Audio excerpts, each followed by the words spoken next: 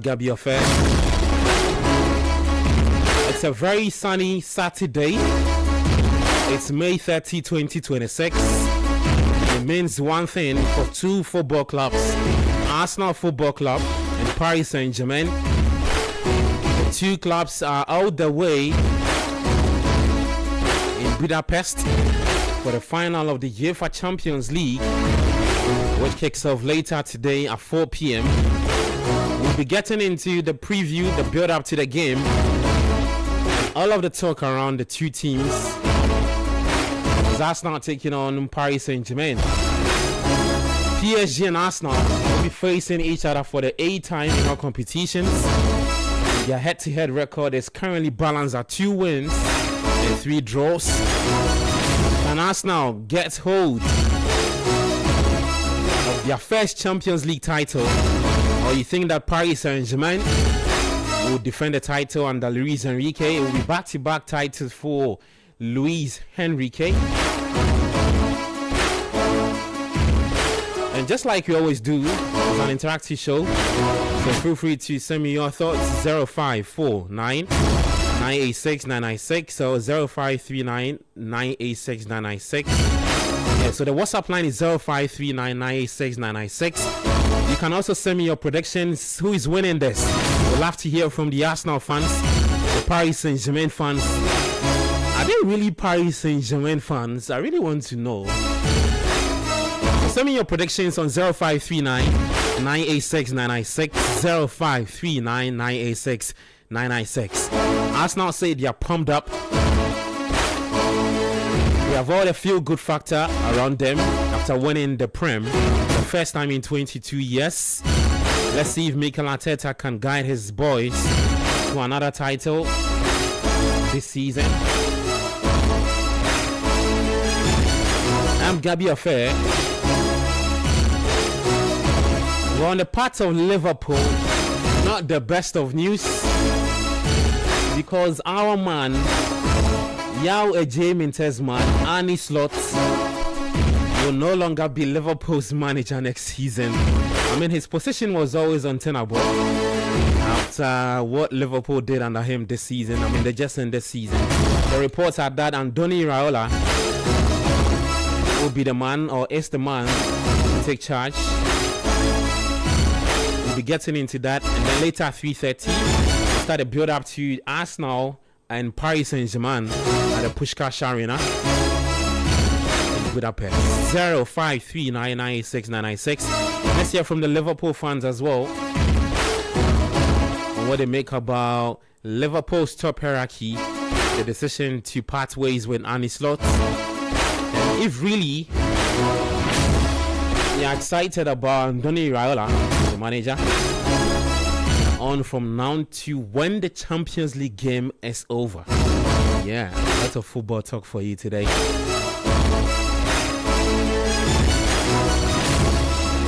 Yeah, Jeminta is in studio with me. Coach Christopher Nimley will be joining pretty soon. Then you out there is also part of the show. Edwin Kwakofi is the man behind the YouTube display. Yeah, a big shout out to Edwin. If you know where Edwin Kwakofi belongs, right? I'm sure you'd understand why he would be hoping that Paris Saint-Germain keeps hold of the title. Yeah, big shout out to Edwin. If you're watching us on YouTube also, just leave your thoughts with me. Just if you're watching on YouTube, leave your thoughts with me. I would read it. But just in case you've missed out or you've not been reading, let me just bring you the updates around Liverpool. So the news broke around, I think 12 p.m.ish, that way. It's about Arne Slot, who is the head coach. He's been sacked by Liverpool after 2 seasons in charge. Slot is 47 years old, right? And he guided the rest to their 20th league title in his debut season. But they have actually struggled during his second year, finishing 5th in the Prem. Now, recently departed Bournemouth boss Andoni Iraola is the leading contender to replace Slot, according to reports. And the club have also approached the Spaniard to discuss their role.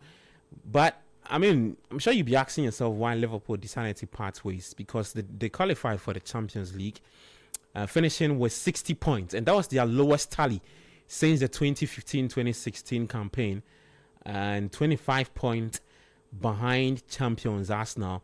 This same season under Slot, they lost a lot of games. I think 10 games and counting. Yeah, so I mean, people were not too happy with what Slot had done. If you look at his win rate percentage, he had 55.3%, just behind Jurgen Klopp, who did 62.6%. Or if you want to round it up, 63%. But Klopp actually did a lot of games. Because in there he had 209 wins, 78 draws, and 47 losses. For Slot, he did 42 wins, 18 draws, and 16 losses. And the other some managers, there's Rafael Benitez, Brendan Rodgers, Gerard Houllier, Roy Evans, Kenny Dalglish, Grimson, and Roy Hodgson. And these are some of the managers with the numbers attached to what they did at Liverpool at the time they were coaching. Let me get your thoughts real quick on that Slot, and then we'll look ahead to if Andoni Raiola is the perfect fit for Liverpool. I know Yao is a huge fan of Andoni, especially what he's done at Liverpool. Yao, I think Bournemouth have lost Marco Senesi, right? Yeah. To Spurs. To Spurs, yeah. Charlie, they keep on losing all their top stars. But we'll get into that. Yeah. Just initial thoughts. I mean, were you surprised that when you saw the news from, I think Fabrizio broke it, and then the other tabloids began to pick it up, developing the story. Yeah. Liverpool parting ways with Slot. Yeah, I like the fact that they handled the dismissal quite well. Mm-hmm. I mean, because when the Football Insiders broke the story, within 2 minutes, 3 minutes, the statement was off on the Liverpool website. Yeah. Officially that they had parted ways with Arne Slot. And so for me, I like that bit, because for the most part, a lot of Football Insiders would put out a report, and it will take maybe like an hour, 2 hours, sometimes half the entire day before the official communique comes through. And I like the fact that they were able to maintain communication quite well. There weren't too many leaks. As soon as the story broke per report, within 2-3 minutes, the official statement was out. So I like the way they handled it. They didn't make it look embarrassing, because I've seen it happen way too many times. Man United, for instance, Louis van Gaal, after winning the FA Cup, then there were reports, he'll get sacked, he will do this. Then before the club released the announcement. And so for me, I like the way Liverpool handled it, and I honestly believe that it was coming. Ideally, would Andoni Raiola have been the best candidate in terms of checking all the boxes? I don't think so. Ideally, I'm pretty sure they would have loved to have Xabi Alonso in there. But at the end of the day, what they've done, whether they intentionally did it or they intentionally meant to do it or they didn't intentionally mean to do it, they've pulled off a good move, in the sense that because of Xabi Alonso's status at Liverpool, once you bring him in and things do not work necessarily well, sacking him becomes a bit dodgy or a bit touchy, of a touchy subject, because he's a club legend. So we'll go like, why are you treating him this way? Why aren't you giving him enough time? Those kind of situations. But because you are bringing in Andoni Raiola, if things do not go well, you can easily let things go and start afresh or restart that whole process.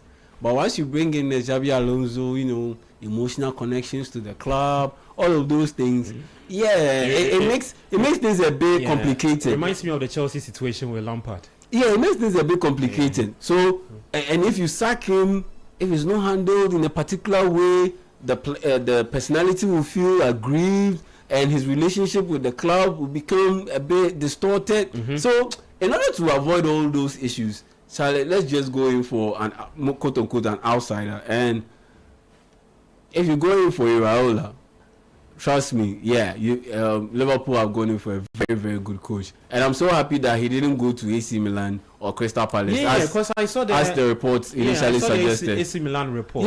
But at the end of the day, the kind of style he plays or his system requires the players to play. Now, AC Milan, players they can't play that. Okay, that kind of system. Just let me understand this. I've seen some people who also say that Iraola knew that the Liverpool job was his. Yeah, that's why he quickly announced that he was stepping down as Bournemouth boss.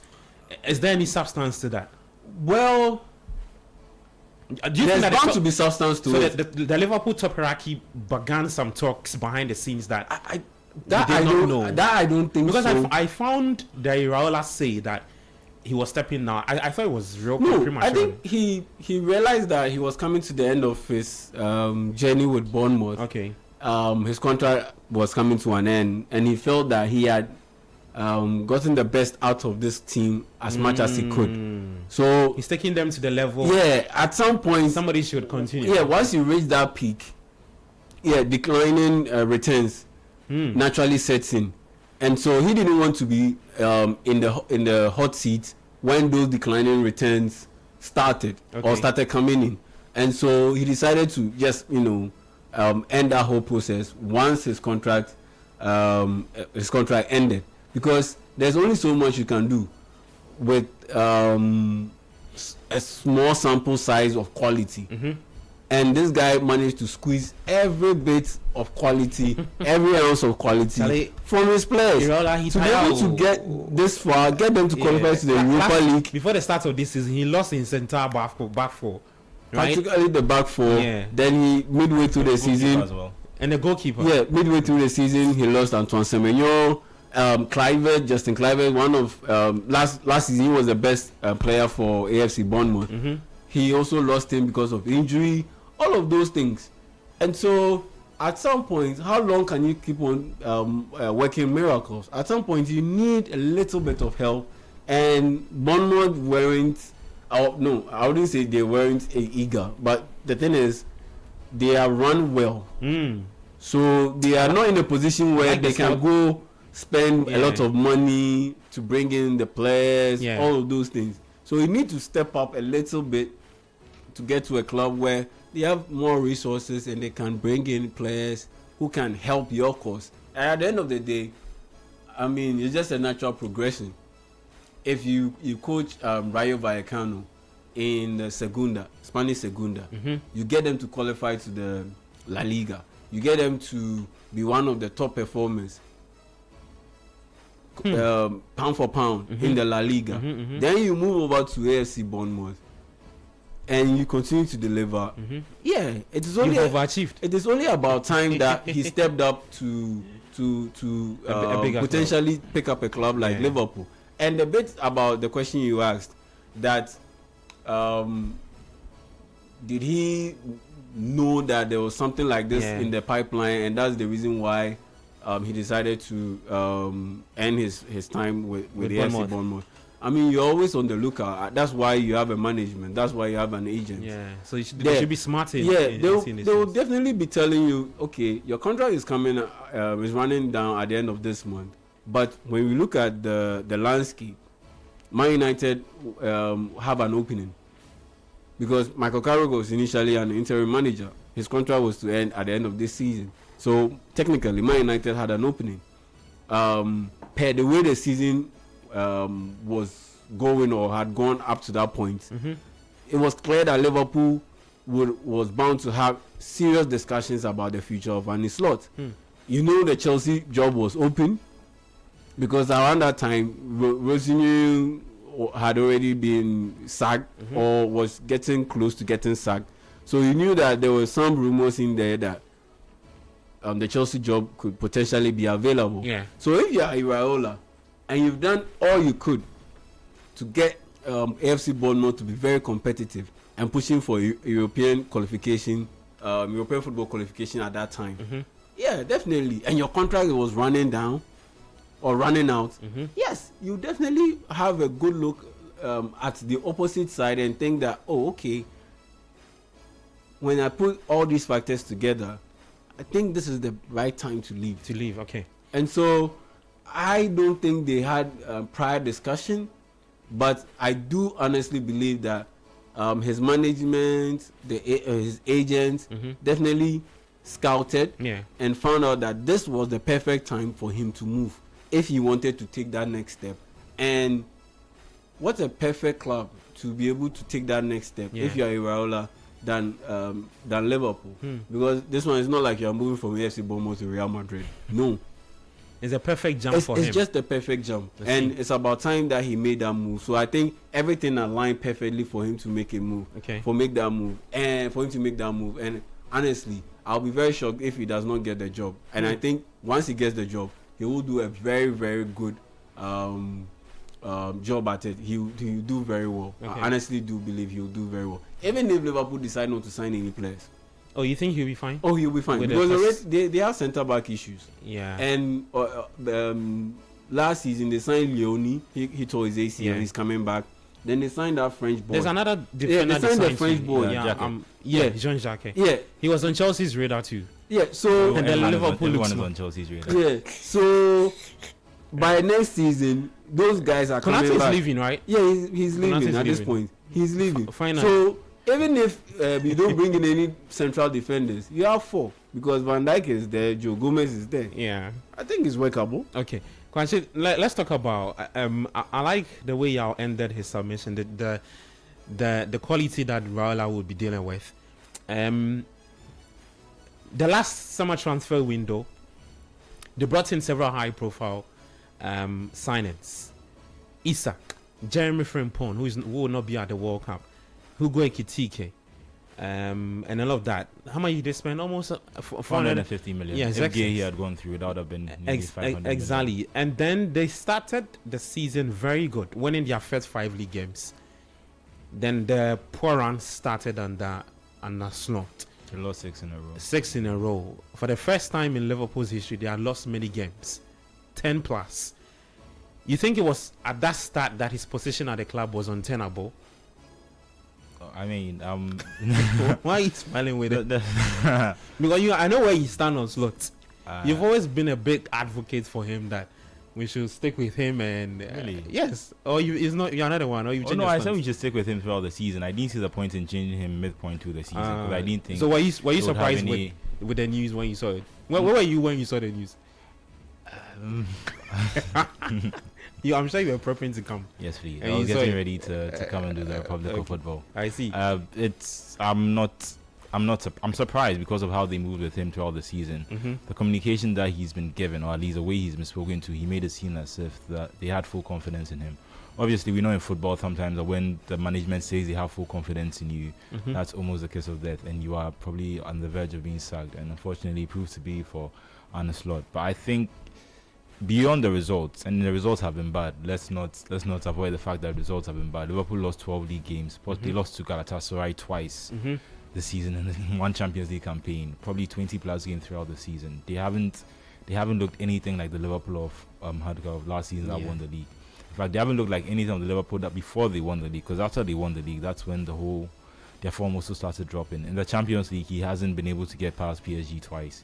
He's been very praised. He's been very praising of them and saying how good they play football. But I think if you've been able to observe a team over 2 seasons and still not manage to come up with a different game plan, have a game plan that almost looks the same. Obviously, in the second leg, they were slightly closer.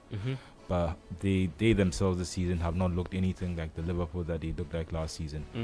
And although a lot of credit went to Klopp because of when Slot won the league, and I thought that was unfair, because you don't just walk into a team and win the league. There's still things you have to do tactically. There's still man management that you have to do. There's still a lot that you have to do in order to get the team to win the league. So I think he deserves credit for winning the league.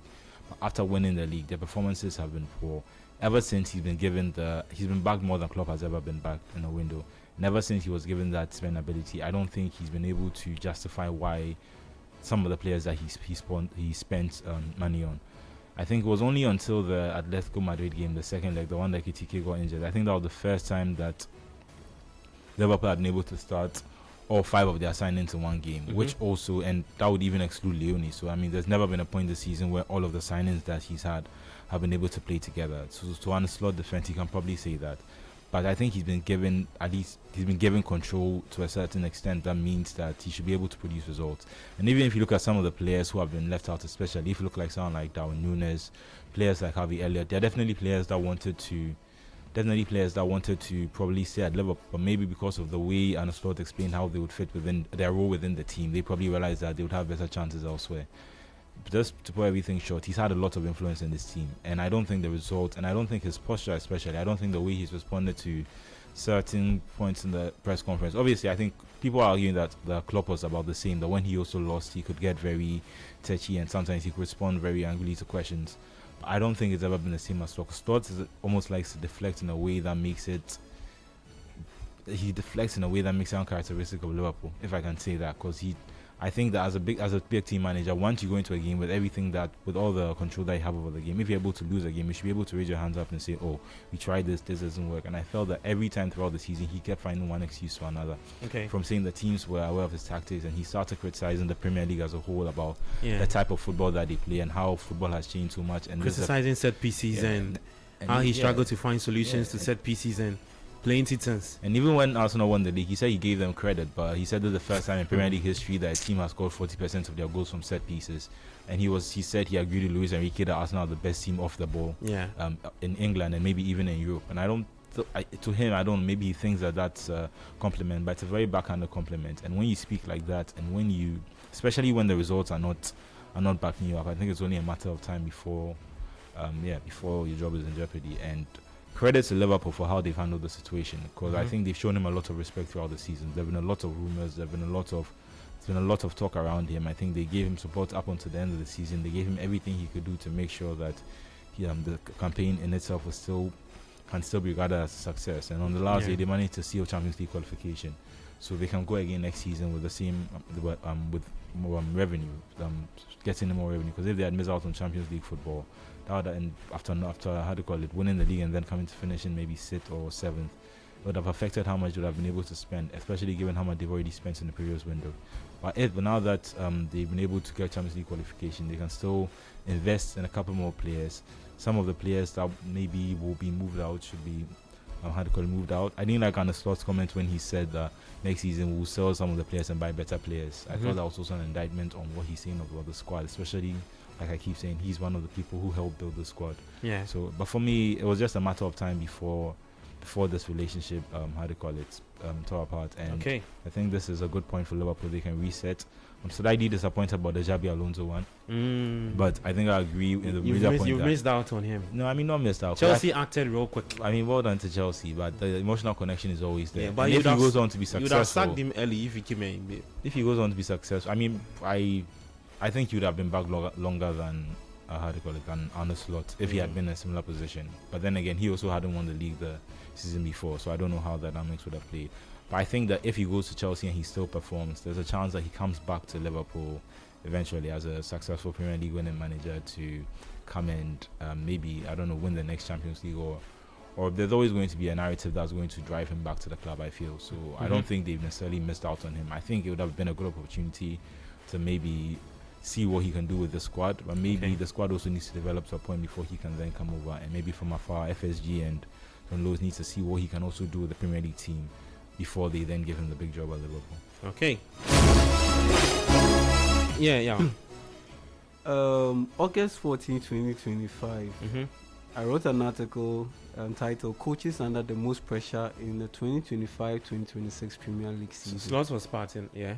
Slot was part of it. People call me crazy. Why I would include the manager who won the English Premier League title in his first season in an article like this. The coaches under the most pressure in the 2025-2026 season, Premier League season. En route to the new season. Yes, this was August 14, 2025, before the season started. Okay. And I guess what? All the coaches I mentioned in this article, all of them got sacked. Except one. Can you run us through the coaches? Except one. For those who didn't read. And guess what? That one who wasn't sacked, he is now on the verge of becoming the Liverpool manager. Andoni Iraola. Yes. I see. So August 14, 2025. Coaches under the most pressure in 2025-2026 Premier League season. Is that right? Number 1, Enzo Maresca. Sacked. Chelsea.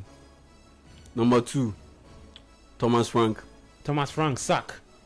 Spurs. Number 3, Ruben Amorim. Sacked. Manchester United. Number 4, Arne Slot. Oh, Charlie, sacked. And then there was Andoni Iraola. He has a new job. All 4. So out of the 5, just 1 didn't get sacked. And the one who didn't get sacked ends up getting the Liverpool job. I see. So I looked at this. So my crystal ball was clear and didn't deceive me. You predicted into the future. Oh yeah. Coaches under the most pressure. You can go check it out on citysportsonline.com. Please go and I've also put it out on my Twitter page. Yeah. All of them, they got sacked. Enzo Maresca, sacked. Thomas Frank, sacked. Ruben Amorim, he got sacked. Yeah. Then there's Arne Slot, he got sacked. Yeah. And so what that tells me is, again, expectations. When he came in, there wasn't any expectation on him for him to win the league title. Yeah. No, there and wasn't any expectation. Isn't that an expectation for Maresca to at least win the league title when he comes in at City? No, I'm saying. No, I'm asking. He wants to. No, he will get into that point, but he wants to stick to Slot taking over. I'll get to the others. As Liverpool boss. When he came in, Club did 9 years. He wasn't expected to win the title. Yeah. After Klopp did 9 years. Yeah, that's why I'm making a charismatic figure like Klopp, he leaves, and you could tell that some of the players, were a little bit fatigued from all the gang pressing game and all. The fact that Sadio Mane wasn't there. Did you expect Arne Slot to win the league in his first season? Of course not. Of course not. When Pep Guardiola was still in his pomp with Man City, after Man City had won the league 4 times in 4 straight years in a row, no one expected Arne Slot to win the league title. The top hierarchy of Liverpool, per what I read from the Athletic, were that it was this season that they were expecting him to deliver. No one expected him to win the league, and then he won the league based off the great work done by Jurgen Klopp and the fact that after winning 4 straight Premier League titles in a row, Man City, they capitulated a little bit, and then Arne Slot managed to sneak in there and win it. And that's why a lot of people were pissed with Arteta last season, that it was there for the taking, and he couldn't get his team to take it. So this was the year for him, like you said, to win the Premier League title, especially after you spent over £400 million. Yeah. So the expectations were raised because per the trajectory of your contract and the expectations, the trophy expectations, it was this season that you were supposed to win the league title.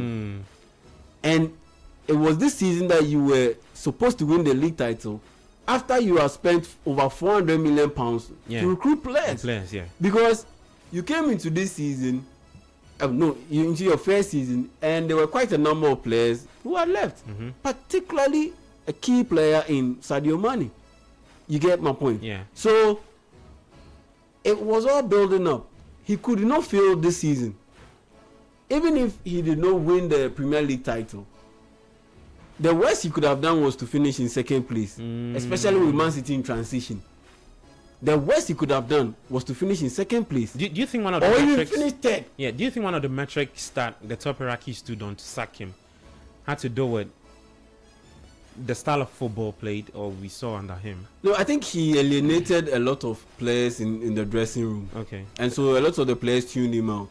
They tuned him out, and on top of that, if you can, so first things first, the results weren't coming in. Winning cures all ills. Yeah.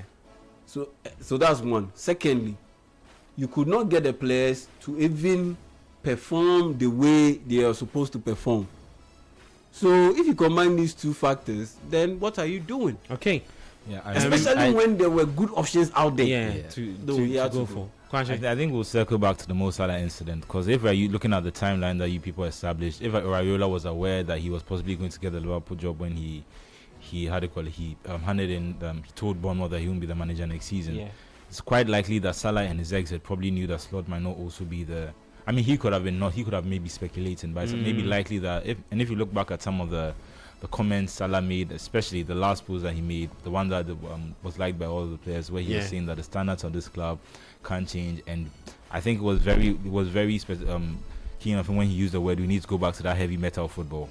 I think him using that phrase in particular was very, especially when you look at the context of the situation, I think he was trying to give a message, and I wouldn't be surprised if in his exit, Salah has definitely had talks with the ownership. They've probably asked him his opinion on Arne Slot, and if it going all the way back to the way he handled the situation and different comments he's made since, I'm definitely certain that Mo Salah probably did not.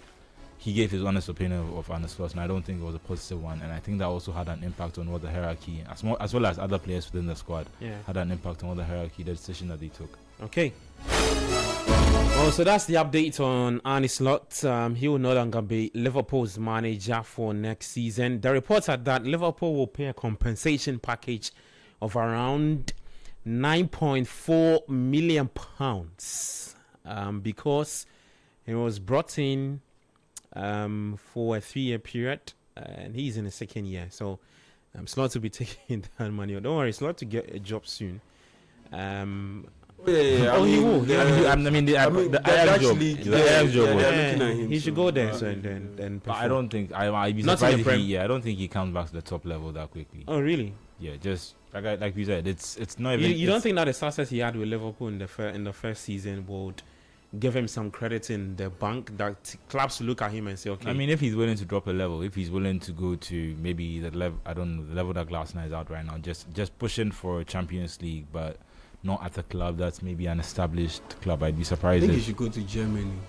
If he doesn't go back to the Netherlands, I think he should go back to Germany. I think he should go to Germany. Yeah, I think the style of play and the way he wants to set up. Yeah, I think it will set. I think it will suit his style best. Yeah, maybe Leverkusen are looking for a manager. That was one of the jobs that Raiola was linked with, I think. Yeah. So, okay. 053996 053996. That's the WhatsApp line.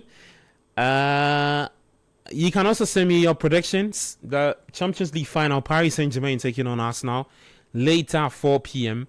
at the Puskás Arena in Budapest. Budapest is in Hungary. So we'll be getting into that conversation around 3:30. I have a lot of people asking me why the Champions League is being played early. We'll run you through that because update. Of commercial purposes. Yes. And one of the other things has to do with security reasons. According to the reports coming from Budapest is that, the game will end, so let's say there would end around 7. They want to prevent all that late night mini chaos that could happen, so that there's enough time for people to because of to the money. jubilate. It's that simple. It's because of the money. But I mean, you can deploy a lot of stewards and police people to check all those things. It's just the money, because you don't want to alienate the Asian market. Yeah, okay. Because I want to be in a position where that was another factor too. They will also be able to watch it at a good time, quite comfortable. And now, knowing very well that you're about to have the World Cup in North America, you also want to place it in a time zone where it is comfortable to those guys in those countries. Okay, guys, let's quickly don't call me Andoni Raiola. I don't know how. What the ratings would be? 10 over 10 for you? 10 over 10. Wow. I don't come in. You tip him to succeed at Liverpool? Oh, yeah. I tip him to succeed very much at Liverpool. First season with a trophy?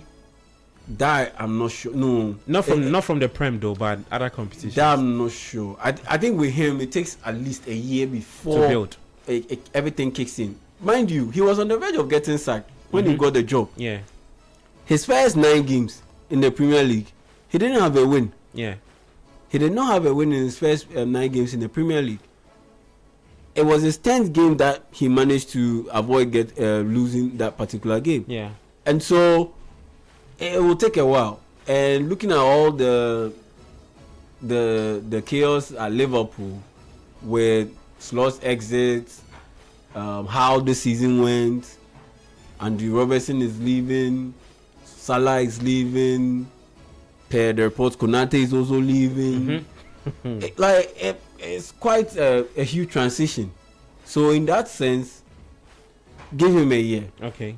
Yeah, I wouldn't stick my neck out for him to win a title in his first season. It might happen in the cup competitions, maybe the Carabao Cup, the FA Cup, you never know. But realistically, I don't see him winning a title in his first season. I see. Second season, oh yeah, that's when I see it happen. Okay, Kwanshi, what do you think? What's the rating for him, and what are expectations for him in the first season?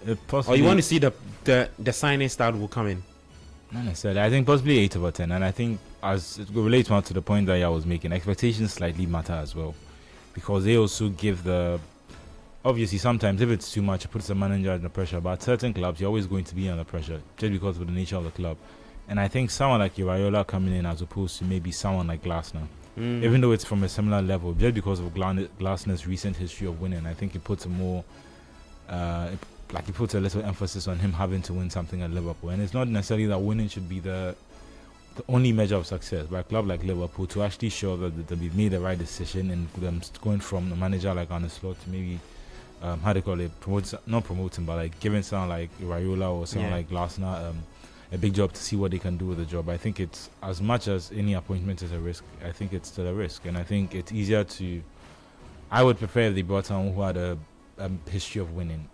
And not just, I mean, obviously, I think he's going to bring a wonderful style of football. It'll be incredible to see what he can do with this, with this level of players. And you've seen it even with someone like Maresca, when he was with Leicester. But then again, he won at that level. Even though it's a lower level, he won at that level. He was able to win the championship before he was able to get the Chelsea job, and then win the Club World Cup and the Conference League. It's a given they were Chelsea, but he still managed to get the habit of winning.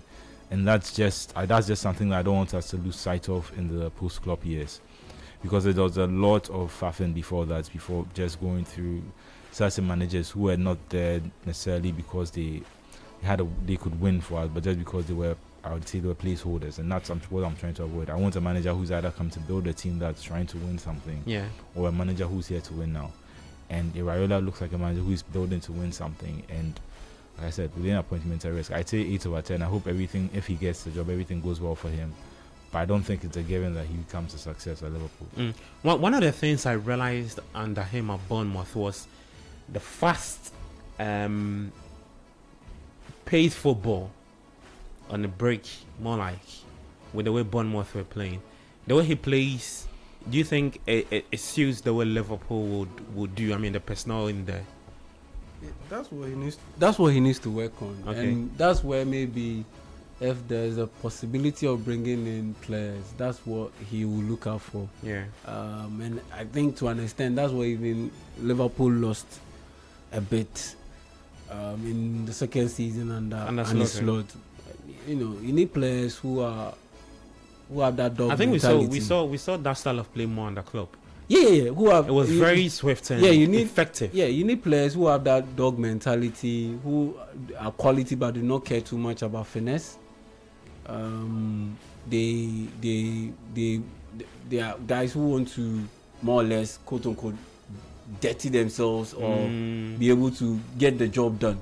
They are blue collar guys. Yeah, guys who have the quality but are ready to do anything possible to get a win, do the dirty job more or less. You know, there are some players, they are quality, but they see themselves as, you know, finesse players, so they won't do quote unquote dirty job. That's why when you have a star player or a top player who is quality and at the end of the day is willing to do the so-called dirty job, that's where you know that you have a good player. Like, let's say Luis Diaz. That's why I love him so much. He is that kind of guy. He's quality, top level player. But at the end of the day, he plays with the mentality of, let's say, like an average player. Okay. Someone who run and make up for his lack of quality. But in his case, he has a quality. But he has the mindset of someone who is more or less like playing as if his rent is due. That's the guys say these days. That's the kind of player that you need, and those are the kind of players that Andoni Iraola has worked with throughout his career to this point, and that's what I think he will be looking out to get in the off season. Should he get the job officially, and once he gets that, I think he'll be able to play his style, and get Liverpool to start winning again. Okay. Let me take some messages. You can also send yours through this number 0539986996. 0539986996. After taking the messages, we'll come back and talk about Mikel Arteta, because he was named Premier League Manager of the Year after returning Arsenal to the top after 22 years. He faced some competition though. From Andoni Iraola was part of the people he had to come up. There was Pep in the Keith Andrews, United's Michael Carrick, Sunderland's Regis Lebris, and all of that. Let me know if he deserves that award. But let me take this message. Let me start off from Danilo. He says, why did Liverpool cut the water supply to investors by sacking slots? Okay. Patrick Patron says he's predicting the UCL final. He says PSG 1, Arsenal 3. Okay. Samuel Edu Bequin, Kofrodia Osabene Junction 5. He says, good afternoon, City FM. I'm so happy that Slot has finally been sacked. Our best smile performance all season. And as always, Klopp won us the EPL last season. Not Slot. Jose Mourinho for also winning the Champions League title with Real Madrid, because it was after him that he started winning. Okay. Raymond Decoder inside Terminal 24 says, good afternoon, Republic of Football. I can beat my chest that Arsenal is not going to win a Champions League. Okay, no doubt. Okay, he says Arsenal is going to win. Okay. So you can also send your thoughts 0539969996. Let me go to YouTube and take some messages there. YouTube, take some messages there. Richard Amponsan says Glasner would have been better. Okay, I think for Liverpool. Sweet Kwame says Pep is gone and the title is open to every coach. It says Chelsea, City, United, Liverpool, Arsenal always expected to win trophies. Okay, he goes on to say that Slot won the league last season, so he'll be expected to win something this season. Okay, he says Yawo jinx the Iraola like he did with De Zerbi. How did I jinx De Zerbi? Yeah, so I'm like, what did you say about De Zerbi? I didn't say anything about De Zerbi. Did you say anything like he wouldn't be able to? No, I was even surprised that he took the Spurs job. Yeah, I think you said he was I going to expected say him to do it after they were safe in the Premier League. Prem. Okay, that's when I expected. I didn't jinx anything. Maybe if Sid Kwame, you can remind me. I don't know. Maybe you can add more to what you said. Reginald Netty says Charlie, I go do my coaching badges though, because manager they cash out. I think is in relation to the severance compensation which I read out. Then you see Rosine. Rosinia's package. He's rough. Then you see Jose Mourinho's pay package. I mean, he's made over 100 million pounds in severance pay. Okay, Sweet Kwame is asking us a question. He says, so if Arteta doesn't win the league next season, is he a bad champion? No, it's the manner in which he done. That's why I think people context. It's not that binary. Like if you look at the way Slot performed this season, and it's also his inability to change things in games. There were so many times where the same problems kept happening. And granted, I think one of his biggest problems was the defense. Van Dijk played every single minute in the Premier League this season.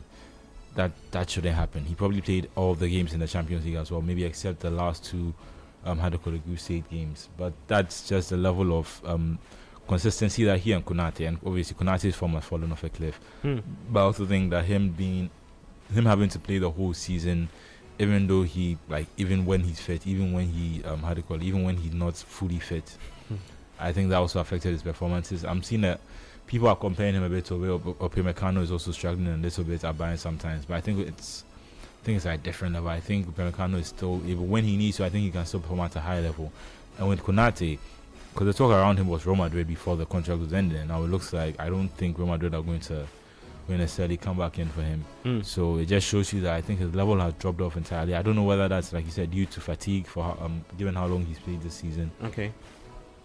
05399696. I'm Gabiofe here with Yao Jiminta, and also Manuel Angelo Kwache. Send me your predictions for the Champions League final on the WhatsApp line 053996. We are here to run you through all the updates that would come from the Puskás Arena in Budapest. The game kicks off at 4 p.m. So at 3:30, we'll start a build-up. We'll run you through all the starting 11. We'll take if we get some reactions from the managers, we'll bring that to you as well. As Bodino says, the meltdown on Republic of Football after Arsenal wins is what I'm relishing. Come on, you Gunners. But who says that we'll have a meltdown? Sure. Well, we are yet to do our work. Oh, gosh. Yeah, we are yet to bring you there. The best team will win, so. Yeah, I mean, I don't know why you say that, but yeah, we are just here to bring you all the updates. Guys, let's quickly do this. Mikel Arteta was named the Premier League Manager of the Year after guiding Arsenal to the Prem for the first time in 22 years.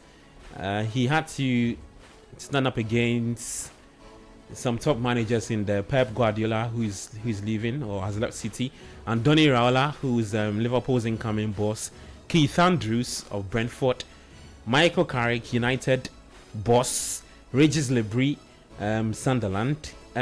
Yeah, let me start off with you. Deserved? Yes, deserved. I mean, also, once you win the Premier League title, you already have an advantage over the rest because you all competed, and at the end of the day, you won. So you already have an advantage over the rest, and then you have to look at the context. This is Arsenal's first league title win in 22 years. So you being able to do it after such a long period, it has to mean or count for something. Okay. And so when you put those two together, yeah, he was always going to win it, and it was always going to be his to lose. And so in that sense, yeah, very, very deserving for Arteta to win the Manager of the Year award. Yeah. And also, it's not surprising at all.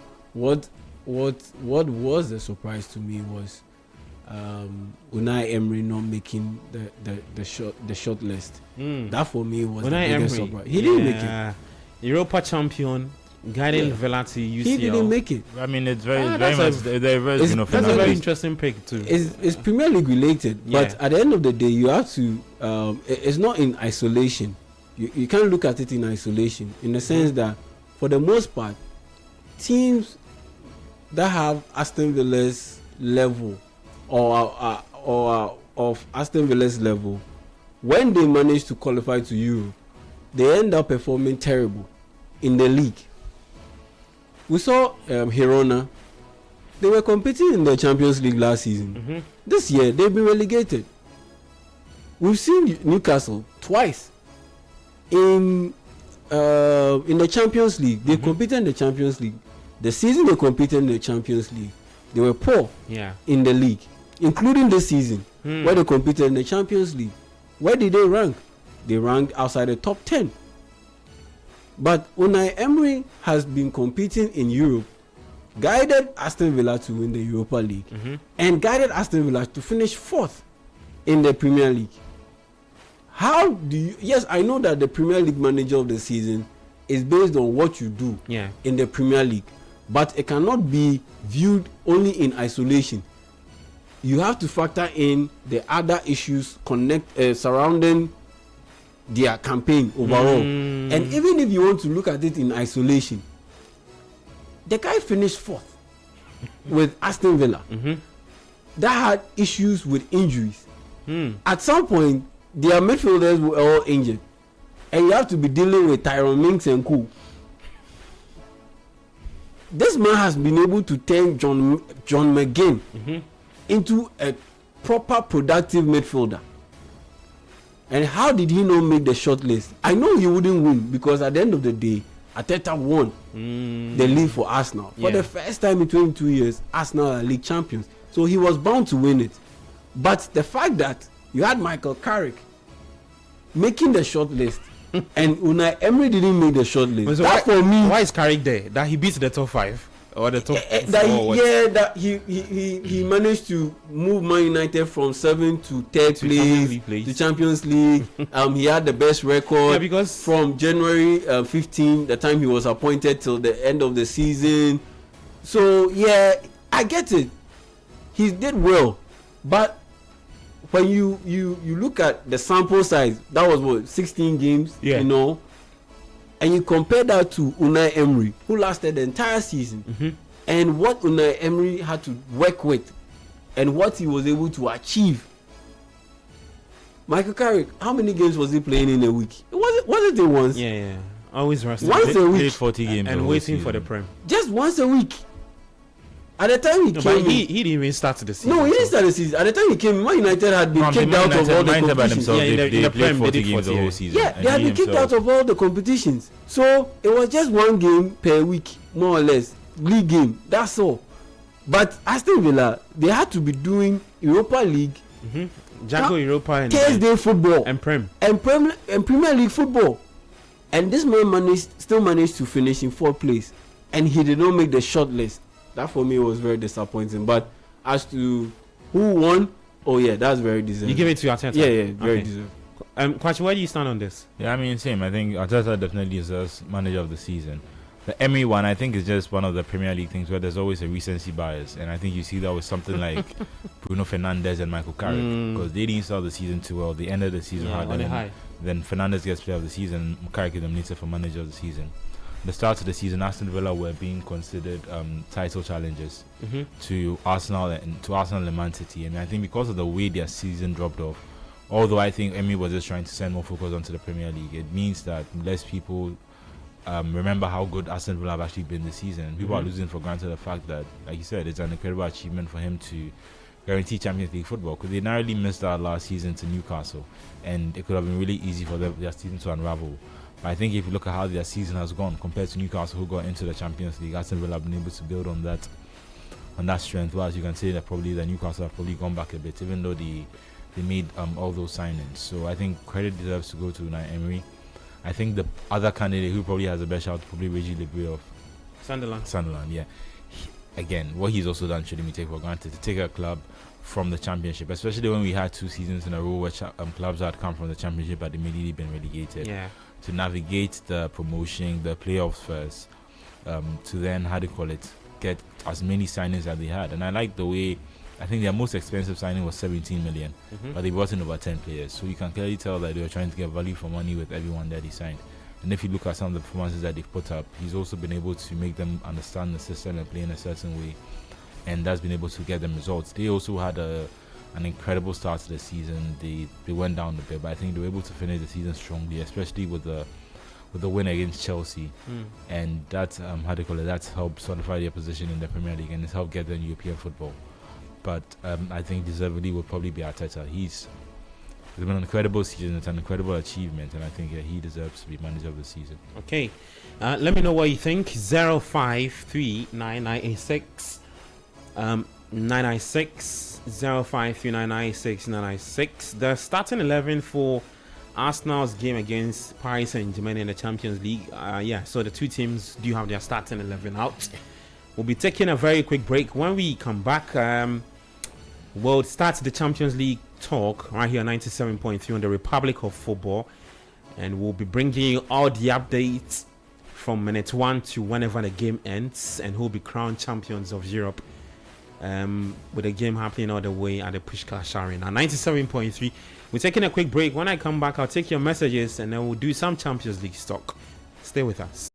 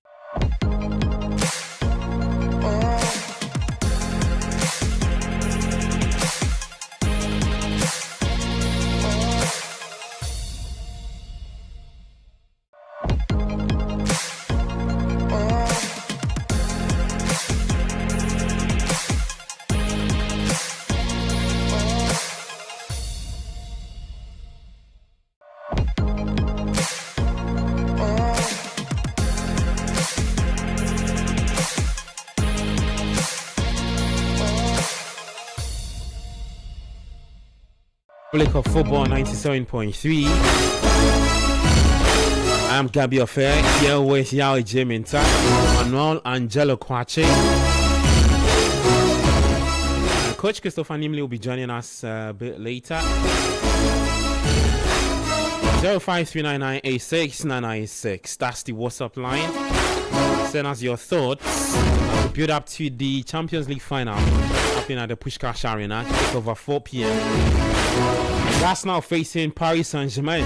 Champions League final later this afternoon. What promises to be a colossal showdown in Budapest. Gunners have made it to their first final in this competition since 2006. PSG, on the other hand, are the defending champions, looking to become the second team in the Champions League era to successfully win back-to-back titles. Yeah. But PSG actually boasts the most goals in the competition. They've done 44, while Arsenal have also conceded the fewest goals. That's 6. So we have a battle in store. Is Arsenal's resolute defense, can it be the difference for them, for Mikel Arteta and his boys? Because their success this season actually has been built on an impenetrable defense. The Gunners just considered 27 goals across 38 games in the Premier League on their way to winning the title. Let me run you through the starting 11 for the two teams. Let's start off with Arsenal. Yes, their manager is Mikel Arteta. It's a 4-3-3 formation. David Raya is starting. A back four of Mosquera, William Saliba, Gabriel Magalhaes, and then Hincapié as completing the back four.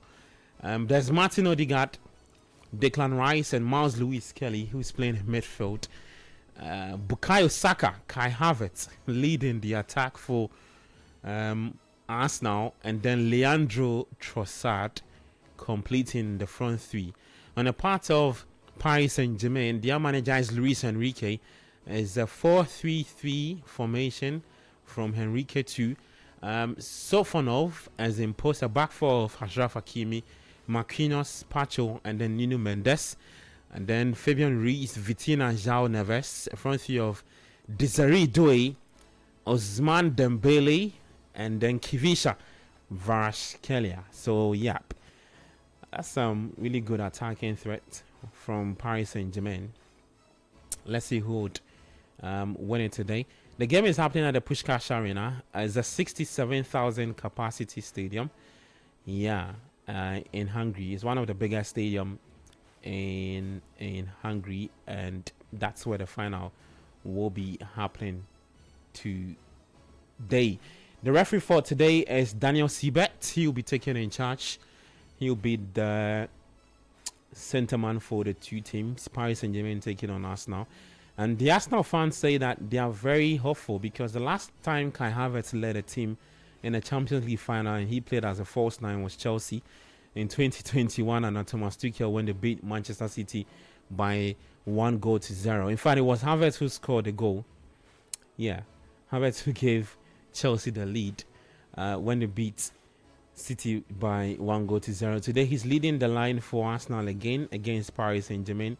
Can that magic come to fruition for Arsenal? Let me bring Yao in. Let me take Yao's initial thoughts on the starting 11. Yao, let's start off with Arsenal. Not so many changes on the path from Mikel Arteta. Stuck to the guys that he's trusted the entire season. It's one big job to do, and then the Barton season. Your thoughts? Well, he's made some big calls actually. Yeah. Bringing in Miles Lewis Kelly ahead of Zubimendi. Starting Kai Havertz ahead of Gyökeres. Those are some big calls. Those are some big calls. I understand. I mean, Mosquera starting ahead as the right full back, Hincapié starting as a left full back. It's understandable, not too surprising because of the health levels of Jurgen Timber and Calafiori. Okay. So I mean, they just more or less got back from injury. So you don't want to rush them or put them in a situation or intense situation like this. Yeah. So very understandable. And besides, Mosquera and Hincapie have done very well in their first season at Arsenal. And so, yeah, he making that call, no, not surprised. Saliba, Maguire, yes, the usual suspects. But Zubimendi getting dropped or benched for Lewis Kelly, and he starting Kai Havertz ahead of Gyökeres. Those are some ballsy calls. I'm okay with the Lewis Kelly bit because at the end of the day, you need a bit of aggressiveness and physicality and in the middle, and right? speed Yeah. in the middle alongside Declan Rice, because you need to track the runs of these very mobile PSG players, the Joao Neveses and the Vitinhas. Yeah. Desiree too. So you need that bit of speed, and so he making that call to start Lewis Kelly ahead of Zubimendi, I'm okay with it. The Gyökeres bit, I'm not so okay with it. But why do you think Arteta has gone with that? I mean, Kai Havertz has a history of scoring and winning in the Champions League final. So I mean, he's there's hoping that. he can repeat the I trick. mean, there's that. I'll give it to him. history. But And he's, experience. you're coming up against Marquinhos and William Pacho. The physicality there. Both guys do not necessarily, aren't necessarily like adventurous in terms of the way they move high up the line, as other defenders in this modern day tend to do. And so they are likely going to be able to shackle Kai Havertz because space-wise, he's not going to be able to have enough space right? in that sense. And it's going to be quite a physical battle in that sense. And do you want Kai Havertz being the one going up against these guys? I'd rather have Victor Gyökeres do that job, especially when Victor Gyökeres ended the club season in the league or the domestic side on a strong note, and his performances were one of the best in the Arsenal camp. I honestly would have gone in for Victor Gyökeres. So that for me is a bit of a big call, a bit of a controversial call, dodgy call, in the sense that I wouldn't have started Odegaard. I would have started Kai Havertz in place of Odegaard and played Victor Gyökeres ahead of Kai Havertz. So you look at the three man units playing immediately behind Kai Havertz is Leandro Trossard, Odegaard, and Bukayo Saka. With Odegaard playing in the middle, that's the spot for Kai Havertz. That's the spot where you can. That's the spot where you can utilize Kai Havertz best. Yeah. Because his profile is one of number 8 who always arrives in the box. That's how best to utilize him in an attacking sense. Okay. And so once you have a guy manning that spot, leading the attack in Victor Gyökeres, then you can best utilize Kai Havertz's best attribute. So he being the one to lead the attack and knowing very well that Martin Odegaard isn't necessarily in the best of form. And on top of that, he's not the most mobile player. So if you play Kai Havertz in that position, there's no major drop-off. So, honestly, we would have wished Arteta started Kai Havertz in that hole behind the striker and started so have Gyökeres Victor Gyökeres leading the attack. For PSG, we'll come to we'll come to PSG. Okay, cool. I'll come to you, Kwachi. I just want to run our listeners and viewers through the Arsenal's run in the Champions League. They actually remain the only team to have not lost in the Champions League this season. They finished top of the league phase with actually 8 wins from 8, and then they won 3, drew 3 of their knockout matches. So just in case you've been wondering, let me quickly just run with you and then I'll introduce one other guest. We have a big Arsenal fan among us today. You'll hear from him pretty soon. So the league phase, they beat Athletic Club away from home by 2-0. They beat Olympiacos by 2-0. at home. They beat Atletico Madrid by 4-0. They beat Slavia Prague away from home by 3-0. Bayern Munich at home by 3-1. Club Brugge away from home by 3-0. Inter Milan away by 3-1. Carrot Almaty by 3-2. And then they progressed to the last 16. 3-1 on aggregate versus Bayer Leverkusen. So 1-1 at home, 2-0 away. Quarter-final clash against Sporting, 1-0 goalless. And they managed to progress to the semis. They beat Atletico 1-1. On aggregate was 2-1. And then here they are in the finals against Paris Saint-Germain. So that's Arsenal runs. A lot of people don't know that Arsenal, if they are able to go past PSG today, what it means for them is that they finish the champion. They crown their success unbeaten in the UCL. Yeah, so that's how big this is for Arsenal in the Champions League. Send me your thoughts. 0539 986 996 0539 986 996. Let me introduce another Arsenal fan, Mr. Ko. Gavi, we are here today. Yes, welcome to the show. Thank you very much. You've been following from afar. You've been a big admirer of what we've been doing. Sports Panorama, the Republic of Football, and all of that. Clad in the Arsenal colours, the cap, the jersey. Charlie, you are ready. Oh, Charlie, it's fine now. Welcome to the show. How are you feeling about ahead of today's final against Paris Saint-Germain? To start with, I want to thank this crew. If there's any sports event or program in the Sub-Saharan Africa, I keep saying it, Sports Panorama ranks the best. Wow. And I can say confidently, it's not by coincidence. Yeah. And I know a lot of people who follow you globally. I'm one of them. So I I make sure that every Friday during that program, I leave what I'm doing to make sure I tune into this program. So it's a great pleasure to be here. I want to thank the crew again. Yeah. Gabi, coming to the game, I mean, you've done the analysis quite in details and all that. I mean, going into these finals, unbeaten run, you understand? What an incredible run.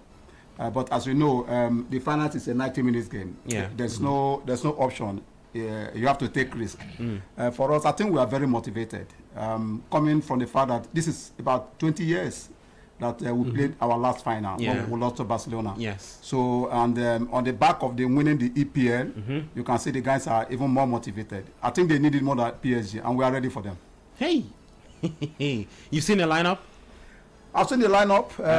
My colleague Yai Jeminta is not too happy with Arteta's decision to go with Kai Havertz, bench Gyökeres. I also think the same, but I mean the coach knows better. We are here seeing, trying to make our own analysis, but the reality is that he sees this player. Yeah. He knows what he wants to play. He knows the tactics he wants to play. He knows who fits into the tactics. Okay. Kai has a Champions League experience. Yeah. As you are aware. He's done it for Chelsea. Exactly. In the finals against City. Yeah. So it could be an advantage as well. But let's say as we go, the coach knows his tactics, as I said, and whoever starts the game, it's a win-win for us. I see. Very confident. Absolutely. Kwache, let me bring you in. Let me bring you in. I wanted to take your thought real quick before Mr. Oko joined us. On the Arsenal bit, the lineup though. What are your thoughts about it? Confident. Mikel Arteta, if you look at the back line, speaks about one thing he wants to do. Yeah, I mean, and if you look at the inclusion of Lewis Kelly, I get that he's trying to play him as a midfielder, but it looks, from where I'm sitting, looks like a very defensive lineup, and it's surprising because I think he's built a consistent formula this season when he's played with Rice and Zubimendi, and even with Odegaard sometimes. I think Odegaard, his form has been better at the end of the season. He was quite crucial in the West Ham game. But looking at the lineup, I'm not entirely sure where I'm not entirely sure how he's going to line them up because although Hincapié and Mosquera are both I think Hincapié in particular can play as a fullback. I think those are four centre backs. That's four centre backs. Yeah. With the left back playing in front of them. Yeah. And I don't know. Lewis Kelly. Why are you I thought maybe there was a way in which Eze could probably get into this starting into the team, lineup. Yeah, definitely. You feel it's too defensive it has a lot of defensive approach. And even him using Trossard, I think while Trossard does have a goal threat, I think you can also appreciate that his work ethic. Yeah, his work ethic and pressing up will also be very rise up for them. And I'm just wondering if maybe he's thinking in the second half he can bring in, like, you know how some managers are now coaching, some of them want finishers and starters, and I'm wondering if he's thinking maybe someone like if Madueke on the bench. These are players who can definitely come in and definitely change the game for him. I think he has a fully fit squad, if I'm right. With Timber is back. That's another surprise in the team, because even though maybe he's now regaining his fitness, that's probably why he doesn't start. But I think Timber probably offers them something different from the fullback option. Yeah, so the only player injured is Ben White. He has Victor Gyökeres, he has Noni Madueke, Gabi Martinelli, Gabi Jesus, Mikel Merino, Max Daumann, Martin Zubimendi, Borucci Eze, Christian Norgard, Ricardo Calafiori, who again? Uren Timber. And then Kepa Arrizabalaga. Yeah. So he's got a lot of attacking options. Yeah, yes, and that's what I'm saying. So fullback wise, I thought maybe obviously because if you really want to look at a squad carefully, and you correct me if I'm wrong, if he wants to rely on creativity, he's getting it from Odegaard and Saka. I'm not too sure what Havertz will be doing. Dropping. I mean, Havertz gives them a physical presence in both boxes. He can probably finish as well. But you're right. If you're looking at creativity, it's probably either Odegaard or Saka, and even the people they are creating for are not necessarily instant. How do I say it? I mean, they can finish really well, but they're not natural finishers, if you ask me, in terms of their consistency and their being prolific in front of goal. So it's, like I said, I think big game experience also counts for something. That's why if I look at this squad, there's a lot of players, maybe bar Saka, but even Saka has been at Arsenal long enough now that he's played a very vital game for them. I think there's a lot of players there who are mentally who are mentally psyched for this final. I just think there are a lot of players. Maybe Eze, Zubimendi, Gyökeres. I think there's a way they can also find themselves into the starting, like in his best starting lineup. But then again, this is a final. He doesn't necessarily need to use his best lineup. He needs to use a lineup that can do a job against PSG. Maybe he's also spotted something that he can take advantage of. And if I may point that Arsenal's proficiency this season has been from set pieces. If he has 4 centre backs in the box at any point in time, he has twice the number of threats as compared to if he had someone like Lewis Kelly and and Timber. Obviously, Timber has scored from a set piece this season, but I think they gave them a bigger presence in defending and in attacking set pieces, and that could also be something that's played a key for Arteta. And like I said, the second half, depending on how the game goes, he has players he can bring on. Okay. Even someone like Martinelli, who I think is also that kind of spark player who can also come and immediately change the game. He has enough options off the bench if things aren't going well. So I think you need to give him credit. He's got them this far. Let's see what the game plan is in the first half. Well, Gabby, just a quick one. I completely ignored this earlier when I spoke. Martinelli Trossard. I understand Trossard has come in big with some crucial goals. Yeah. When you're coming up against Hakimi, you need someone honestly, I need someone who can affect the game both ways. Someone who can affect the game both ways, in the sense that his raw speed is a threat to PSG. It's a threat to be able to hit PSG on the counter attack, and it's a plus for us now to be able to contain Hakimi's threat. Then on the defensive side, he is not a lazy player. He's a workaholic. He will drop deep and help the defense to deal again with the threat of Hakimi if he advances on the pitch or he advances upfield. So yeah, Trossard. Man, I again, it's a difficult call. Yeah, it's a difficult call. Well, I mean, there's that saying: if it goes well, the manager is a genius. Yeah, but for this game, we're looking at the profile of the players you are going up against. You see, it's not about the quality of the player. That this one is inferior, this one is better. Sometimes, for the most part, it is. But sometimes you have to look at the opposing team that you are going to play, the profile of the players that you are going to play against. And in that sense, or in that breath, I think Martinelli would have been my pick. Yeah. Because on that side, aside Hakimi, you have Desiree Doué to deal with. Honestly, I would hedge my bets on Martinelli, making this starting lineup ahead of Trossard, because I think the speed is too much. If they weren't that blistering fast, Trossard can keep up and handle that situation. Okay. But the guys are just too quick, especially on that flank. Yeah. Hakimi and Desiree Doué. He plays like a winger. I think it's a bit too much speed for Trossard to handle, and PSG will be looking at that spot and trying to use that as a weak spot to be able to get at Arsenal. That would have been something that I would have done. Okay.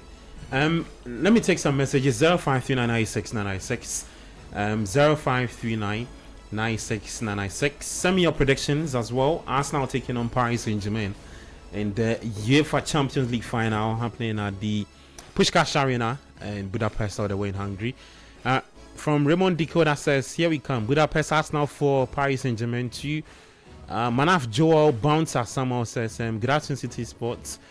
I'm DJ Pope listening from Allied Fuel Station at Belengpe. I'm happy Slots is gone. In fact, more green bottles in my crib after Arsenal lose tonight. More joy. Greetings to all Allied Fuel attendants. Okay, inside at Belengpe, using our platform to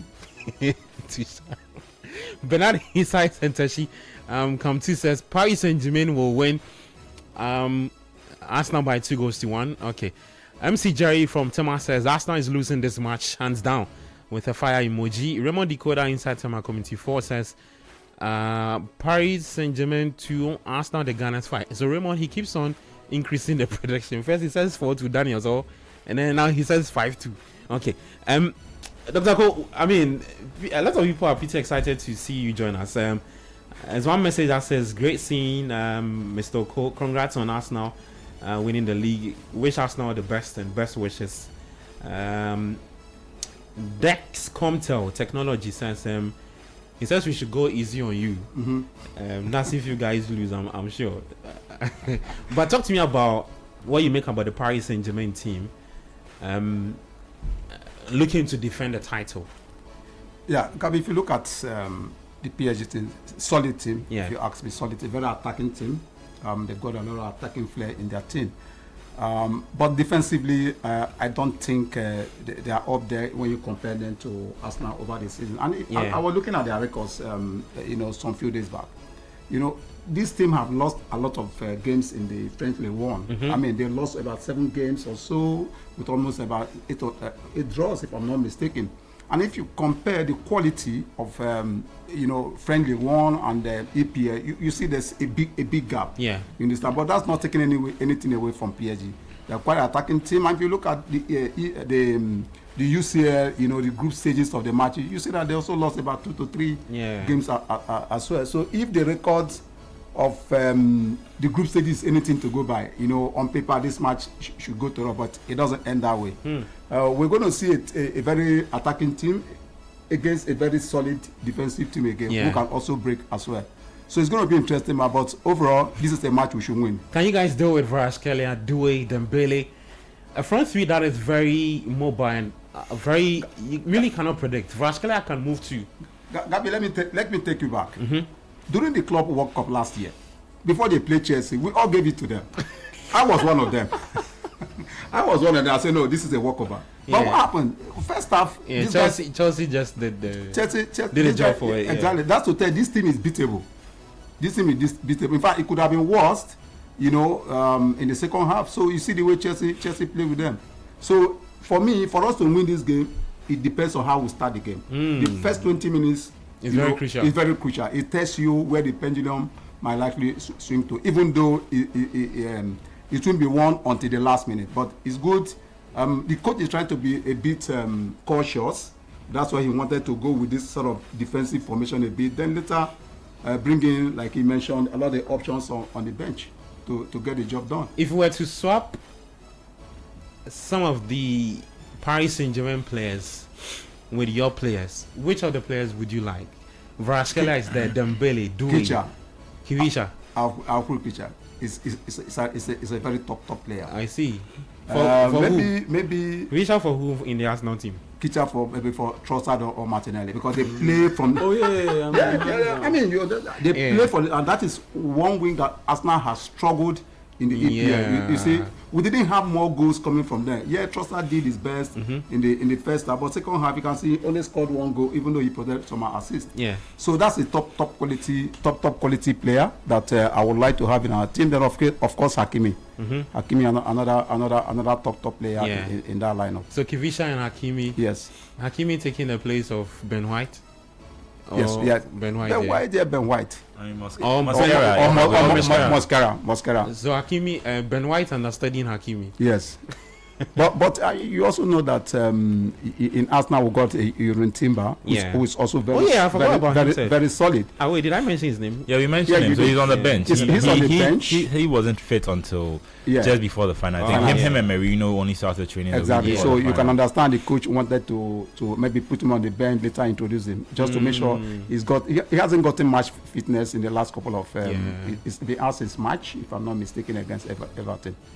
So we are very confident that the team that is there will get the job done. Okay. But yeah. I look at the Arsenal team. Let's say Timber and Calafiori, everyone is fit. You think you'll pick them over, or you stick with them over the players?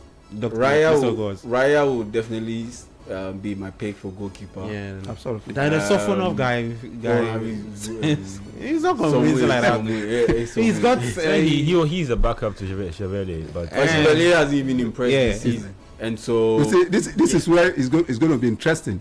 If you watch the game we lost to PSG semi-finals last year. That's it. Donnarumma was the difference. Yeah, that's true. Would have been like 2-3 goals or in the first 30 minutes. He's very prone to mistakes and all of Absolutely. that. And his handling of the ball is not even sure. The way he parries the ball, the way he commands his box, not too confident. Then I look at the defenders. I mean, definitely William Saliba will start ahead of Pacho. Marquinhos. Hey, Charlie, at this point, top Geo. But yeah, this season even he hasn't excelled the way he did last season. So I'll pick Magalhaes and William Saliba over the PSG central defenders. Then I look at right back. Wow, Hakimi. Is Timber even a right back? Because he's centre back, right back. Yeah. But I'll pick Hakimi over Timber. Because of his speed. Yeah, because of his speed. Okay. I'll pick Hakimi over Timber. Then I look at the left fullback. That one is a no context. I mean, Nuno Mendes is practically the best left fullback in the world. I agree with you. Then you look at the middle. The middle, aside Declan Rice, I'm picking all the PSG players over every Arsenal player. Yeah, aside Declan Rice. I'm picking PSG. Yeah. I'm picking Fabian Ruiz in the Spanish team ranks ahead of Zubimendi. That guy is very unassuming. Yeah, so I'll pick aside Declan Rice. I'm picking the PSG midfield over anything that or anyone that Arsenal will give me. Then you look at proper ball jugglers and techniques. Yeah, then you look at the wing position. Yeah, Kvaratskhelia, Doué. Yeah, Vichak Kvaratskhelia. True. Doué, Saka is ahead of Doué, so there's no competition in there. And Dembele will definitely start to the middle. So if we are playing this game, that's how I will pick it between the two teams. If I'm to do a combined 11, more or less, that's how I would do it. Okay. Yeah, that's how I. Interesting. I mean, what your take on that? Now, just quickly, the PSG team, I think, is almost the same lineup that they used in the last final. The only difference would probably be Donnarumma, the goalkeeper. And Dembele wasn't fit in that final, to start the game. So this is consistency, and I think that will probably help them more. Arsenal have thrown a new team together. They've had a week to work on it. Maybe they have their game plan set, but there'll be more consistency from PSG. Okay, the Rabbi has joined us. Coach, some bold calls from Mikel Arteta. Miles Lewis Kelly in the middle. Relying on the 19-year-old. The guys have expressed their concerns. Noah Bereche is gone with Kai Havertz. Mr. Cole believes that Mikel Arteta probably has watched that final against City when Havertz scored the only goal for Chelsea in 2021. He probably want to rely on that. Hopefully that happens again. But I mean, from the coaching perspective, I don't know what your thoughts are on the part of Arteta's decision to drop certain players. Know your Keres. I think the Havertz one I can understand, and I can understand because today Arsenal, per the way PSG as a team tend to press the ball, may not be more or less trying to pass through the press a lot, and I think they will be going long. And once they go long, Havertz, in my view, will have to go towards the Brazilian defender. Yeah. He should be targeted. He should be with him. So if the pass is right, I think he will do a better aerial battle than Gyökeres will do. Gyökeres will not win the area battle, but he will make his physical presence felt. He will engage in the physical battle and try and see whether he can use that to make the call. And Havertz is the only Champions League winner in this Arsenal team. Yeah. No other player has won the Champions League. Odegaard wasn't he around Roma? No. My peripheral player. No, he was a peripheral player at the time. Yeah. He wasn't closer to the to that Real Madrid setup. So if there's any player in the Arsenal team that has been here before, Is he Kai Havertz? So I can understand it's a very big day, but the biggest call in my view is the Eberichi Eze. Yeah. Because to be honest, creativity. I've been thinking about it. You remember yesterday I said that I will go Eberichi, Zubimendi, and then Declan Rice. Yeah. Now he's gone with Odegaard. Odegaard, in my view, would have been more profitable, more influential if they're going to be playing against a team that is going to sit back, and therefore you need the player to exploit those spaces in between the very tight, compact defense of the opponent. Because PSG themselves don't fancy sitting back, and therefore they want to press high up the pitch. If Arsenal win the ball on the transition, I think Eberichi Eze would have been the better protector of the ball and turning and then setting the guy loose. Yeah. Arteta has done otherwise, and I believe it has to do with the fact that he wants to trust his captain on the biggest day in Odegaard in his coaching career. So that, in my view, might have influenced the call. Then on the Skelly call, ahead of Zubimendi, again another big surprise. Zubimendi has won the Euros with Spain. He was in that. You remember in that final? Rodri got injured. So Zubimendi came on in the first half, and then against England in the second half, we saw Zubimendi's impact in that Spanish victory. Again, you compare Zubimendi to Skelly, which of them have seen an equivalent bigger occasion and has experienced it. It has to be Zubimendi. It's a call I disagree with. I'm trying to understand the call of Kai Havertz and Odegaard. The Odegaard one I can understand. Arteta made him captain. He's been with this man. He's stuck with them. So normally coaches, you see, what coaches would do is to show faith in their leader. If there is any day that he want his leader to step out and lead his team, it's games like this. It's games like this. So I can understand the Odegaard inclusion ahead of Eberichi Eze. If it works, Arteta is a genius. But the biggest call to me is that Skelly call ahead of Zubimendi. Especially if you look at the profile of Skelly and Zubimendi, which of them is better suited against such an opponent that will win the ball and try to tease you of it. I don't know Skelly to be a proper midfielder who fancy winning the ball. He's not accustomed to winning the ball. I think he thrives in chaos. He likes those when he's on the ball. He's a bit, but Zubimendi will give you a combination of both. He will not drive the ball forward though, but he will win it, and then he's very capable of picking the pass. So I think the Skelly call is a big call. Did I see that coming? No, I saw it. I knew it was a possibility. But tactically, in analyzing the game myself, I didn't see that as an option at all from Mikel Arteta. I thought it is not something he would consider because of the opposition. Because in the midfield of Vitinha and then Neves and Fabian Ruiz and Fabian Ruiz, there's a lot of physicality. And a proper ball. I mean, it's likely Lewis Kelly against Vitinha if you look at the sixth position. And there's a proper physicality there. Look, Vitinha is not only good, he's got a presence.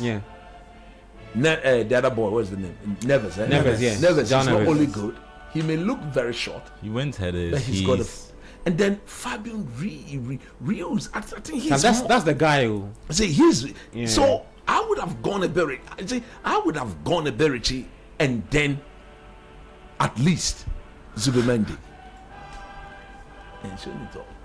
I would have gone there. Okay? I would have opted for these two. I would have opted for these two. Yeah. But let me say that. Do I expect Arsenal to? Maybe Arteta wants to go toe to toe. From the lineup, it looks like he wants to go toe to toe with them. I see. And I think that is going to be a big risk to take. Because in games like this, you want to stay in there for as long as you can. Yeah. We don't want to go back to what we saw last season when PSG just went past Inter Milan as if they were not there. Yeah. We don't want that. We just don't want that at all. We don't want that to happen. Okay? So I can only hope. Like I've said, I'm all Arsenal today. I want them to win. My boss is in the studio. Yeah, man. Everything will have to point to the fact that as soon as he dropped and I announced that he's here, the people on YouTube say, Mr. Oko has arrived. Mr. Oko has arrived. Last week he texted. Yes. On Panorama. Yes. So the YouTube guys noted your presence in there. So as soon as I announced, they were like, the Arsenal. I have to be here. Yeah. This is where to be. Of course. You understand? So, look, I think it's going to be difficult for the two teams. But I'm a bit worried because of the contest in the middle of the pack. And the fact that is Hakimi starting. Yeah, Hakimi starting. He had a lot of people. I'm a bit worried again. That, I'm a bit. You don't think it's match fit, or you think it's a rush? Yeah, I'm not worried about him. I'm worried about who Arsenal has on his side. Okay. Yeah, exactly what Gabi said. Yeah. I'm a bit worried of who Arsenal has in front of him. It's Trossard. So when Hakimi decides to go, what Trossard cannot afford to do is to transfer him to anybody. He has to go with them. So I would have preferred a Martinelli who will go with him. The same choice y'all picked. Yeah, who would have gone with him. Yeah. And then that back foot. Then in the last 20 minutes, if Arsenal is still in the game, then you can throw on a Trossard to come and see whether those nimble-footed dribbles of his can be brought to bear. But look, the decision has been made. We respect the decision. And I want to believe that Mikel Arteta knows why he's done what he's done. Okay, let me read some messages. A lot of them on YouTube. And then I'll come here and take some on our WhatsApp console. 0539969996 97.3 the Republic of Football. Don't worry, if it's raining, just listen to us. We'll bring you all the updates. I know when it rains too, the other people will be doing their thing. So, but don't worry, we'll be keeping you with all the updates. Let me see. Okay, Sweet Kwame says Chelsea and Spurs fans are not supporting us now. United and Liverpool fans are supporting us now. Okay. Gideon Debra says Arsenal wins this game. There is no way they will lose this trophy as they make their second UCL final after losing the first one. That's the hidden mystery of the UCL. It won't even be about tactics. Look at the quality of Damn, man, they can't get it wrong. Pushkash Arena. They can't get it wrong with the. I'm looking at the quality of the players on the pitch as well, because they went from Kvaratskhelia to Dembele, and it's like from Vitinha to Kvaratskhelia to Dembele, and there's a lot of quality in this PSG team. Look at the man's eyes. The thing is that once we're able to contain the PSG team in the midfield, you understand? Because you think you'll be okay. Defensively, we are very solid. Yeah. So you see, the coach knows that Hakimi is going to be there. Yeah. So that's why he put in Hincapié. Yeah. he knows Hincapié can, contain that threat. Yeah. Coming from Hakimi. But coach, should we expect anything from Hincapié to bump forward and add to any? No. He's just going to sit. He has and to wait see. for- You see, the problem is that he has to see Hakimi when he's coming, because you see, Hakimi, watch you when Vitinha, Reese, and those guys are playing with the ball. He doesn't come closer to them. He just takes off. Yeah. He just takes off, and once he's coming to whoever is there as the winger, tend to drift in and allow him to see the space. So if the fullback follows the winger, then whoever the winger of Arsenal is will have to follow Hakimi. That is the battle I want to see. That is what I want to see, how Trossard will handle. But look, on such occasions, players are naturally willing to do what they have never done. They are naturally willing to do what they will never do on any ordinary day. This is not an ordinary day. This is a special day in the history of Arsenal Football Club. So every player on the pitch there, you can tell, you will see as a manager, you don't need to motivate anybody to step out today. They will be yearning for the opportunity. So if you have been given the nod to start in this game, look, you are ready to do what you've never done before. And I want to believe that players like Bukayo Saka, let me highlight him. A lot is going to depend on the young man today. You see, if he's of age, this is the day to show. Show us that he's come of age. I agree with you. Okay, this is the. You see, he cannot go missing. Yeah. Today, and especially when he cannot go missing. In the middle of the season, he wasn't contributing a lot more. I think it was just at the tail end of the season. In the last 3 seasons, this has been his worst season. Goals, in terms of goals, contribution, and everything. Hey, this is the day he needs to remind every Arsenal faithful that he's come of age. The likes of Toto, Alote, Tuchel is all there. They are watching. England watching. Okay, so something that the team you play for has never done before. These guys can write the best ever history in the Arsenal book. But Saka will have to show up. Maybe that could be one of the reasons why they've put Odegaard ahead of Eberechi. Because Odegaard and Saka have got that telepathic understanding in teasing them, building up and trying to draw rings in and around the opponent and finding the space. So if that's Charlie, look at the stadium. Goodness me. A lot of Arsenal fans, red, white, paint everywhere in Budapest. Red. I'm sure they would outnumber the Paris Saint-Germain fans. You see the English contingent. Goodness me, these people. Wow. Look, football is beautiful, right? Football is beautiful. If you love football, I mean, this is what you want to see. Everybody's ready. We are just like 40 minutes away from kickoff. Wow. Game kicks off at 4 p.m. Puskás Arena in Budapest. I was wondering the Havertz lineup. I mean, if you go back to the Champions League that he won in 2021, I'd say that Chelsea probably executed a similar game plan to what Arsenal will be trying to do against Manchester in terms City. of the personnel they use. And they were also able to block out the quality of Man City, because Man City had a lot of stuff. They had Mahrez, they had, that was pre-Haaland, but they still had a lot of good players technically, and De Bruyne, and they were still not able to break down that team. So I don't know. I'm just. You think a similar thing would happen in his first Champions League final? More of the narrative is you learn from your mistake and come again. And I said, looking at the quality on the pitch, emotionally, I think Arsenal should. This is probably the year they should win it. But I look at the quality on the pitch, and I'd say that's not usually, the game isn't played on paper. On paper, I agree with you. PSG have the advantage in terms of experience and quality. Okay, let me take some messages. I'll come to Mr. Oko after that. Kobe from Akwetiman says, I think Arteta wants Kelly to be making that Nico Riley kind of late runs into the box. Since Martin Odegaard is not athletic. Okay. They could be overwhelmed. Danny is before they get a chance to do that, they could be overwhelmed. I was running in the middle. And Danilo says, is coach aware Arsenal fans hitting on his United on social media? Today I'm supporting Arsenal. But what has that got to do? You can't tell me what has that got to do with? What's your problem? The coach is for me today. Yes. Nana So Kosi I'm says supporting Arsenal. today the go be ta. Oh, Charlie. Raymond Decoder inside Tema Committee 4 says, if all odds stand against Arsenal, we believe in ourselves. It's our season. The Gunners 5, Paris Saint-Germain 2. You can also send your prediction 0539986996. That's the WhatsApp line. When the game ends, we would activate the phone line to hear from the Arsenal, the Paris Saint-Germain fans, and all the fans.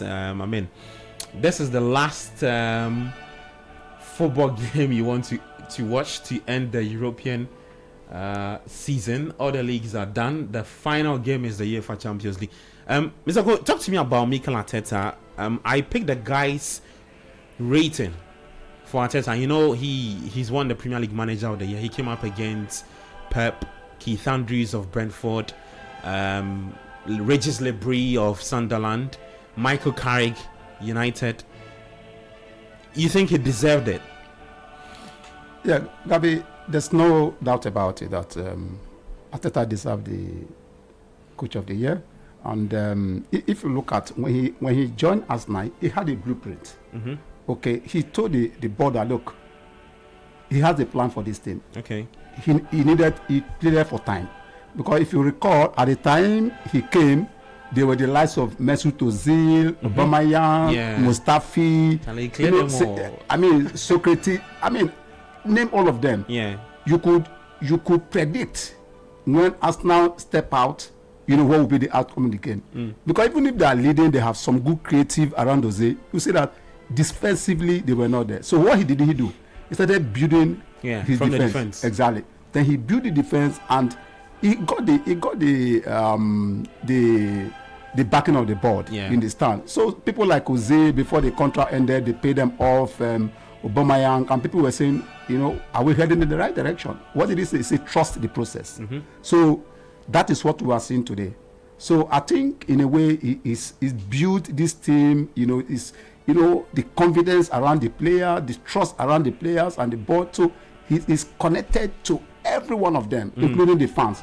So today you can say Arsenal now ranks one of the best in Europe. Yeah. We are there. Consecutively in the last 3, 4 seasons, we'll be there from quarterfinals to semi-finals, and here is today. To semi-finals. So I think a lot of credit needs to go to Arteta and his crew, and it can only get better.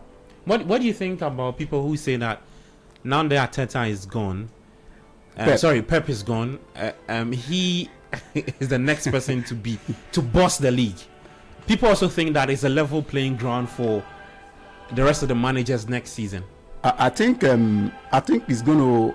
A lot's going to change in EPL next season. I'm watching it from Man United. That's a team to watch out for next season. If you look at what they've done this season, attacking wise, I think they're one of the best, and Bruno is there creating. I'm sure they're going to bring in, fortify some of the teams. Yeah. But I think Man will be a threat next season. But on the success of what Arsenal have done this season, they're going to also inject so it's going to be interesting. Today we heard that Slot is gone. So that's another setback for Liverpool. After spending half a billion pounds, you're going to start again. So new coach is going to come. He's going to introduce his own system, tactics, and all that. Players understanding. Before you know that, the guys who are already on ground are up there. So that's us now. Exactly. You take advantage of the teams. Of course, I think if I'm not mistaken, coach, I think Arteta should rank one of the longest serving. Coach now after the departure of I think so. Yes. I think because so. Pep did 10 years. Arteta is heading to 7. Yes, go to 7. Yeah. If you look at all of that in the other 2 years, Chelsea. Xabi Alonso is not come to start. Exactly, it's going to start and again. Don't if confirmed, will now start. Exactly. I think McKenna at Ipswich. Technically. McKenna. Okay. They went to the Championship. They're not in the Premier League, but in terms of being the Premier League, it's definitely. So it's going to be interesting next season. I know a lot of things are going to fortify, but I think the team to watch that will be very, very close will be Manchester United. But I think we are up there to handle the pressure. Arsenal. I'll be your coach. They say right now you can't chat Arsenal fans. You can't chat them. No, we are there. Gabi will be sitting at the back. Yeah. Now we are there. I see. Now we are there, so it can only get better. You tell them that you're world champions. What the Chelsea people too are there. Edwin Kakofi. That's what they've been hitting their chest with. that they are the world champions. Yeah, but 0549996. Let me hear from the Arsenal fans on rating your season so far under Mikel Arteta, and if you can go on and defend the title. We're still talking some Champions League football, and we'll be running you through all the updates. Let me bring Yao in. Yao's been listening and watching a lot on the phone. Yao, just a word on Mikel Arteta's success only. I mean, the run in the Champions League only, unbeaten. It was a clear statement that they won this and they are here in the finals. Oh yeah, they've been very, very impressive in the Champions League. I think the one game that they played that didn't convince me was that second leg, the Sporting game against Sporting Lisbon at the Emirates Stadium. That's a goalless, eh? No, goalless. Yeah, that was goalless. The 1-0 was at Portugal. Yeah, Portugal. It was in Portugal.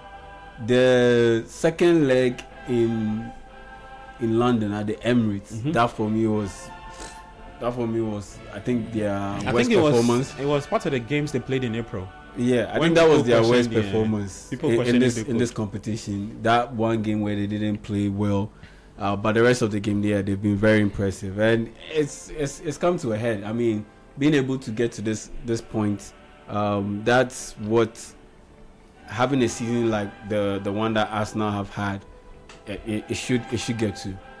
It's quite painful to be able to go through what Arsenal have gone through, build themselves up to this point, and not be able to win a trophy, not be able to be competing in the UEFA Champions League final. Yes, it is quite sad if it happens that way.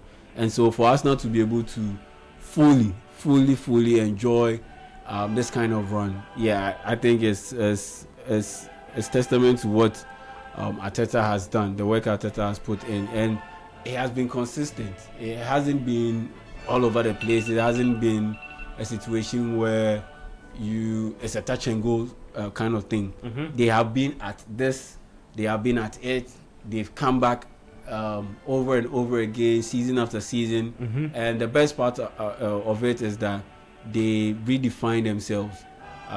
They rejig something. Yeah. So you look at Arteta early in his tenure, more or less properly a Pep acolyte, do everything like Pep, attacking wise, doing everything, the shuffling, the playing out from the back, everything. Emphasis on attack. That's why he brought in earlier on in his career. He brought in the likes of Zinchenko. He brought in Gabriel Jesus. All of those Man City, Pep Guardiola connected players. Then at some point he realized that he had to do something different if he was going to beat Pep Guardiola to it. Yeah. And so that's when he started focusing a bit more on his defense. Yeah. And we saw the results coming. It needed a little bit more for him to be able to get over the hump. And this time around, everything that he had been building over the past 3 years, it all came together. So initially, there was the bit about the goalkeeper. Yeah. We brought him David Raya. There was the bit about they being able to shut teams out. Yeah. Then he started shoring up the defense. Then there was a bit about they having enough depth. He brought in more top level quality players. Then there was the bit about you need a striker to lead the forward, to lead the line. Then he brought in Gyökeres. It wasn't the smoothest bit of integration, but at the end of the day, they brought him in, and it worked to a large extent. So he put it all together over the years, and like I said, it worked because they had been building steadily towards it, and every step of the way they added something. And that's why this season, a lot of people believe that if he couldn't get it this season, then he should be sacked. Because if you've been building over the years, you've been consistent. Your owners, the higher ups, they are backing you, and you are not able to put it all together in the fourth season after finishing second for 3 straight seasons. Then you should be sacked. But at the end of the day, he managed to make it work, and so they making it this far in the Champions League. It is very, very deserved, and they should be in this competition. There's no doubt that these two teams shouldn't or aren't worthy of being where they are. Where they are. Okay. No, they are definitely deserve finalists in this competition. So yeah, we'll see how things go. But irrespective how the season goes, yeah, I think Arsenal and Arteta, they've done very well. But I'll pick PSG to win the title. PSG to win the title. Dr. Ko is smiling. Mr. Ko is smiling and says, "Why would y'all do this?" Yeah, I'm sitting yeah. This one I disagree with you. I don't know. No, sir. I know you are speaking. Yeah. You are not trying to be sentimental. I agree with you. But I mean, if you speak to everybody on the streets of Accra, I think they will differ with you. As I said, I mean, we saw this team, beaten by Chelsea, just about a year ago. Same team. I mean, I don't. This is the same PSG team. Yeah. Haven't Arsenal won against PSG already this season? If I'm right, I think they beat them in the group phase. No. We didn't play PSG. It was Bayern Munich who beat them. Yeah, they lost about 3 games. Bayern had met this season. Bayern had met them about 4 or 3 times. Yeah. It's Bayern that met PSG a lot. Well, kickoff is in the next 1 minute. The players are out of the tunnel. If you missed the starting 11, let me just quickly run you through that. And then we'll be bringing you up the update from minutes 1 to 90. The goalkeepers, Sofanov is in post. Back 4 of Nuno Mendes, Pacho, Marquinhos. Midfield 3, Fabian, Vitinha, João Neves in the front 3, Kvaratskhelia, Ousmane Dembele, Desiree Doué leading the attack for Paris Saint-Germain. So Hakimi, that had a lot of people talking about that he was not going to start. He's starting. Marquinhos is the captain for Paris Saint-Germain. On the part of Arsenal, I'll get to the lineup pretty soon. Yeah, so Arsenal starting with David Raya, a back 4 of Mosquera, William Saliba, Gabriel Magalhaes, Pierre Nkapie, midfield 3 of Martin Odegaard, Declan Rice, Miles Lewis Skelly. There is Bukayo Saka, Kai Havertz leading the attack for Arsenal, and then Leandro Trossard is in there. Odegaard is the skipper.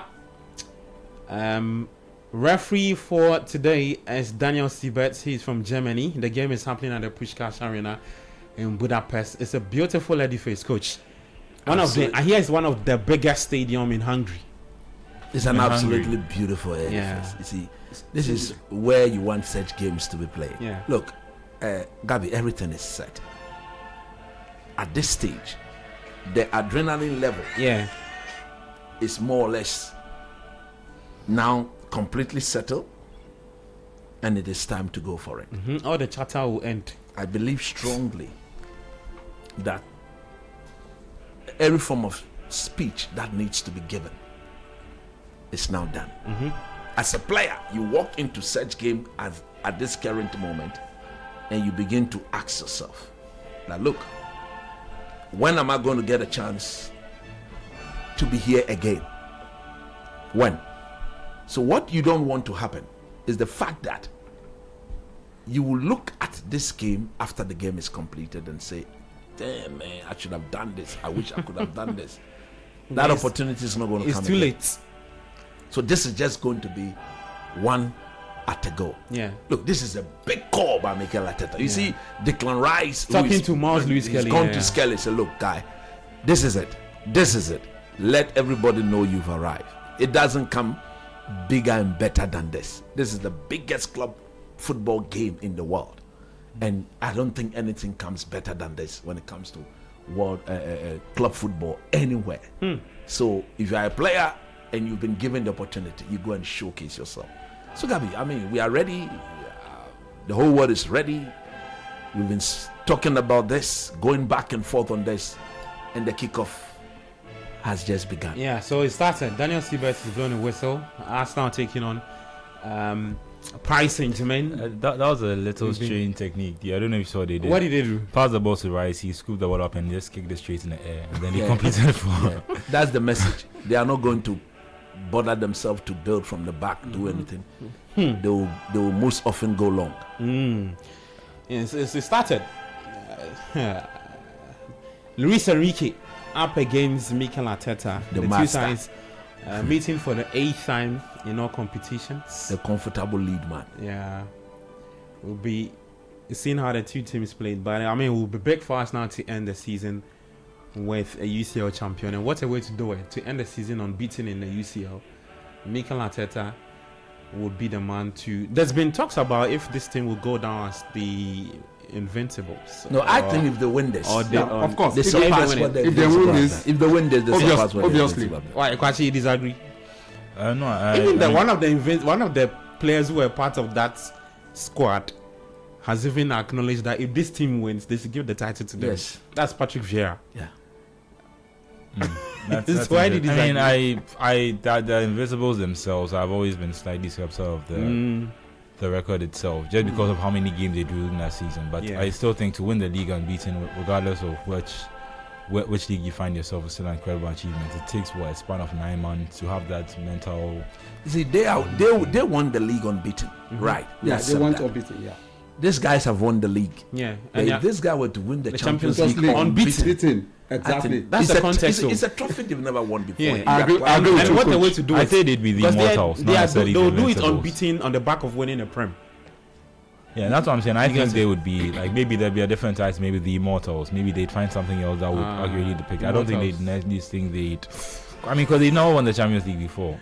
They haven't. And if this is the team that wins the Champions League, they are definitely going to be remembered forever. So whether or not they surpass the Invincibles, that's a different discussion.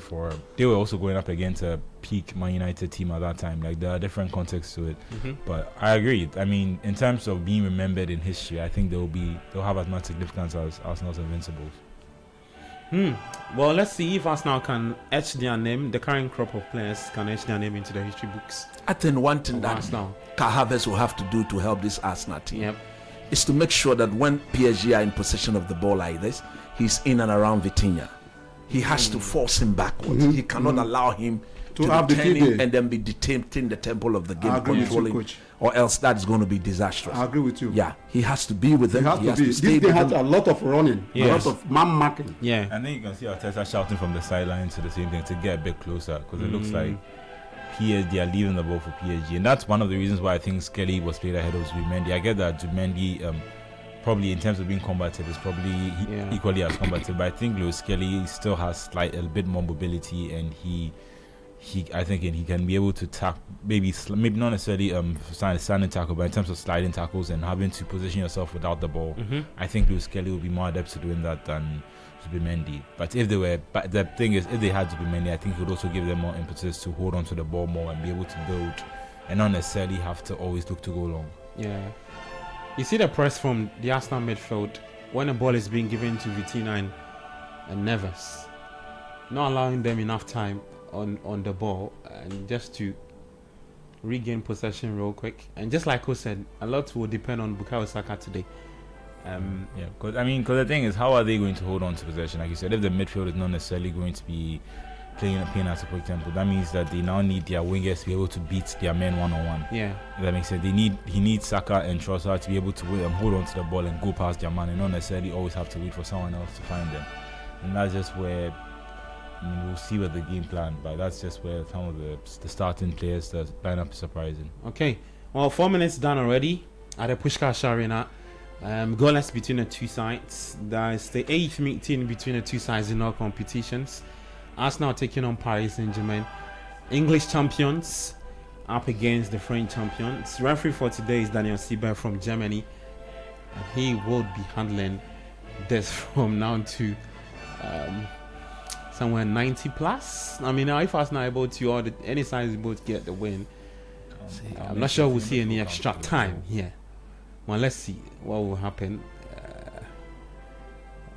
It's been pretty scrappy so far. Arsenal have taken the lead. Wow. Come on!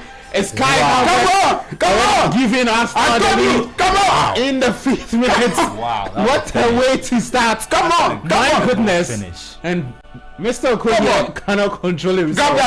This game is going to be 2-0. This is what we wanted. Finish. Yeah. This is what we wanted. It was a very tight angle too. Yes, I never knew he I think he was going to goal. score the pass to Exactly. who was that? Was it Trossard? It was Trossard. But he went for it, and Kai Havertz done it for Arsenal. Done it for Chelsea. Did it for Chelsea. But for the Chelsea one, came very late. I think came in the second half. Yeah, Yeah, I think 64 minutes. Yes, Yes, half. And look at it again. It was a it's a lucky ricochet. They tried to clear the ball off. Took a ricochet of the defenders. Havertz ran with the ball. He got there. Didn't look anywhere else. Then good finish. And I don't think the keeper was expecting him to shoot from that angle. Good finish. So it took a but you can see that the hand was on the body. So I'm not sure it will be this. No, the hand was on the body. Look at the execution from Kai Havertz. Bro, and that was really tight. Where's the keeper? Was he not expecting a shot at his near post? Yeah. Does he not react at all to that? No, but he didn't even put his hand up. We spoke about this keeper. That is not one of the best. I mean, you mentioned it. I've seen Aguero do a similar finish against De Gea, but even De Gea tried to get to them. He made your hand up. Yeah. At least put your hand up. This guy, he's scared of the power. And goals change games. We this spoke is about exactly what Arsenal needs. We spoke about this yesterday that if Arsenal get the goal real early, it will be very difficult for PSG to break them down because of the defense. Yeah, because that's why you need PSG to so they'll be under pressure. Yeah, and they will open up. Arsenal's last time they played in the Champions League final, they took the lead at half. I mean, they were going into the lead at half time. They had a 1-0 break, but they still lost 2-1. So there's a lot of time. That's an incredible. That was a fantastic, good finish. I wasn't expecting. Because you see, the goalkeeper, I'm shocked at the quality of the goalkeeper. Yeah, that's what I was trying to say. Because normally when such balls are coming, keeper, you read, he could clearly see that Havertz had no option. I agree with you. So that was he was going to come at him. Yeah. As to why was he kneeling down or what? I don't know. I think he's expecting a shot across. I think he was focused on making sure that the ball wouldn't get through his legs. Or it doesn't go across. It doesn't go across and go into the far post. That's when he can then get down. That's a really smart play from Havertz. And that's where. Or maybe was it because of the proximity between he and Havertz? He had no choice. And it goes back to the point we made earlier. He has the experience. Because Trossard and the Saka has been closed down, so he has no choice. That's what coach was saying. What was the keeper thinking about? Yeah. But you have to cover that angle because that's the only option he has. That's it. I mean, I still think he would have scored regardless. But he was going down and not even and making himself smaller, and he didn't even extend his arm in the air. That for me was very. I don't think he would have saved it anyway, but still. Yeah, but at least make sure that you check all the boxes, the basics. At least make yourself big. Make yourself big in that position. Arsenal's game plan easily. Yeah, make yourself big in that position or in that situation. And try as much as possible to, at least close down the angle. But in this sense, you just stood there and, rather you made yourself smaller. Yeah. By going a bit down and not even putting your hand up. His position probably gave Havertz the idea to take the shot through that angle. Mm-hmm. And Havertz could see him come down, so let me go for the rooftop. And again, so Havertz has just you already mentioned the deficiency of this. You mentioned it at the start of the analysis. Well, Arsenal won't care what a start for the Gunners. I mean, Havertz has justified his inclusion. Yeah, he scored the winner for Chelsea. He's when Chelsea won the competition in 2021, he's opened the scoring for Arsenal. He had a Puskás Arena. I mean, Trossard. That's not a foul. Yeah, that's not a foul. That's not a foul. Is Arsenal 1, Paris Saint-Germain 0? Arsenal will, I think the start of the game and just the way the game started just means that Arsenal will get used to not being with the ball, and that's why I think it can get dangerous. But when the PSG then equalize, they then have the momentum. I think they don't need to get comfortable or start getting too deep too quick. It's only we're not even 10 minutes in. Okay, they have the lead, but they still need to make sure that they are taking part in the game. Stay focused. Not just assume that they've already won it. Okay. Well, 9 minutes into the game, Arsenal 1, Paris Saint-Germain 0. Kai Havertz with a goal. Trossard didn't know much about that assist, but you want to give it to him as an assist because the ball was he still giving it as an assist? Anyway, he was giving it to him. It was an assist. No, he's been giving it to him. The defender tried clearing the ball and ricochets off Trossard. So he was the last Arsenal player touched the ball before Havertz scored. So. The Arsenal fans don't care. So, of course. I mean, all that matters is that you taking the lead is the goal. I mean, this puts the PSG team under pressure. Yeah. And I think so. What does this mean for the Arsenal? Arteta and what he'll be doing, because the PSG team will commit more bodies up front. Of course. That's what they want, because look at the entire Arsenal team. They're all in their half. Kai Havertz is there, Odegaard is there, Bukayo Saka. All of them are deep in their house. Yeah. And once it gets to this point, it will take something special or brilliant for PSG to be able to break this Arsenal side at this point, because what are they doing? What are you doing in the box? Because that's what they've done all this season. That was quality defending, Gabriel. As in being defensively stout and solid. That's what they've done all season. And so they having the goal this early, it just plays into their advantage, and it plays into their strength. So we'll see how it goes. But yeah, it's going to take something special from PSG to be able to get past this Arsenal defense now that they have the lead. Yeah. Seeing him play, Tom, I wonder whether Lewis Kelly is also going to be doing a man marking job. If that's also one of those rules. He can do a man marking job on this Neves. On Neves, I think and a pattern has been established on the right hand side of the PSG attack. That is where Arsenal need to pay attention. Absolutely. They need to pay. Come on, don't be doing this. Come on, push them up. Push everybody up. Yeah. Don't do this. But why would they want to start? Let's go long. That's from right. the back. Let's go long. Let's go long. They've got the threat up front to deal with, right? I mean, Havertz can. Yes. He tries to make himself quite busy. Quite brilliant sometimes. Even though he mostly doesn't win, so it was. Yeah, he just lost out to Marquinhos in this role. But at the end of the day, target. By the end of the day, you've kept them upfield. Upfield.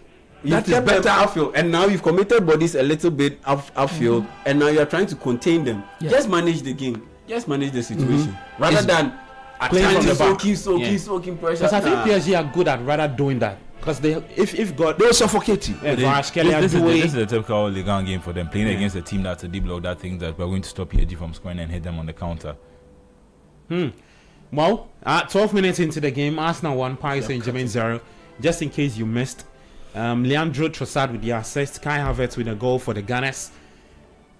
Let's see if Paris Saint-Germain can respond. And in responding, Fabian Ruiz had a chance, but he's missed that.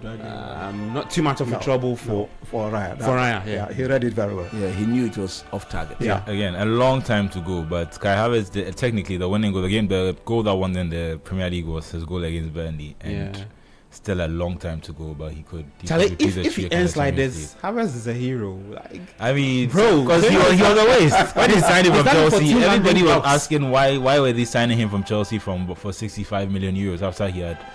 I think he performed well at Chelsea, but I think his form had dipped a bit. People were questioning why Arteta spent so much money on him, and I think credit to Arteta, a lot of the players that he signed at different points of the season have come good for him. In different roles or in specific moments when he needed them. Talk about Eze against the North London derby, like he's had different impact. Even Trossard, the goal against West Ham is quite important because without that they probably don't sustain the City challenge, and it's just. The whole squad, I think that's been the credit of Arteta this season. The whole squad has been able to contribute towards what they are trying to achieve. Charlie, someone's comment is cracking me up here. It says Benjamin Asari is better than Sofano.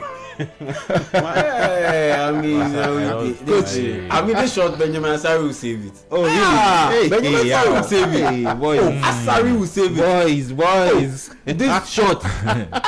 But Charlie, the Sofano guy has still come fast from who? What is he doing? Run the post. Make yourself big, and you will do the opposite, making yourself smaller. Two of you. Come on, guys. Asari won't do this. I see. Asari, no. Well, Asari, if he requires maybe moving quickly along the goal line, making a point blank save and getting right back up to make another save. Those reflexes, those moments where his reflexes are tested and needed. That's when he falls a bit short because. He naturally is a bit slow because he's a bit advanced in it. So those moments you fall short. Then you have to look at the tactical aspect where the press trap like we saw against Mexico, those things. But when it comes to making point blank saves like the situation that Sofano was presented, you think he'll do better? Oh, Asari will do better than Sofano. You will see. Well, actually, smiling. Harry Kane will go 1-on-1 with Ghana. And Harry Kane too thrives in those positions. That type of finish. Very, very tight angles. I think we are sitting too deep. I don't like it. After you took the lead. Yes, we are sitting too deep. I need us to contend with them in the midfield. Yeah. I think. So Rice needs to come in more into the game and Odegaard. Yeah. The goalkeeper, I think this is the ball that Arsenal. Let's watch this. Well, so it's a corner kick, right? Arsenal cleared their line. This is the ball that they gave up. It's on the goal kick. You see, Don't attempt to build from the back. Push everybody into the arc. Exactly. Into the center, and then go long and let them battle for the second ball. I think, like I believe the goal came as a result of the second ball, right? Yeah, it is. Good. Let's go. So something like this. Arsenal on attack again. Odegaard tries to lob the ball into the defense, but I mean, it won't trouble PSG. I mean, if you look at the penalty, Bayern should have had a similar penalty against PSG when Vitinha cleared the danger. Today, no such penalty for anybody. If that wasn't a penalty, I don't think it's a penalty. The ball was kicked to him, and he didn't control it. There was no PSG player there. It was not going to end of the. Today, no such penalty for anybody. Well, Parkway CPK says he's enjoying the vibe in studio and also at the same time watching the game. We thought the updates you're bringing 97.3, the Republic of Football. Gabi Ofe here with Coach Christopher Nimliya Jementa. Manola Angelo Kwachin. The biggest Arsenal fan we have in studio today is Mr. Cole, clad in his Arsenal colours, and he was in super jubilant mood after Arsenal took the lead as early as the 4th or 5th minute, thanks to Kai Havertz giving the Gunners the lead. Kai Havertz did the same against Chelsea in 2021. Against Man City. Sorry, against Man City. City. For Chelsea against Man City in the UCL final. Yeah.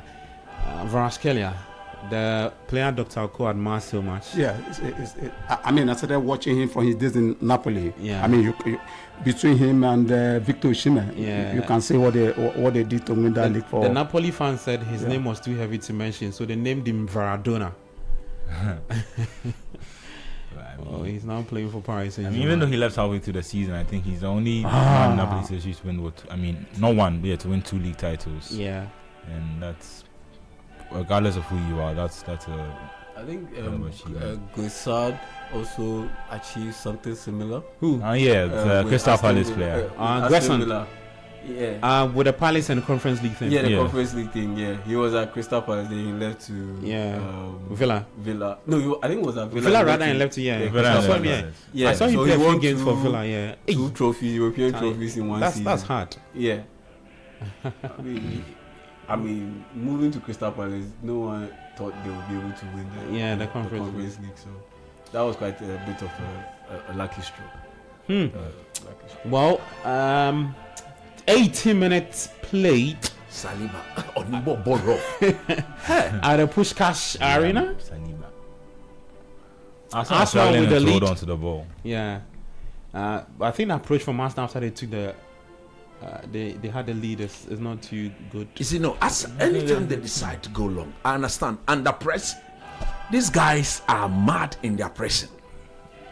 They could force the error out of you. So under pressure, but if they decide to go long, then they should push up and compete for the second ball, because that is where they can do their transition. Their transition cannot start from their half because of the incessant pressing of the PSG team. Yeah. Well, let's see if PSG can get the equalizer. Arsenal taking the lead very early in the game as a throw-in for Arsenal. 97.3, it's the Republic of Football watch along of the UEFA Champions League final. Arsenal taking on Paris Saint-Germain at the Pushkash Arena in Budapest. Yeah, you can see that all the PSG attack is coming from that right flank. Coach, you highlighted that. You mentioned it where Hakimi and Dembele is operating. But I think what we're saying that in the middle of the pack, Saliba and Gabriel is able to handle things, either coming from Dembele and all that. Why is Fabio Ruiz rushing? For someone who is practically one of the most experienced players on the pitch, he looks the most rattled. Yeah. Because remember that chance that he got where he dragged the shot wide? That should have been a cutback. It should have been a cutback. Or just hold on to the ball and wait for your teammates to move into position. That for me would have been the characteristic of a PSG side under Luis Enrique. And he's had 2 moments where he's rushed the situation. There was no need for him to balloon that ball. And you see why he's operating. When PSG do have the ball, he's operating more like a false 9. I'm very closer to the D. Now push up. So hold it down. Cool it. Exactly. Cool it right. Exactly. Cool it right. That is it. Cool it right. Yes. Now push up. Push. Push. Push up. Well, 20 minutes played. Arsenal still holding on to the lead. Kai Havertz with a goal. PSG are searching for an equalizer. Who is most likely to grab one? Go on to the line. Go long to the line. Go there. What's wrong? Exactly. Go to the line. Don't Go waste. to the line. Don't waste. You see the way they are pressing? Yeah, the press is so intense. See the way they are pressing? Is that Skelly with the ball? Yeah. Okay, that's a really good pass to find Kai Havertz. That's a really good pass to find Kai Havertz. Oh. Arsenal still holding on to the ball real quick. Yeah, I think the ball. They're showing in favor for PSG though. But I like the way their fullbacks have taken to the league or to the team in general.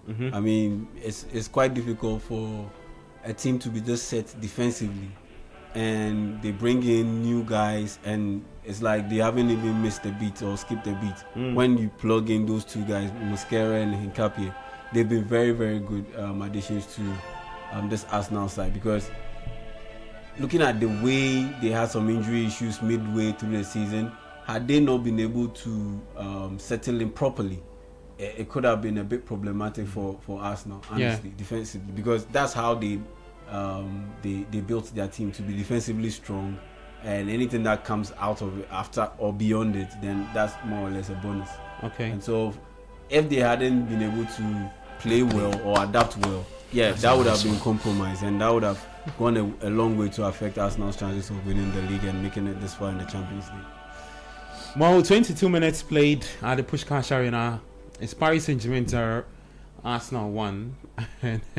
I think the guys are couldn't break. I think it's a bit hot in Hungary. Yeah, in Hungary. Budapest. So, couldn't break. Yeah, Charlie, Arsenal fans then go stadium power. Oh, Charlie, this is your second Champions League final. Exactly.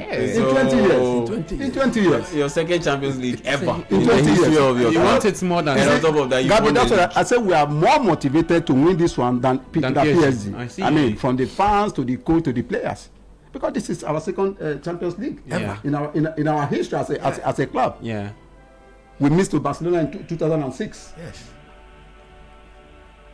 Can we compare that to a similar one Chelsea had against City in 2021? I mean, Chelsea's last round before that was in 2012. Yeah. They had gone what? So 10 years. We are watching the goal again. You see Kai Havertz, when he picked the ball, he watched. And he realized that there was no option. And then he just Sofano was more focused on preventing the ball from going through his legs. So you see, that's how come he got a bit lower. Yeah. So he bent his knee to ensure that spot or that space was closed. But if you are bending, at least throw your hands up in the air. I'm pretty sure he would have been able to deflect it with maybe a finger. Yeah, or something. Yeah, there was nothing. The goal was coming. Sure, no problem. But do what you are supposed to do at the basics. But to be able to do this, for a goalkeeper at this level, Charlie, that for me was disappointing. You should see Naisar Khalifi's face. Yeah, he's not too happy with the stats. They should sack Sofano if they don't win the title. I think the goalkeeping after they lost Donnarumma, I don't think he's been. Yeah, the guy they banged on, their hopes on, didn't deliver.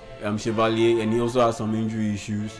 And now they've resorted to the backup goalkeeper. That's go long, go to the touch. But then I think it comes down to the risk Enrique himself made. Even after winning the Champions League last season, I'm not satisfied with Donnarumma.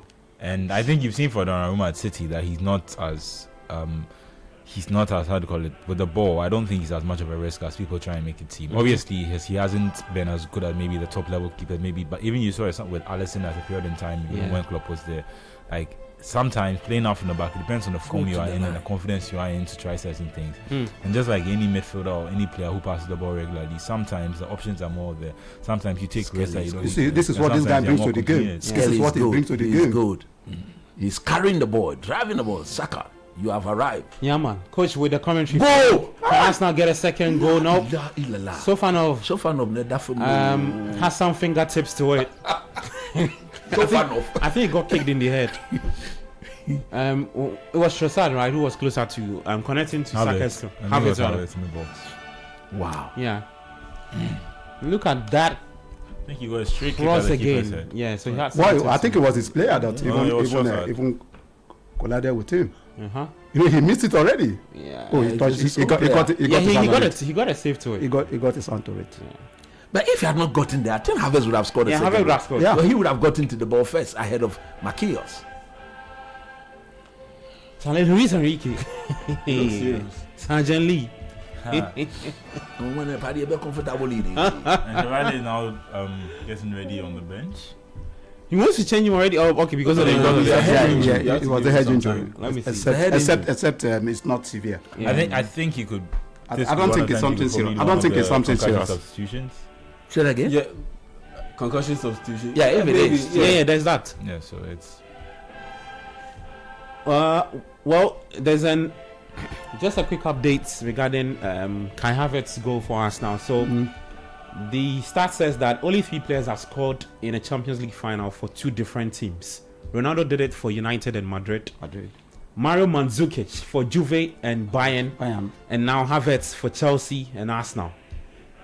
That's a good start. Yeah, so that's historic Havertz. So you see what we said that we were not so sure why the coach chose Havertz ahead of Gyökeres. It's worked. You understand? I think it's worked for it. Like you mentioned, if it worked, then he's that's probably scored. Yeah, he could have a very good choice. Oh, wow. Monster one guy. The man himself. That's Luis Enrique. That's Luis Figo. That's Luis Figo. Yeah, and then Wenger too. Yeah. Benitez. Charlie, the guys are out there. I'm telling you. Benitez, Roberto Martinez, and Benitez. Rafael Benitez. I mean, earlier on today showed Florentino Perez. I don't know if he's. What's he doing there? He's scouting for a defender for Real Madrid. I think it's a presidential election season, so he's also doing some politics around. But they've given Mourinho 3-year deal. Is that confirmed? That's. I mean, they say it'll be confirmed after the elections. After the elections. Yeah. But I think if he wins, Jose gets the job. Yeah, Perez will win. Yeah, sure. Yeah, of course. Perez is very influential. Yeah, we Perez expect is very him to. influential. We hope Sofanos is okay. I hope he doesn't do a Los Carriers in the. I can't see. Which country is he from? So far. I just even dropped mine. Let me check real quick for you. Russia enclave. Probably Russia or Belarus. Yeah, USSR. You know. All of a sudden he's Russia. Yeah. He's 27 years old. But prior to joining PSG, where did he come so from? Matvey Sofanov, that's his full name. Okay. Let me see, get you all the details about him. I mean, he's 27 years old, from Russia. He came from okay. Let me see. Interesting pick by Paris Saint-Germain. Well, he's okay, so the player started. I mean, I wouldn't be surprised if he was one of the, like, a bit like what happened with Martinez when he was at Arsenal. Yeah, he was a backup goalkeeper. Yeah. Like it's a good gig, and you don't necessarily need to all the time. But then if you different to Martinez, I think when Martinez played, he showed his quality. Yeah, so he came from FC Krasnodar. Yeah. Yeah, I mean, back in the day, that used to be a destination of some Ghanaian players. I think I remember Rabiu Mohammed played there, and another Ghana player also. Yeah. But there was a time where the Russian league they actually finished second. Yeah, I mean, when Anzi Machakala had some money. And so Krasnodar finished second behind Zenit St. Petersburg. Yeah. 66 points. Yeah, so that's Sofanov's former team. Tijaba. If you don't stop the ball and Arsenal get the ball, they will not stop. Let them not stop. Put the ball out of touch. If they don't stop and Arsenal wins it, Arsenal will not stop. They're still playing. Dembele is still on the pitch, on the ground. I'm saying that's Nuno. Oh, Nuno, okay. They should probably stop. Oh, really? This is getting interesting. Arsenal will not stop. They are lucky that Arsenal cannot find because your players on the turf just kick it out of play. I think they know he's not really injured. But the guys been there for almost 2 minutes. Yeah, they're still playing. Interesting. So in this sense, if another PSG player goes down and Arsenal have the ball, they will not put it out. Yeah, of course they will not put it out. You will not. Because even your teammates didn't put the ball out when you got injured. So why would they put the but ball what out? happened to him? I think He just got an clattered accident. into. Yeah, it just clash. Oh, that's not a penalty. Gabriel No. There was no. It was a clean block. He's fine. So he can get out. And that's my point. Like they know he's not really injured. They know So he why can did he get have to out. sit So lined up for almost 2 I minutes? think you see in the immediate impact, yeah, he couldn't get up, but now he can get up. You see, he's hobbling a little bit. I mean, Because I think someone stepped on his feet. feet, on his foot. So yeah, initially it will hurt a little bit, but for his teammates to totally ignore it, for me, that I found it a little bit strange. Well, the rules are in the clear. sense that when Arsenal, now you set the template, you set the precedence. If when Arsenal gets the ball, honestly, there's nothing like any moral situation for them to be able to just put the ball out of play and restart play for your teammate to get a bit of medical help or attention. Yeah. Now you set the template, so I think it's a dangerous precedent. Yeah, they'll do same too. They'll do the same. Yeah, I mean, if your teammates they even put the ball out of play when you were injured, why would I? Exactly. When I'm in possession. Well, with 32 minutes played at the Puskás Arena, Arsenal still with the lead against Paris Saint-Germain. Goal from Kai Havertz, assist from Leandro Trossard. PSG are still searching for an equalizer. They've asked a few questions. No penetration. Zero penetration, just like Yao says. Look at the shape of the Arsenal You can team. keep playing like this till the end of the World Cup. No goal will come out of it against Arsenal. You mean to the end of July 19? Yeah, don't get any. This ball. Nah, no penetration. Yeah, but look at the shape of the Arsenal. I think this is where I will want the coach to look at this game. Maybe second half bring in Martinelli. Yes, because they need an outlet. Yeah. Exactly. A proper. You can see that they outlet. open. Exactly, they open everywhere. So you get the Martinelli, train one ball for him, then off he goes. Yeah, because look at the PSG shape. They even have Hakimi joining the attack, right? So they've left the counter press. So they've left. they've also Yeah, pushed they've high left up the pitch. Marquinhos and Pacho, and there's only 2 CBs behind. Nuno Mendes, very high up the pitch as we speak in the box of Arsenal's. What's he doing? Are you going? Are you shooting or are you crossing? Oh, he was caught up in 2 minds. Yeah, I So think- he didn't need that of the two. He didn't Exactly. shoot. Yeah, He also didn't cross. Hey, foul. the ref says play on. No, but that's a foul, man. Yeah, man.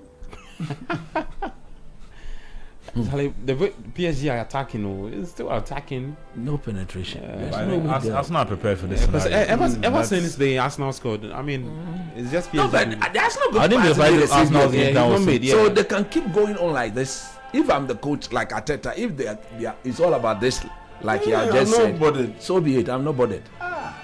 To and fro. So far so good, right?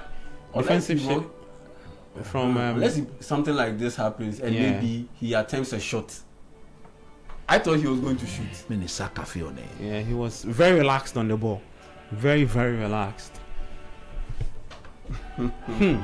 34 minutes played at the Puskás Arena. Paris Saint-Germain 0, Arsenal 1 in the finals of the UEFA Champions League. Coach, I'm not seeing Odegaard impact in this game. I said I wouldn't have started him. I'm not seeing his He's impact been on this very game. quiet, right? Charlie, He's look been at very quiet. look at Saliba. Yeah. Yeah, bro. First to the ball. Charlie. I'm not That's seeing Saliba. Odegaard take control of the midfield. Yes, these guys are. Is it because of the way Arsenal have set up after they took the equalizer? Yeah, so this You is see, where I might this bring is in not his type of game. Ebere Cheze. Yeah. You have Eze in this game, right? Because of the way you guys are playing now. See, it's just now Arsenal on the attack. It's just Kai Afronto. Yeah, and Saka too has been a bit like he needs to move. That's what I'm saying with urgency. With the type of game they're playing, they need a player who's going to be able to beat his man, and he seems more willing to get the ball and then try and attract the foul rather than move the game on quickly. And it looks like the Arsenal game plan in the squad has been to disrupt PSG's game flow rather than focus on building their own. And it's all like that. This is all good until the other team is able to equalize. Obviously, given the PSG haven't been able to break through the Arsenal line, but all it takes is one moment of magic or brilliance. And This is then the you're set level. piece where is Gabriel and Co. Exactly. Yeah, this is our threat. Yeah. With Havertz up there too, now they have a lot of players who can compete for the Yeah. ball. I think it's Arsenal's first set piece, right? Yeah, and they've definitely worked on it. If they had special set pieces for the Premier League season, they definitely cooked something up for the final as well. So, what? Kai 1, 2. Havertz, Pierre 1, Hincapié 2. in there, William Saliba. Rice whips in across, Corner. not too much. I think it's a push, a foul against Arsenal. A foul on Fabian Ruiz. He's feeling the sensation in his ribs. Okay, Havertz pushed. Yeah. Well, Arsenal still do have the lead. 36 minutes played. PSG needs to be careful too. First half will be here soon. I thought that's a foul. It's now 3 versus 3. Declan Rice joins it to make it 3 versus 4. Dembele with the ball hits it, but good block Well played, on Salah. the part of Arsenal. Now go deep. Oh, Trossard with the final clearance. It's a restart again for Arsenal. Wow, interesting. Trossard is struggling. Man. Yeah, he's struggling. What the referee says play on? Yes. I thought it was a foul in there. Actually, it was even a foul on the PSG player. There's a foul on the PSG player, so I think what he was given was advantage. Ah.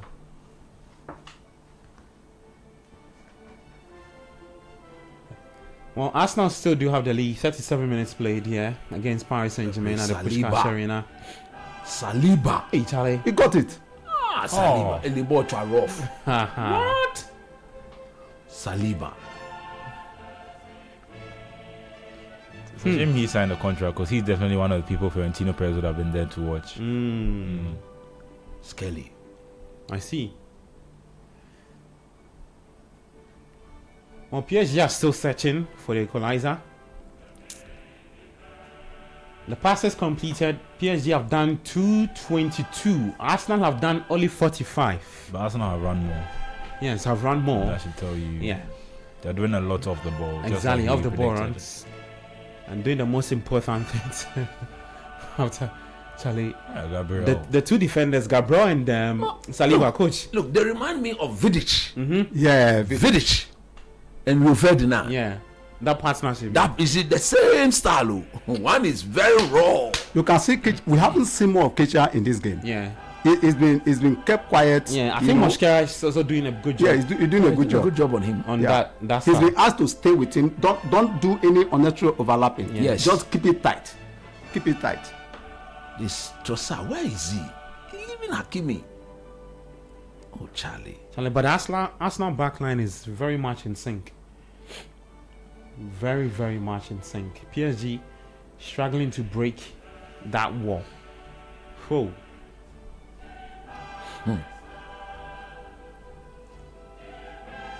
2 minutes to hit 40 minutes.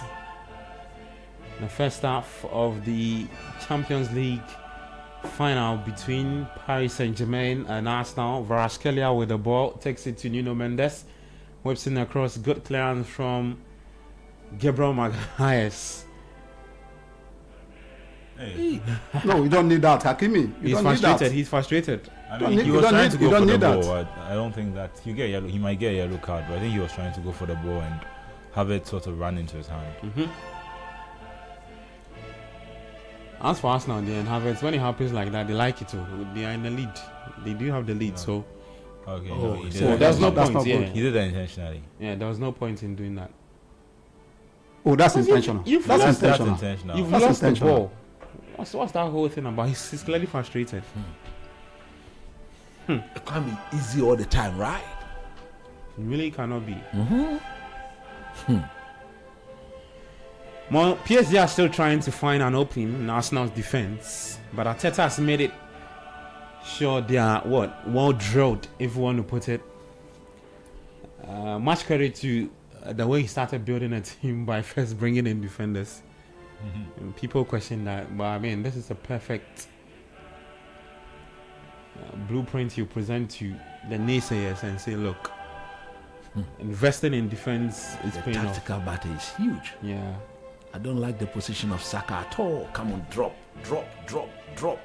You drop. The midfielders are there. So they've been forced to go back. He should drop to help Mosquera, right? Exactly. Yes. You see. See the way they've doubled on Varaskelia. What kind of pass is that? Nope. Charlie. Control. Hakimi is not himself today. Who is this? Odegaard. Charlie ball and you trouble, Charlie. Charlie. What? I mentioned. I haven't seen his impact. Arteta should probably yank him off after. And bring Eze quick, because this is a good advantage. He has space, control this ball. Yeah. I'll be surprised if he still stick with him in the first half. He'll stick with him in the second half, but I think you give him like 60 minutes as his minutes. captain, and then he comes on the bench and tries to give them morale from there. What if he's ruthless? I haven't seen him. I don't think him control or put in, some 1 or 2 passes. Well, Odegaard struggles. Sometimes he can struggle in games like this. But you see that you have a Saka you have a limited number of balls. a good chemistry with Saka. So I haven't seen anything. He's even far off Saka. That's what I'm saying. Now, tactically, like I said, he's not the type of player that you want in your team when you are going to be doing a lot of defending or a lot of chasing of the ball. Yeah. Because He doesn't have the motive. if you are playing against a team that sits deep, that is where now You need him. you need him. You You understand? are going to see deep. You are going to sit deep To unlock the defense. He's not quick. He's not strong. Yeah. He cannot push. Is he? He's now like a -1 on what Arsenal trying to Yes. do, right? Watch him there. Yeah. Very close to Varaskelia. You've allowed him into the box. That could be very dangerous. Wow. Is it a corner kick? No, it's a goal. It's a goal. Oh, goal kick. Okay. He's dead. Brilliant work from Nuno Mendes. Yeah. Charlie, but Mosquera is not allowing crowd. None at all. Oh, Fabian Ruiz. Another chance wasted. Yeah. Relax. He's not. I don't know why he's not relaxed. Because there was Richard. As for this one, everybody that Instinctive. yeah, but Varaskelia was closer to him. Yeah, and he was angling that's towards right. Push them up. tracking the ball. This is what I've been calling for. In mid-air. Push them up. Now let's go. Up, compete for the second ball. Go, challenge. Boom. Go. Challenge. Follow go. him.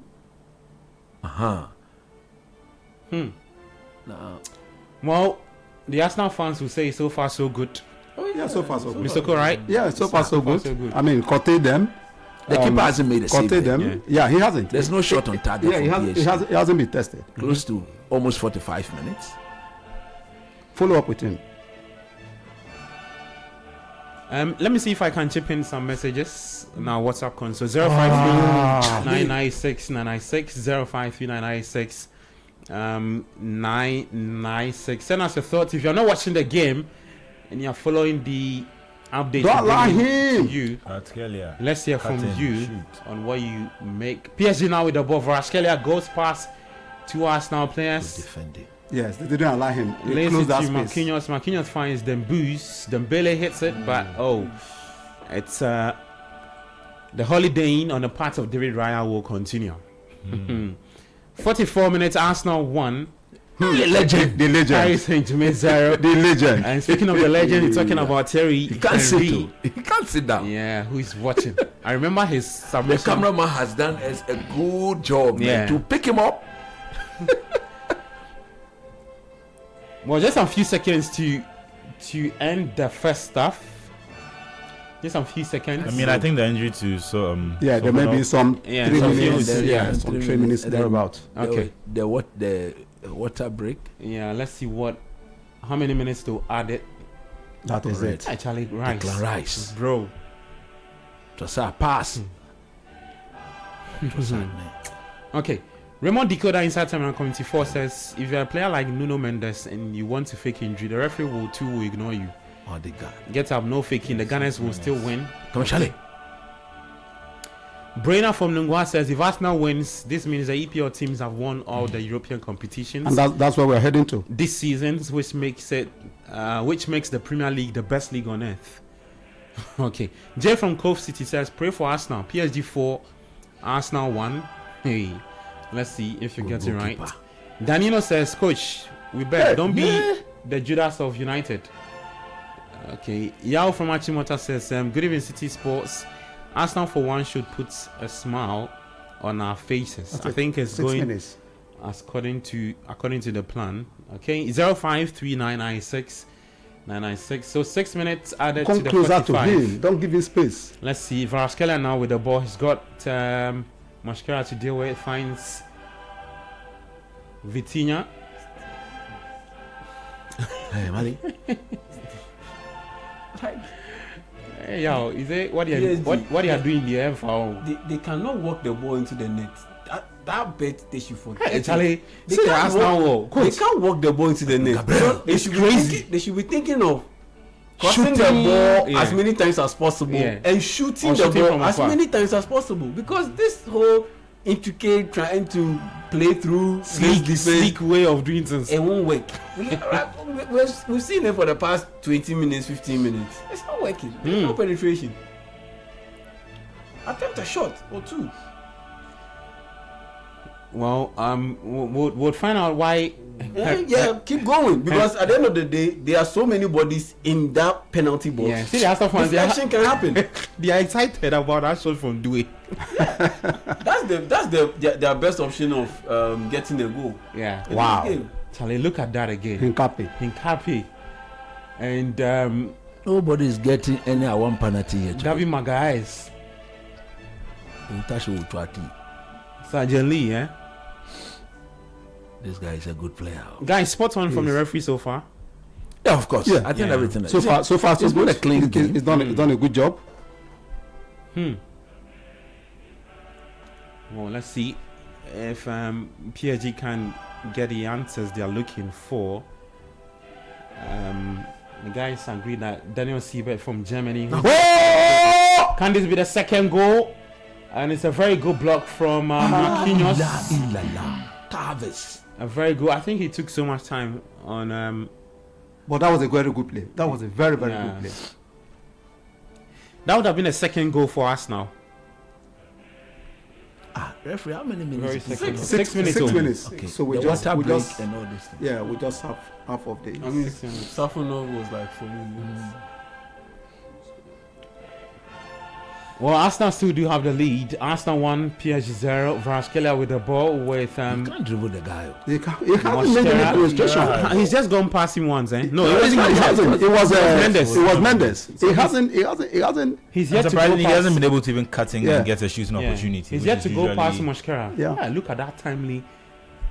Did Havertz get a touch on the ball? Yeah, he did. So it's a corner kick for Paris Saint-Germain. They don't mind. They know that corner, they can't head it. They will head it out. Corner kick for Paris Saint-Germain. What's happening in the box? Siebert talking to Raya and Gabi, why are PSG trying to crowd out David Raya? David Raya, That's not their style. No, but at this point, that's what you have to, because Arsenal will do it to Safonov. When they get a corner kick, they will do it. So you should try as much as possible to. And they are doing more of outswingers, right, Coach? They are doing more of outswingers. A little bit rough for David Raya. Sleeping.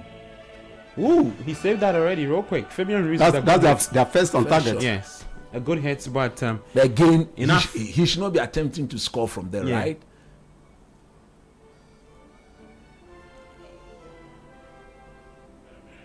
Well, it's Arsenal 1, Paris Saint-Germain 0. Puskás Arena is the final. For you, PSG taking on Arsenal 05399696. If you are listening to us on radio, it's 97.3. If you're watching us on YouTube, City Sports GHA, here with Mr. Oko, staunch Arsenal fan, Manuel Angelico Achiyai Jeminta, and Coach Christopher Nimley. I mean, Arsenal's game plan is working incredibly. Yeah, the game plan they've contained PSG much better than I thought they would be able to. Yeah. And I thought they would be waiting for maybe an opportunity. Don't you think should have given that pass to Trossard? I think in the form he's in and confidence he's in, he probably he wants to try something. But yeah, Arsenal's game plan is working for them, and unless PSG also change something, I don't see how this will change in the second half, because they've limited them to 2-3 opportunities, and you are used to seeing PSG just running at teams and just creating. I'm going wild with Dembele, Kvaratskhelia, and Hadikolo and just creating opportunities. But it looks like Arsenal have been able to retain them. It also means that Arsenal themselves haven't been able to control the game as much. We saw the stats earlier. Arsenal had 45 passes. I don't think they'll be at 100 passes in the first half. PSG were already past 200 at that point. But it looks like they are willing to do the work off the ball and wait for the opportunities. And it looks like it so far is working for them. Okay. Come and get the ball. The first half will end to another corner, right? Yeah. Another corner. That should be a Arsenal. corner. Yeah. There's another corner for Arsenal. And this is what Arsenal like. They like this. They're able to unleash one of their weapons on PSG. Well, the WhatsApp text line is 0539969996. Arsenal fans, let me hear from you what you make about the first half. One of Gabriel or Saliba. Kunyai! Well, let's see if they can get that. What's going on? Really? Well, he's ended it. Really? I'm sure he says that it took so much time on No, man. No. This is a clear advantage for Arsenal. What is this referee thinking about? This is unprofessional. Yeah. How dare you? Are you serious? Well, Arteta should immediately register his displeasure to the referee. If I'm the coach, I'm going straight to him. yeah, Daniel Silva says he's seen enough. Yes, look at that. Some people, they are not happy with him at all. Yeah. What is that? Odegaard is not happy with him. What is that? How can you? Okay. It's halftime. This is Arsenal 1. unbelievable. You think it PSG was a penalty? 0. This is unbelievable. Yeah, the Pushkar Arena. The Arsenal fans are excited. Let me take some messages. We'll take a quick break, and then we'll be back to get into the second half. Take some messages on YouTube, and I'll take quick thoughts from the guys too, and then we'll go for a quick break. A lot of messages on YouTube. This one, Quinin says, Charlie, Arsenal take the carpool. Okay. Kobiapia 5902 says, solid refereeing throughout the first half. From Daniel Silva, who's from Germany. Parkway CPK says Arsenal will score quickly after the break and close the shop. Kobna Moa 690 says, even if we play for 3 days, PSG won't score. Guys, just quick thoughts on a part of PSG, what they need to do in the second half. Coach, let me just take quick thoughts from you and then we'll go for a quick break. I think on the part of PSG, there have been times where they've had a chance to move the ball a bit quicker. Yeah. And they've dwelled on it unnecessarily. And then what I don't get is the tendency of everybody wanting to get involved in the build-up. Yeah, I spoke about they should up crossing the ball a bit more. But it has to do with the number of players they are committing in the box. Okay. Yeah. Okay, maybe they themselves don't fancy themselves that, look, if they put in 1,000 crosses, Saliba, Gabriel, and then the chap in the 5, they will deal with it all day. So what then do you do? Aten Fabian Rees, who is a very good striker of the ball, should be brought a bit central. And Vitinha will have to push the ball high up, drive through the spaces as and when he sees the opening. Yeah. Because as and all that he's doing is to pick it and then giving it. And then there must be somebody. Maybe it would be better if they play with a proper number 9 to engage Saliba and Gabriel a bit more. Dembele is not standing there. He's stepping out. Now, once he step out, they are sensibly too, because it is a low block, they are not following him into into midfield. You go there, we have a low block, so after all, even if you go there, you have to come and pass through all of us. Yeah. And we'll stop you from doing that. On the part of Arsenal, I think they need to show a bit more intent going forward. Okay. And I think if I'm Mikel Arteta, look at what Odegaard has done. In recovery of the ball, he's been absolutely, completely zero. In Assad, when he's been given the ball to, he's not led with intent. He's not driven the ball through the middle. He's not seen the space. He's not drawn the foul from the PSG players to give Arsenal a bit of respite. He's virtually losing the ball at every attempt. Okay. That should be a concern, because you cannot afford to do that at this level. One of them may pay. One of them will be painful. You understand what I'm saying? Yeah. So there's a lot to talk about. But look, tactically, it's not broken on the part of Arsenal. Yeah. So there's nothing to fix. The only thing they have to fix is the manner in which they attack. In the game of football, if you defend and defend and defend, there has to be a respite to that. Or else fatigue sets in, tired legs set in, and the attacking team conserve a bit more energy and will eventually find the space. Okay. But for now, I think it's going according to plan, because like I did say, it is a day, in my view, that belongs to Arsenal. So I'm happy it's going the way it's going. Okay. Let's take a quick break. When we come back, we'll continue the conversation around the Champions League. Is Arsenal with the lead against Paris Saint-Germain at the Puskás Arena, the UEFA Champions League final? I'm Gabi Affair here with Coach Christopher Nimley, Yao J. Minta, Manuel Angelo Kwache, Mr. Oko, the Arsenal fan. He's all smiles. His team is in the lead. Now, we're taking a quick break. We'll be back with more.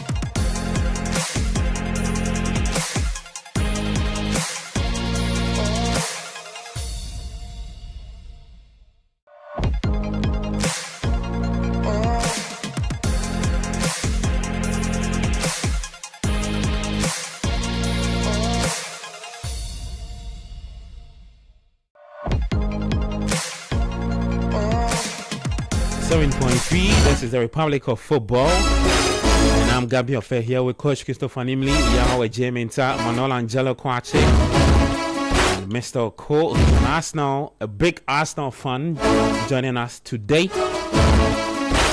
Let me get your thoughts. 053996 053996 Arsenal just need the next 45 minutes to be crowned champions. That's if PSG are unable to get answers in the second half.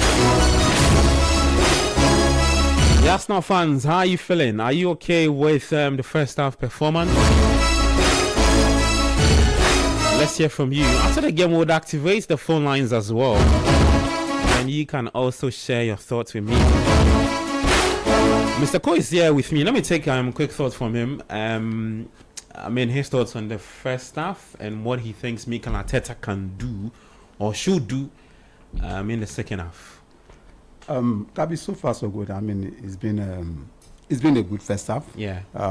Trying to curtail this PSG team. Very few teams can curtail PSG, and that's because of our defensive solidity. Mm-hmm. I think going into the second half, they need to maintain the same shape, but I think we need to rejig the midfield. Okay. I'm looking at the coach introducing a Martinelli, who has the speed, because you can see the whole PSG are pushing forward. Mm-hmm. So, Marquinhos is not one of the fastest players. Yeah. So, if you bring in a Martinelli, he's able to break that line on a counter. So, yeah. I see a Martinelli being introduced, just to push, the attack further. And in the midfield, I'm looking at Odegaard position is under threat. Maybe Eze can come. Eze is somebody who can hold on to the ball and he can look at the runs of Martinelli or Saka. So I see Eze coming in to orchestrate that midfield to give it more depth. Okay. Let's see if those changes will be done by Mikel Arteta.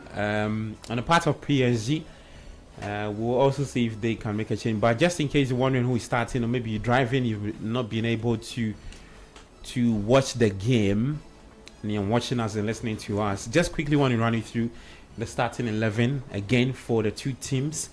So Safanov is a goalkeeper for Paris Saint-Germain, a back four of Hakimi, Marquinhos, Pacho, and Nuno Mendes. A midfield three of João Neves. Vitina is also in the Fabian Ruiz. Kivisha Kvaratskhelia, Ousmane Dembele, and Desiree Doué completing the front three. On the part of Arsenal, they have David Raya in post, Mosquera, William Saliba, Gabriel Magalhaes, Pierre Nkapie, Luis Kelly, Declan Rice, Trossard, who got the assist. There is Martin Odegaard, Bukayo Saka, and then Kai Havertz with the goal for Arsenal. Yeah. Kai Havertz is the man on everybody's lips. He got a very good goal against Safanov. Let's see if he can get the second goal. 05399696.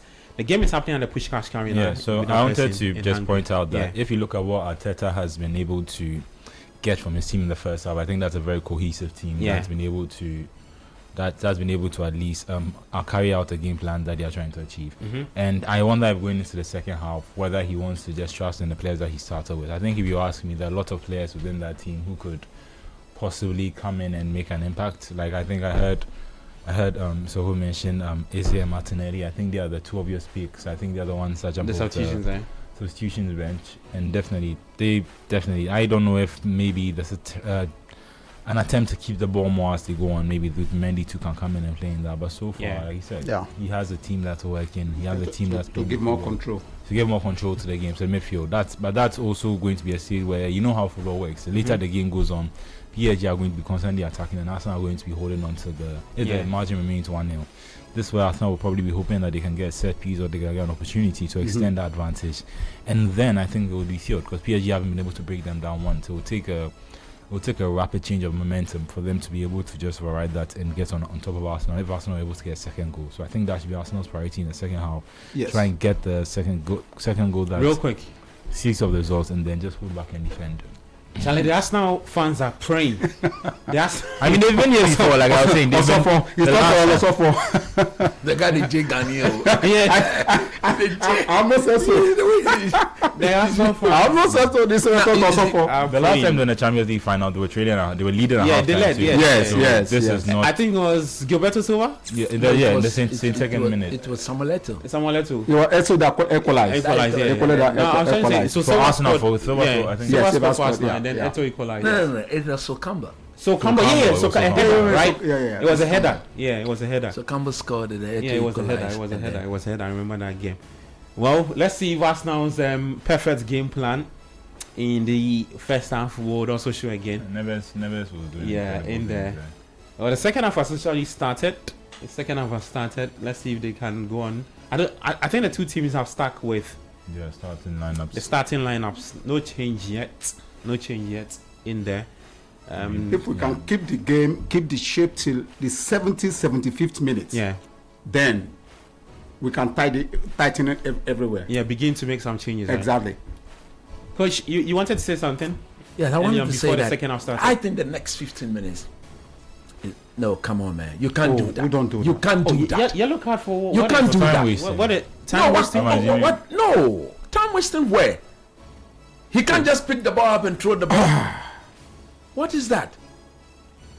Just when we all started. I mean, but it's one of the things that Arsenal have been. I think the referee is beginning to miss it. If you look at what he did at the end of that first half, you can't just come back and be booking people left, right. How many minutes have we played in the first half? In the second half, not even 2 minutes. Where was the time wasting? I mean, I completely disagree with him because now he's put the young man under intense pressure. Yeah, so that's Mosquera. Yes, yellow card for Mosquera. After an incredible first half, where he just when I was saying he that, managed to keep how to call the we're about to rate. I mean, we said he's done a very good. No, he's messed it up. No, but where was the time? What? But how long did he even? But Arsenal, I mean, I don't know if this, but Exactly. the set piece in particular, I know that's one of the things Arsenal have been criticized for. Apparently, it takes them at least a minute 30 seconds on average to prepare, from getting the corner awarded to them taking the corner. I see. And it's just get people in set. Someone blocks the keeper, someone stands. So he's been given that note or what? I don't know, but that's the only reason why I can assume why he didn't continue with the first half. But other than the strange decisions he made at the end of it, I think the referee had a solid game at least to begin. Yeah. And Arsenal just needs to the first. Now he keeps seeing if they can hold on to the ball. And like you said, I think Trossard needs to become a different kind of outlet. Yes, he needs to. If he's going to be a partner out there, then he needs to do that quicker. If he's going to give them run beyond the defender, then I think he needs to try and do that. But right now, I'm not beyond having a potential goal threat. I'm not exactly sure how he can get that. Yeah, no, exactly how he's in terms of his role within the game. Defensively, my goodness. Change him. Yeah. Defensively, I guess. Oh my goodness! How can you miss that? You should just change him. How can you miss that? Well, I'm sure Arteta would want to see him for the next few minutes, maybe yank him off around the 60th minute going, because to do that now probably would distort his game plan. Follow him. Yeah, but let's see. Maybe if Odegaard has a different performance as compared to. No, but see, that's what I spoke about. You are not winning the ball. You are losing the ball necessarily. Exactly. You are putting pressure on the team. Yeah. If that is easy, come on, man. Why they allow him to run? No. Saka. No. Referee foul. He says play on. That looked like Is it serious? No, but what is he doing? Yeah, he says play on. You won't fall for any slide. You can see the PSG team are becoming desperate now. Yeah. Try to put the ball in the box, but that is where it will not work for them, because with Gabriel there, he will make sure everything is off. Because no, don't do that. Everybody push up. To hold on to the ball. Don't do that. Because you eventually go long. Where is the competition? Saka, what? Was a foul? A foul on a player? On who? I think he needs to be a bit strong. He's been brushed off the ball too many times. He's been very quiet. And I'm surprised with Ryan. I don't think he's found Havertz specifically. I think most of the time he's tried to go long. I'm surprised that he hasn't tried to at least pick him out. And like I think coach making them, whoever wins the second ball is not able to also hold on to the ball even when they win it, and they are not winning as much as they should. Go on him. Let's see, because PSG still are searching for the answer to Arsenal's lead in the first half. 50 minutes. Paris Saint-Germain 0, Arsenal 1. Paris Saint-Germain, Arsenal 1. Good defense. Yeah. Good defense. That was a smart play for They are not holding on to the ball. Well, no, that's the they are going long. They're being speculative. They are not even trying. Exactly. I mean, within the circle, we should be able to put in 2-3 passes and look at people at the wings. Yeah. That's why people like Saka is cut off. He's not getting the supply. Oh, no. I mean, Saka himself, I don't think he's been as impressive in this final. Like I said, his in this final, what you need to do is be able to hold on to the ball and bring others. This is what this guy brings to the game. He can be very, very, pushful. Yeah. No, I think the earlier Arteta subs Odegaard, the better. Because we are talking about Arsenal going long. He's not strong enough in the middle. He's allowing Vitinha and then that short boy to just bully him. Child never. Hey. Look at him. Charlie. He's on the ball now. You allow the outs to just. Now, Emma. He's making him look like. I'm sure maybe you take him off and bring Eze. At least it gives them. He should hurry up because you cannot. You see, it is just a goal, not 2-0, but just a goal. Exactly. To be fair to Arsenal, in the latter part of the season, they have mastered the art of winning 1-0 and holding on to this kind of results. Usually, the problems in the Premier League is they had to not come from behind, but they had to come from being level to score the winner. And now it seems like rather they are trying to hold on to the lead. Yeah. Yeah, behave yourself. I saw that tweet from a colleague journalist today. I don't know why you brought that video with me now. Yeah, but the first 2 minutes, Arsenal and Paris Saint-Germain 0. I'm wondering if Gyökeres can also come just for the hold-up play, because I'm not being impressed. As much as Havertz is. You don't think Havertz is given that? He's not giving enough in terms of somebody they can rely on. I don't think he's not a striker. As good as he is up for it, he's always played as almost like a second striker or like a 10. He's never been the. Obviously, there have been times where he's had to lead the line, but I don't think he's ever been that. Yeah, I think that's another change that is likely to come. The referee is not convincing me. Yeah, I think I agree with you. I agree. At all, he's not convincing me at all. I agree with you. Well, I mean, just when we thought he had a good game, that not allowing Arsenal to take the corner and also the yellow card handed to Mosquera has just not helped. Yeah. Well, let's see what will happen. 53 minutes, Arsenal still with the lead. Paris Saint-Germain still knocking. Even Dembele has not been very sharp enough, eh? No. Hey, Saka! Oh! Hey! Yes, control. Oh, I told you this referee now. He gave a foul for Arsenal, I think. He's to Saka. Wow. But I thought he got fouled there. Oh? He first got fouled. No. Look at that again. Where is the foul? What? It's a 50-50 ball. Who is fouling who? It's a 50-50 ball. Saka gets onto the ball. Oh boy. No. These are questionable. The PSG player just dramatized. Look at him. These are questionable I just decisions. told you. Yeah, so that's what he's doing. I'm beginning to see him differently. I'm telling you honestly. So it's 2 yellow cards for 2 Arsenal players. I'm beginning to see him differently. Mosquera and also Bukayo Saka. Now, the player that was in the second virtually dying on the pitch, is he not the one walking there? And you, the referee, he was there. He saw it. Daniel's is even laughing. Charlie. No, but he saw it. The player is up. The player who was dying is up. Yes, he's up.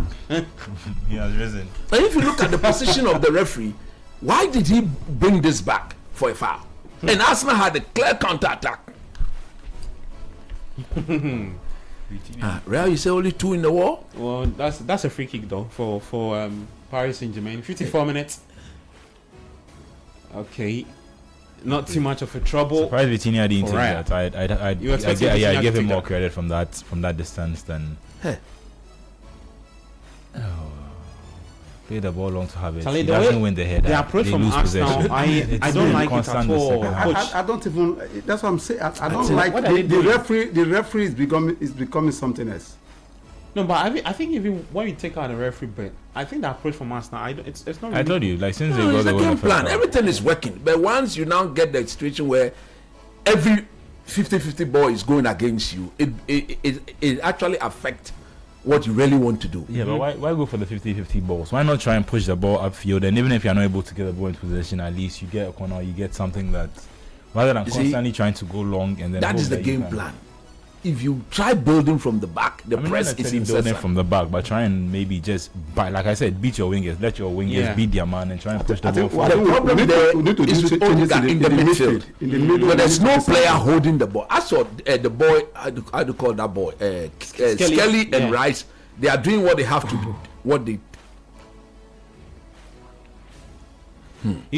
So you think Eze in the middle Eze, there would have been? he's strong. Eze Enough should have to protect started He the can block game. people off. Yeah. Should have started Eze. this game. Eze Martinelli should come in And Gyökeres. And Gyökeres.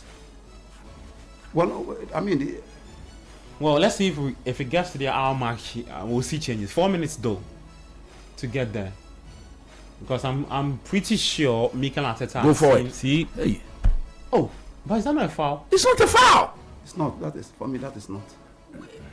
Fabio Ruiz has, Why is he taking a ball again? is the kick Arsenal it have long, an Odegaard kick it issue. to Havertz. See, this is what I'm PSG saying. have This is a where Fabio Ruiz issue. Issue. Havertz cannot win, keep the ball. this is But how is this a foul? This is not a foul. What? It's not. He blocked him off. He How is this a foul? slapped Oh, him. that be referee now. Look, where is it? Where is the foul? Where's the foul? He's blocking. He's also holding him. We saw Hakimi Charlie, punch the- his throat the- earlier. I didn't say anything. The exaggeration from Yeah. Pacho. This keeper is a good keeper. That was a very scary one. Raya is very The good. ball bounced in front of him like that. Yeah, But he held on to it. but it's not going to be Spain's number one. Yeah. Unai Simon. I mean, Yeah, he should be the Simon. obvious number one. The coach prefer Unai Simon. To be fair, the person giving a real shot, the John Garcia at Barca too is also a really good shot Yeah. for number one for So Spain. Spain, Wasn't they, the have call-up? like, they can Yeah, bring using the the call-up, the but- sets that they picked for the For the World last Cup. World Cup. No, for Oh, this for the World World Cup. Cup, okay. They can bring in another set Yeah, Spain, right? of goalkeepers. Yeah. They have quite a good number of goalkeepers who are very good. Even David De Gea is still available. Think about it. And he is not even part of their plans. Yeah. Like he's not even part of their plans at all. So for them, they are Look sorted at that. when it comes to the goalkeeping position. Pretty sorted. I'm pretty sure they'll do everything in their power, or they'll kill to have a top level striker, an out and out striker, because they don't have one. Morata is there. Yeah, Chelsea fan, you should. Alvaro honest. I mean, Morata. back in the day, they didn't have an issue with that. I mean, where he Torres won and the- David David Villa Villa, and those guys. but now even Negredo, Yeah. yeah. But the one who now, played for the one who later came and played for Spurs. Soldado, so No, not Soldado. Llorente. Llorente. Yeah. They were all they were all Where is he they now? were there. Oh, Llorente no, retired. retired. Fernando. Fernando It was yeah. Fernando Llorente. right? Yeah, he's retired. He's retired. Oh yeah. I mean, they had I was options back thinking in the day. about Now, Marcos Llorente, yeah. now, not so much. I think the is it Mallorca? Yeah, the striker. I have to check if he's There's a he's- striker there. He's Spanish. I mean, he was one of the top goal scorers in the La Liga. Yeah. Rookie, something of that. Oh yeah, sort. yeah. I think I saw him in the Palace. Yeah, Conference League, he's a very good player, but I don't know why. If he's Spanish, I don't know why he's not part of the team because he gives them something different. There's a reason why Weghorst is part of the Dutch team. Yes, he's part of the team because he's big. He's 6'6". Yeah. He's an old school striker. Yeah. Like throw him in, let him attack headers, let him attack crosses, those things. Especially when you are desperate. Like for instance, right now, PSG, the way they are desperate. If they had a Vegas in there, it's pretty simple. Go route one. Hi, this referee. Oh, this my referee. The game What was is he gone doing, physical. man? No, but what is he doing?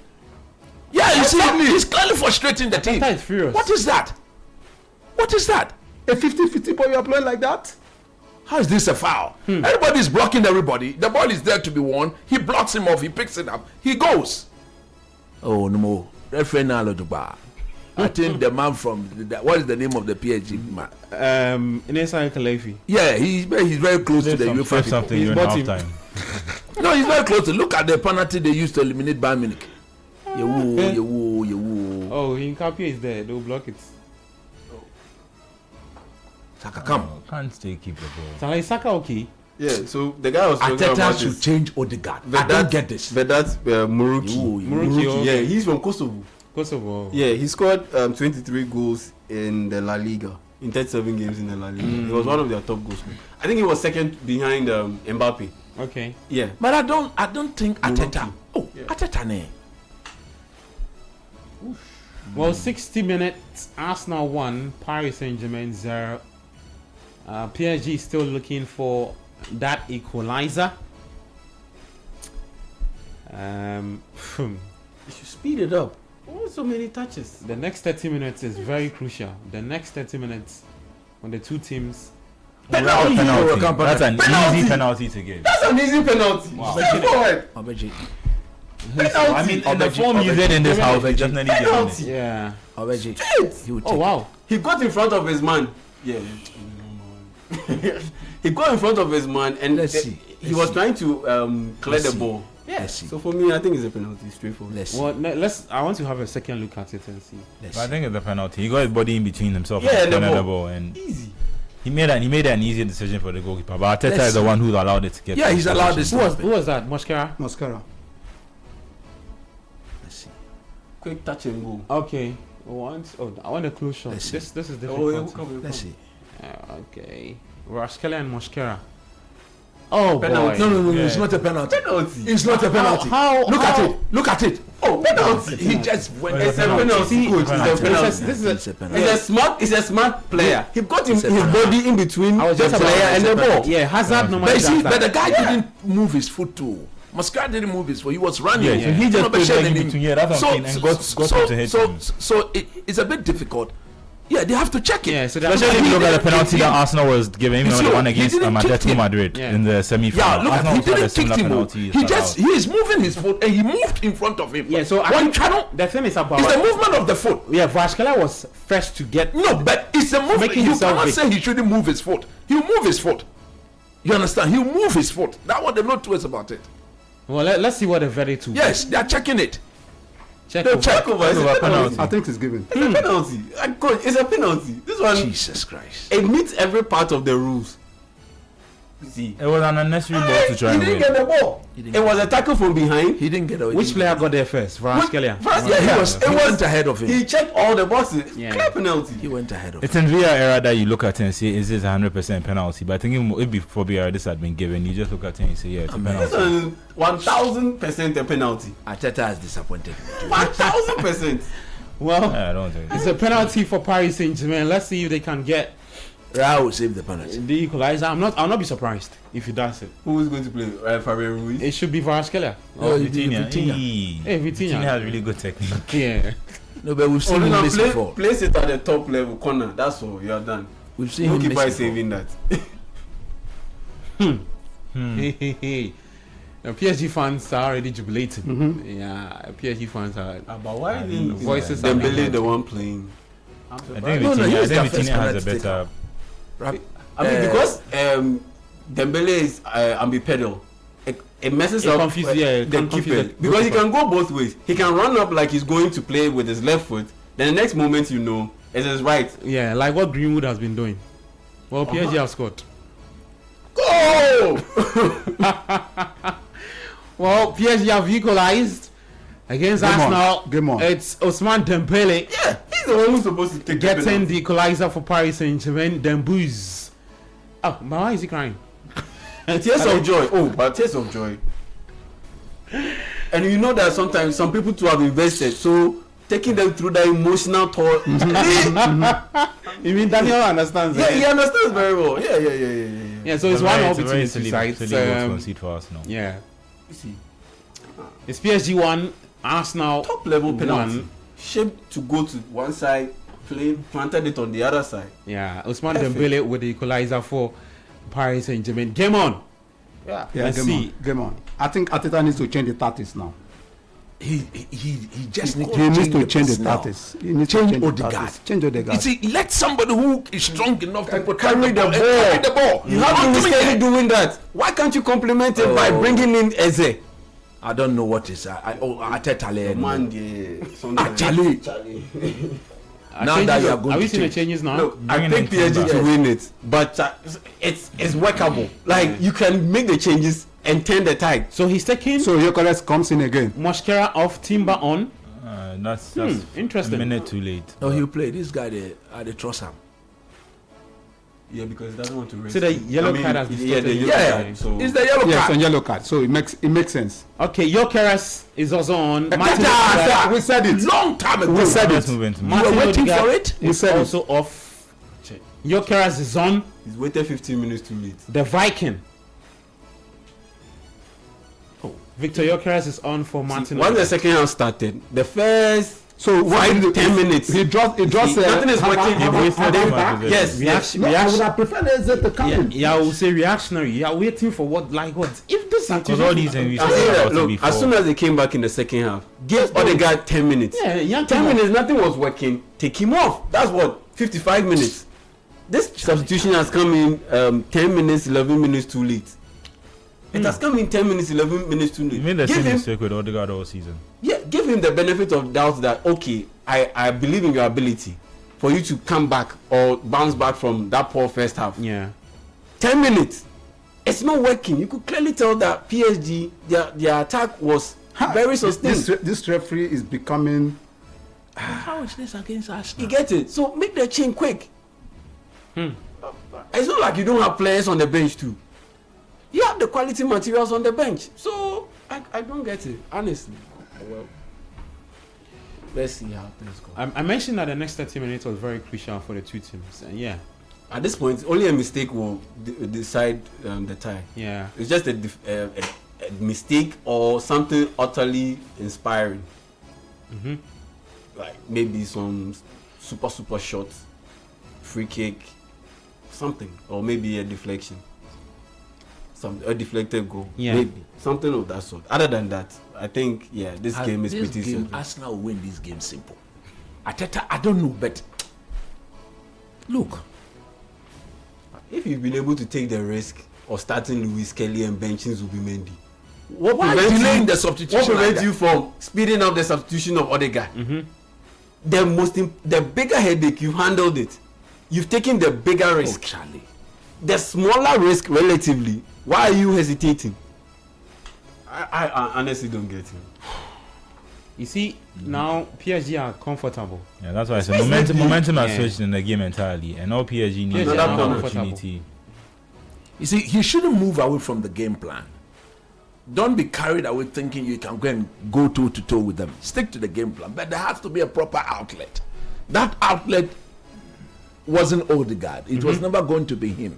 Okay, so now that you've brought on Gyökeres, maybe Havertz dropped a bit deep. So let's stay in shape and then move it around quickly. Now they are comfortable. Yeah. They're playing their usual game. No. We ain't considering.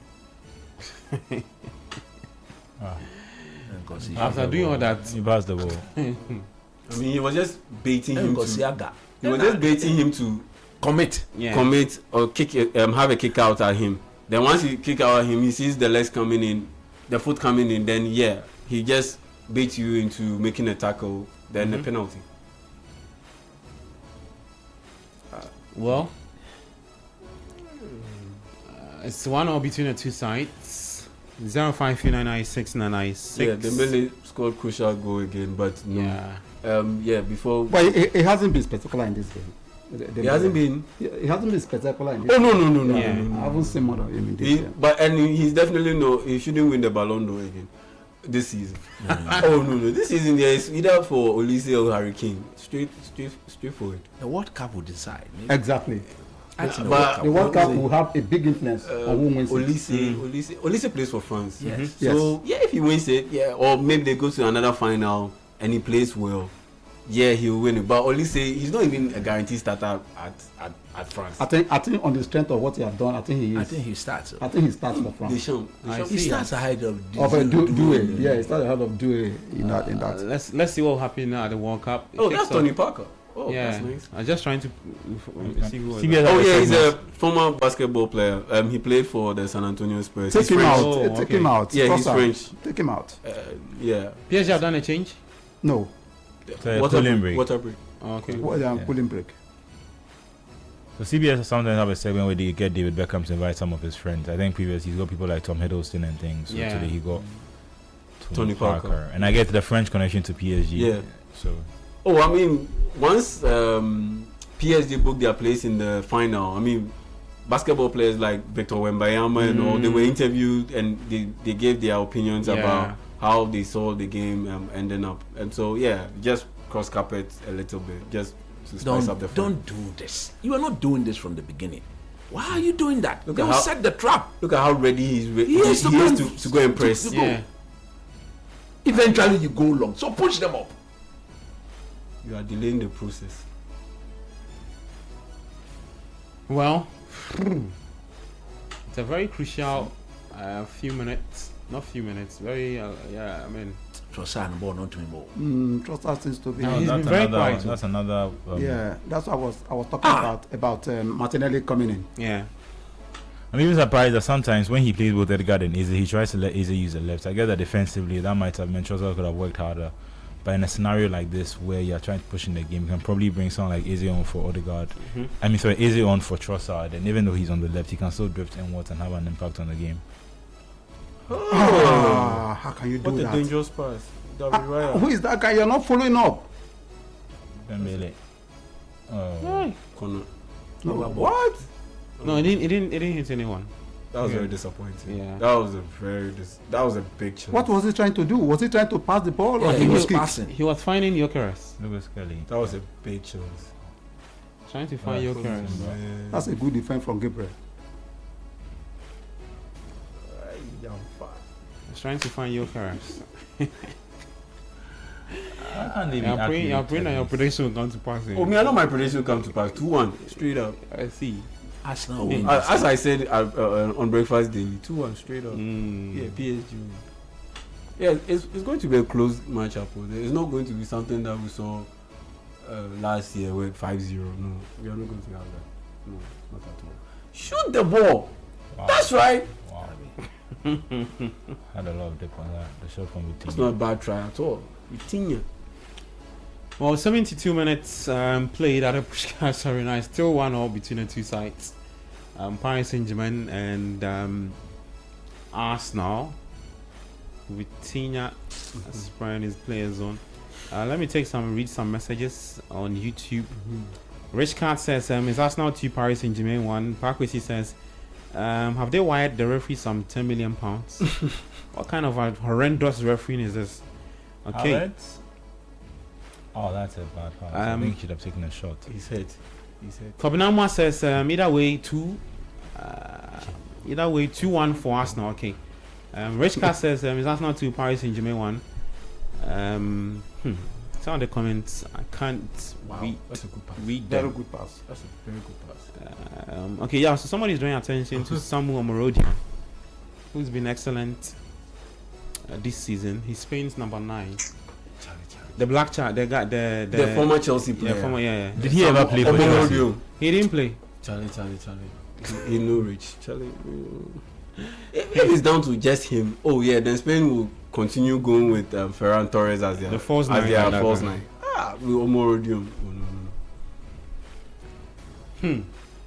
Well, 74 minutes. You can send your thoughts with us on 05399696, 05399696. Arsenal have gone back to their old shape. Yeah, that has to be the shape. Okay. See, it is when they get the ball. This is where I want Martinelli in. I think he should take away Trossard. Trossard, yeah. Okay. Well, let's see. No one to give the ball to. Oh, So pass the ball. what's he doing? He made a good run, but then There was somebody running on the yeah, line there. he failed to. But I give think the he's pass. in the wrong position because he's now playing the center of the park, and because of, I think Havertz is playing quite close to Gyökeres, so it just means that now Exactly. they have no direct outlet. Yeah. Exactly. Like I creating saw the that. midfield, so it's almost like he's taking out Odegaard, and because he didn't replace him with Eze, there's just a gap now. So now they just press and they try and get the ball upfield, go long to either Gyökeres or Havertz, and hope that the second ball falls to either Saka or Trossard. And I don't know how it hasn't been effective throughout the game, and I don't know how long they can keep trying that same method. Even for PSG, they also need to make a change. I think it's time for Bakola to come in. Bakola could tire these players out. Yeah, if I he think comes in. Bakola should come in at this time. 15 minutes left. Yeah, this is the time for Bakola to come in. PSG still have done really well to limit Arsenal's set pieces. The Arsenal haven't had maybe that's down to how much Arsenal haven't been attacking as much. But Arsenal haven't had as much. Where is he taking the ball? Hey! Huh. A set piece. That's turned into a huge back pass. And then the same method again. Two of you. Doesn't work. Two of you. Oh, relax the ball. Why is he rushing? Pacho, I'm not sure he read. just allow the Around goalkeeper the to scene. come and gather it. It's just easy.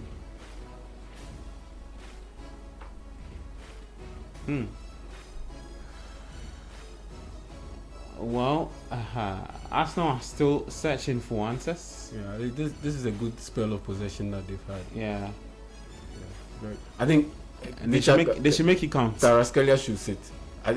Luis Enrique should bench him. He's tired. Bukayo. It's time for him to bench him. He's done 053996996. his bit. He's done his bit. 05399. He's lost possession again. No. That's Come on, guy, make this count. Saka! Not. Yasema back. The guy here wants to get benched. Oh, you see, he's tired. Yeah. You see, But he'll come back. he's allowed them to come back in transition. Ooh. He's allowed No, them to come side back in post. transition. I think that was side post. I think it's a corner. Definitely He's a player. tired. Yeah, he's Take him tired. off, Yeah, take him you off. can tell. His legs Take are him gone. Because if they had this a guy with more speed in that transition, they Yeah, would have been able to make Yeah. more But if out of that Bakola, chance. If that was If it was Bakola, that's yeah. You see, and this is the same thing I raised about this whole Black Stars, our left full back position. You see, because he wasn't fast in transition, it allowed us now to get back defensively. Yeah. The bar. Actually, the hit the bar. bar, yeah. Wow. So imagine if it's Gideon Mensah in that position.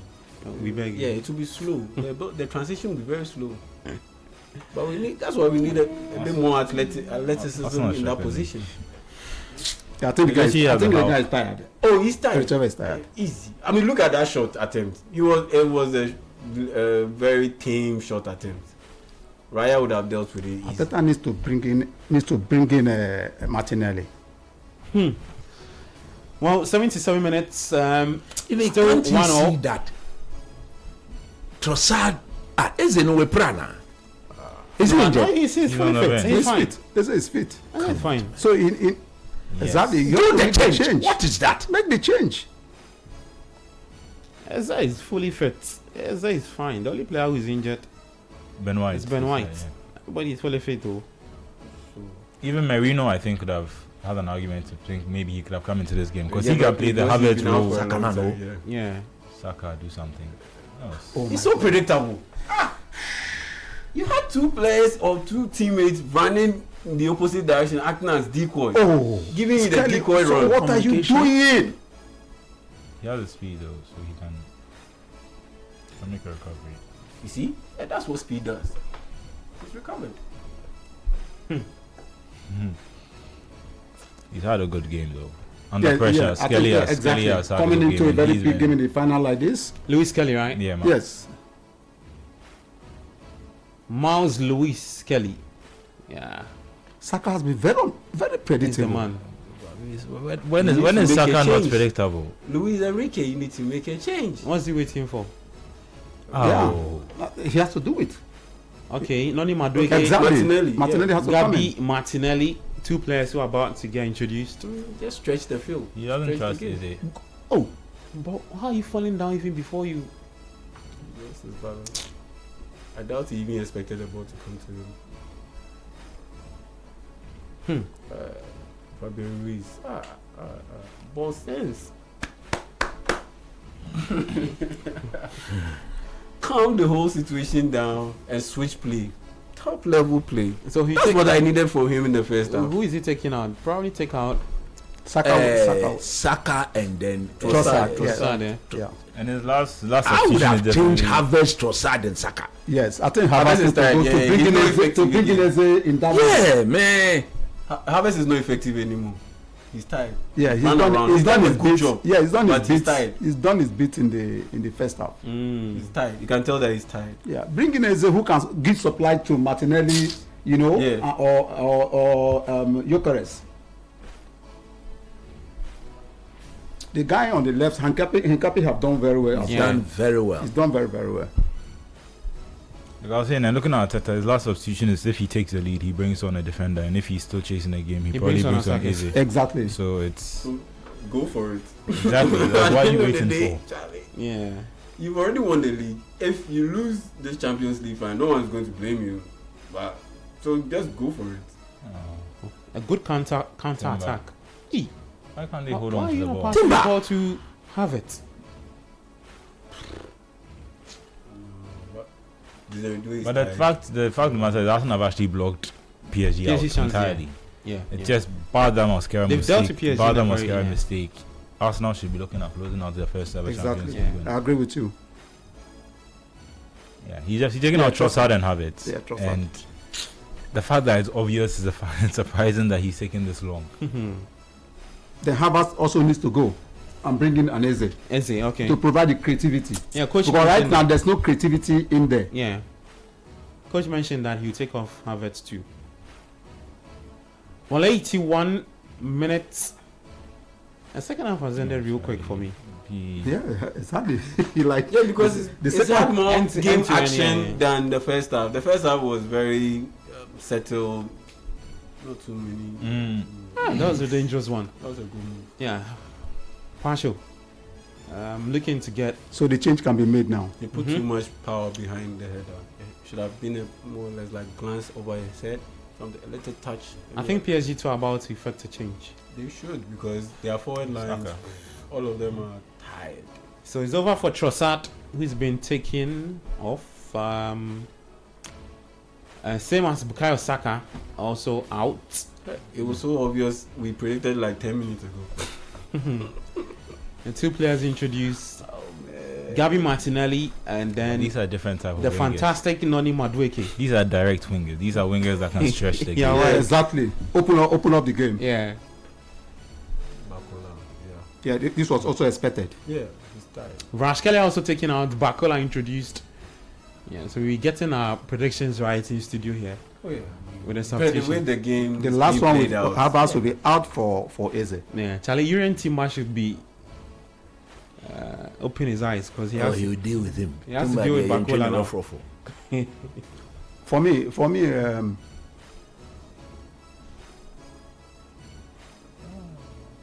We'll see how the changes would. But doesn't play just out. swim down playing both Havertz and Gyökeres. Yeah, it's like a Yeah. 4-4-2 Literally. when they are And going long. They are closer to each other.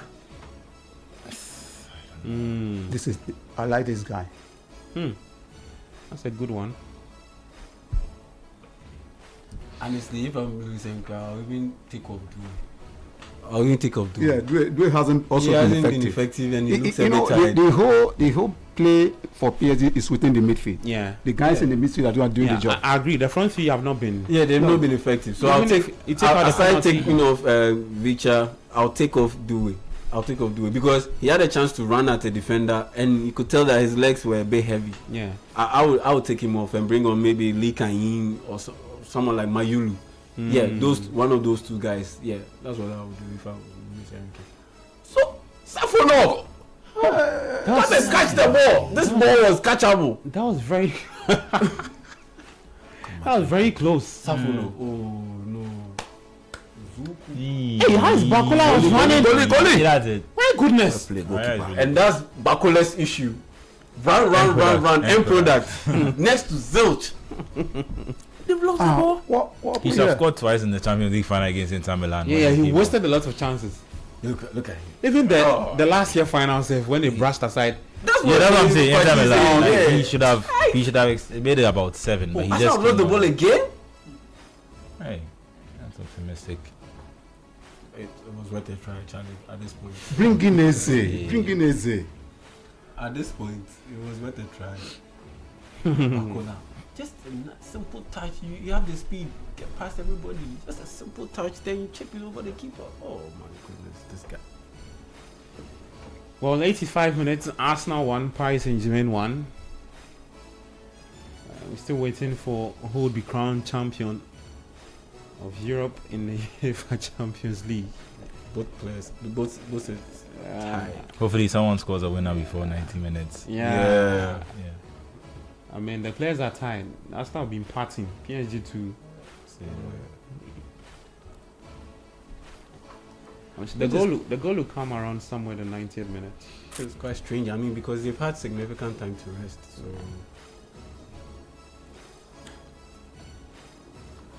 Yeah, I mean, the temperature is probably quite hot. It's quite hot. Yeah, in Europe they have an early heat wave, unexpected one.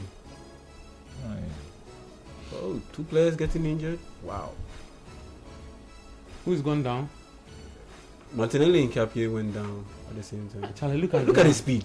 Raw Charlie- speed. Saliba- Saliba couldn't even Yeah, I mean, he that didn't touch. contest. Like it was a no contest. Absolutely no contest. I think Raya read it well. Yeah, but I think Bakula could have still got a touch before I got there. Yeah, If he had overhit been- it. He overhit it. Bakula. Hold the ball. Why is he also rushing with a short attempt? Yeah, that is it. Ooh, No. No, they've Martinelli- recovered. Martinelli They've recovered. ran. They've recovered. Oh. Oh shit! Martinelli. But he should have squared the ball. He should have squared the ball immediately. I think he could have rounded the ball He himself. should have squared the ball. He should have gone with it. Oh, exactly. Oh my goodness. Charlie. Emotions are high. My goodness. Oh my god.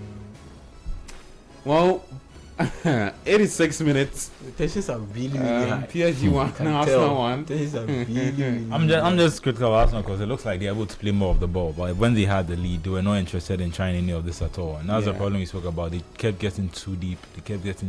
And expecting that they can hold on to their advantage. And like PSG have the better quality. I don't think it's negotiable. So I don't know why they were insistent on trying to see whether PSG can break them down first. I mean, you can't blame them because they got the early goal. Too early. But you have to protect your lead. Yeah. And in the sense that happened to by this ball? protecting your lead, you also have the situation where you can spring counter attacks. And that's why I'm not too bothered about how they approach the game, because when you watch the first half, as we all did, PSG had nothing. They offered nothing, no major threat. So I think the Arsenal game plan it worked very well. Yeah, it's it just that penalty that changed the whole thing, Yeah. and the fact that they had a chance to take control of the game, as in manage the game, gain more possession by ensuring that Arteta made the right changes, in the sense that you needed someone who could hold on to the ball and create something, especially when carrying the That's ball. Martinelli. And that's either Martinelli or Yeah. Eze, Yeah. especially through the middle. That's Eze. Exactly. That's I I'm wanted sure that. he's not given And he Eze failed a to do chance in this He game. failed to do that. So that for me messed up the game plan. Aside that, the game plan has worked. See, there's nobody even supporting him. Yeah. Nobody to pick the. I think a fresh desire will go at these guys. He's tired. That was close. It's a very close one. That was close. Was that a save? No, No, it no, was no. a miss. You missed it. He missed it. He didn't play perfectly. I think he added a little bit too much punch. Is Raya injured or is he just having cramp? Maybe calm. Also a way to slow down. Now you see the game is open now. Yeah. Quick switch. Also a way to just kill the momentum of PSG. Whoa. Yeah. He applied a little bit too much power.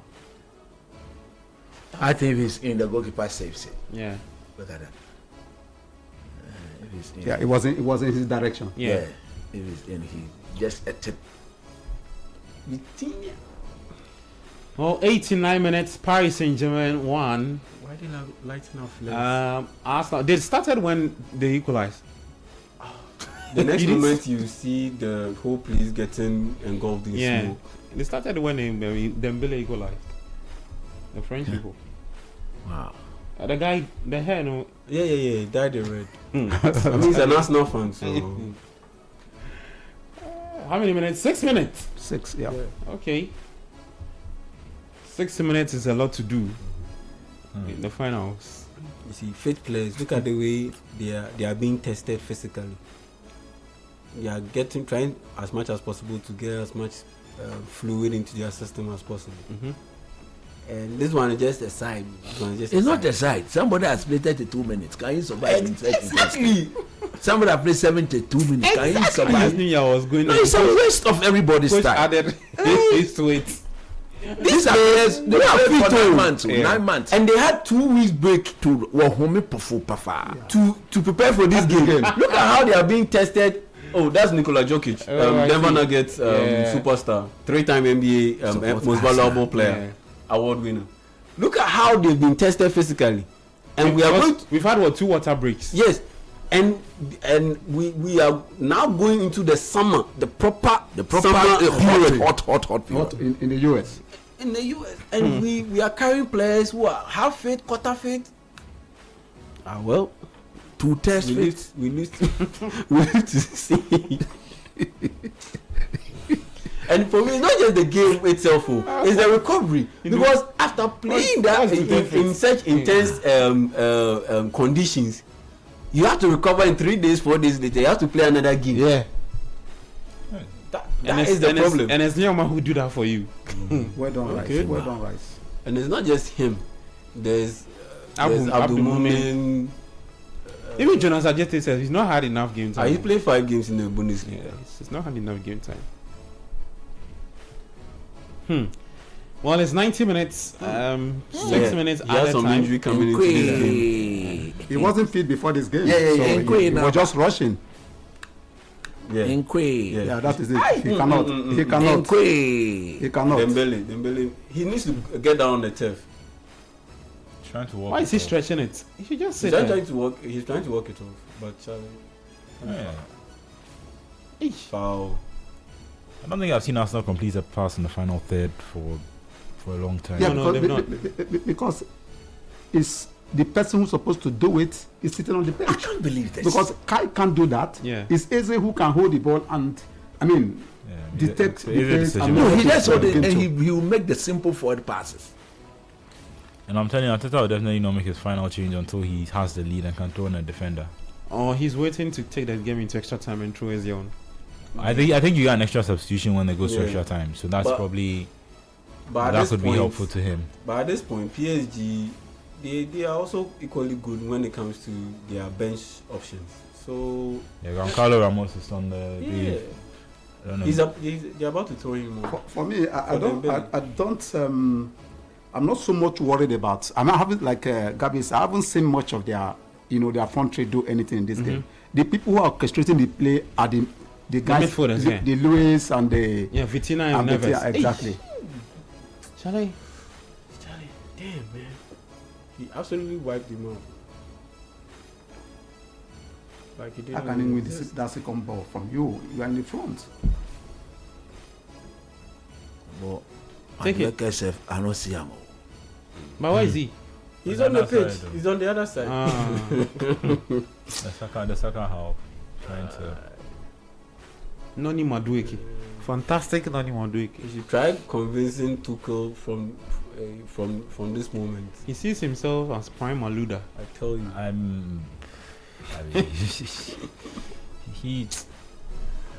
It's not negative. I think Havertz is tired. You can see. Oh yes. You can see. He's done a lot of running. Yeah. And he also hasn't played. He's been injured this season. He only just came back. So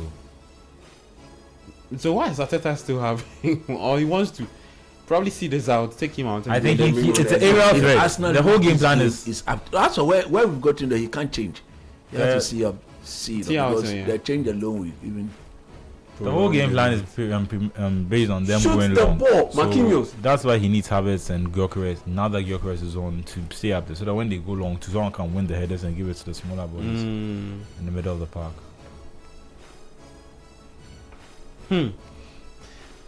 Well, 2 minutes more to beating them. get to the other time.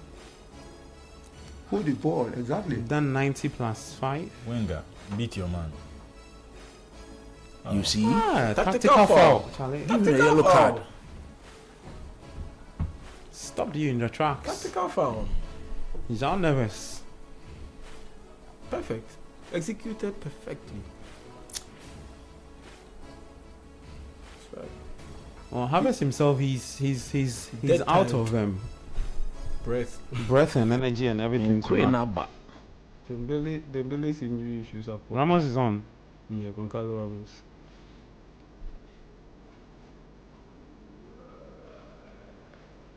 Well, 90 plus 6, almost done. There's none.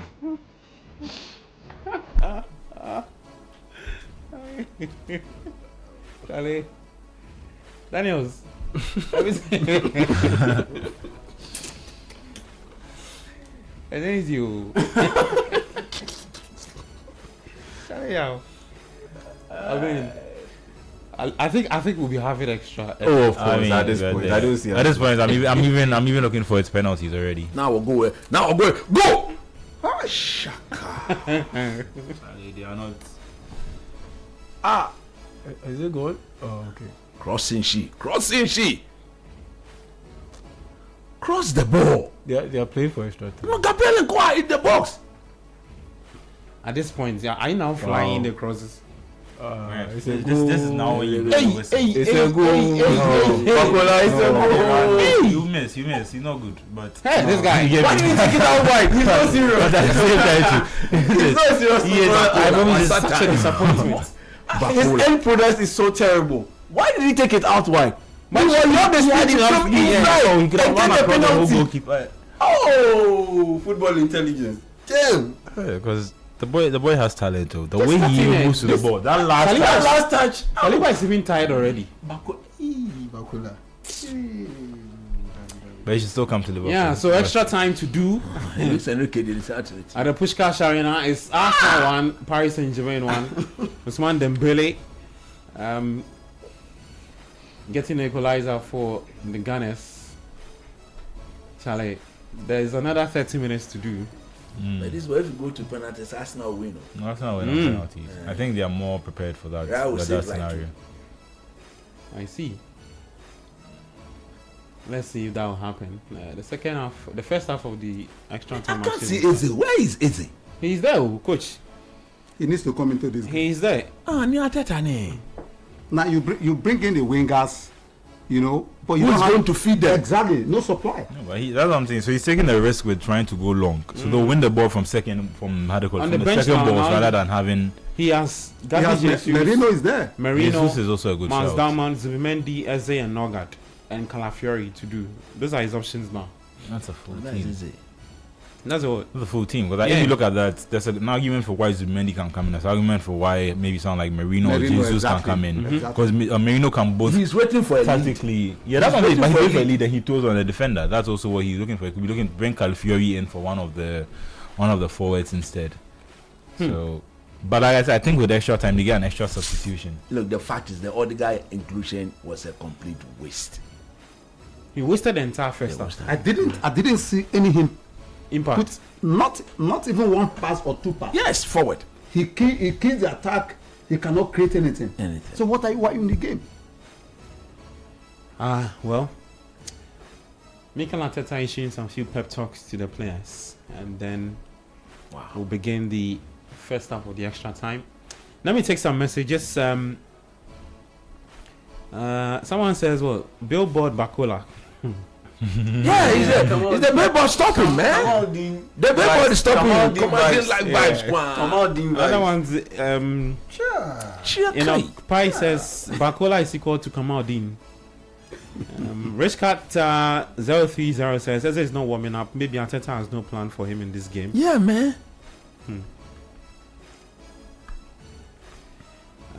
Players have been used to a lot before this world. A lot of the countries are bringing in half-fit players. Hey, are you sure? You have fit. Your own is not half-fit players. So he's played only 32 minutes. 76 Marcos minutes. Acuna was part of the 2022 Argentina squad. He got He's not dropped bad, he's not because he's been dealing with hamstring issues this whole season. Yes. Guess who they picked as left full back in his place? A young 21-year-old left full back Valentin Braco. People are serious. So He plays for Strasbourg. Okay. Liam Rossignol's former team. Yeah. Valentin Baku. He's Argentine. 21-year-old left full back. He's the one they called to replace Marcos Acuna. Zubimendi is the one being brought in. You see, so He's there's a bringing different- Zubimendi. Yeah, there's a different. Like he has an entirely different game plan. And if Zubimendi comes in now, I think the boy is struggling. Skelly has I think, an ice on his. So the Arsenal people are tired. I'm still. If he saw how Odegaard plays in this game, I'm surprised he didn't see how Eze fits into the game plan of this throughout the whole 90 and for the 120 as well. That's just surprising for me. Well, the stats actually says that this is the first time a Champions League final. Havertz is the one going off. Yeah, has So gone. you can clearly see the players who haven't performed in the final for Arteta. Yeah. But it's surprising why he decided to. Aves. Yeah, Eze is coming. That's Eze Eze is coming. in. Eze has come. Yeah. I'm going to draft. think Oh, that's Zubimendi also Yeah, in. so he's bringing both in. Exactly. This is what we need now. Yes. I think that's what we were saying, that he wants to see it out Yes. and then bring them in the first half. of the Arteta extra time. surprised me. I thought he'd wait for the last minute to also. Go for it. And then it's extra time. This is only 30 minutes. Yes. So all you take. I all hope the- I take all the hope we risk. see an entirely different Arsenal in this second half, and this in extra time. And if you look at the players that they have on the field now, they have technical players who can hold on to the ball and then progress the ball and look for passes for the players who are making the runs. Yeah. He has the speed of Madueke and Martinelli on either side, and he has a finisher in Gyökeres in the middle. I think there should be a different Arsenal in extra time. Okay, so the last time we saw two teams in the finals of the Champions League playing to extra time and one winning on penalties was in the 2015-16 season. You remember who won, right? Real Madrid. Real Madrid, beating yeah. Atletico 5-3 on penalties. Let's see if Arsenal will do the same. Eze. Paris Saint-Germain. Eberechi Eze is on. Eberechi. Yeah, Zubimendi is also on. 2 changes, 2 more weapons thrown. Right. Why did he Onto wait till the extra pitch. time? Mikel Arteta, yeah. It's, This should have been done like in the 70th Sometimes minute. he's very. unless he was scared to difficult. lose the game and he'd rather go to extra time and then bring on the two players as his advantage. Yes, and they use they've the done same it tactic again. again. What? You just kick the ball into the air and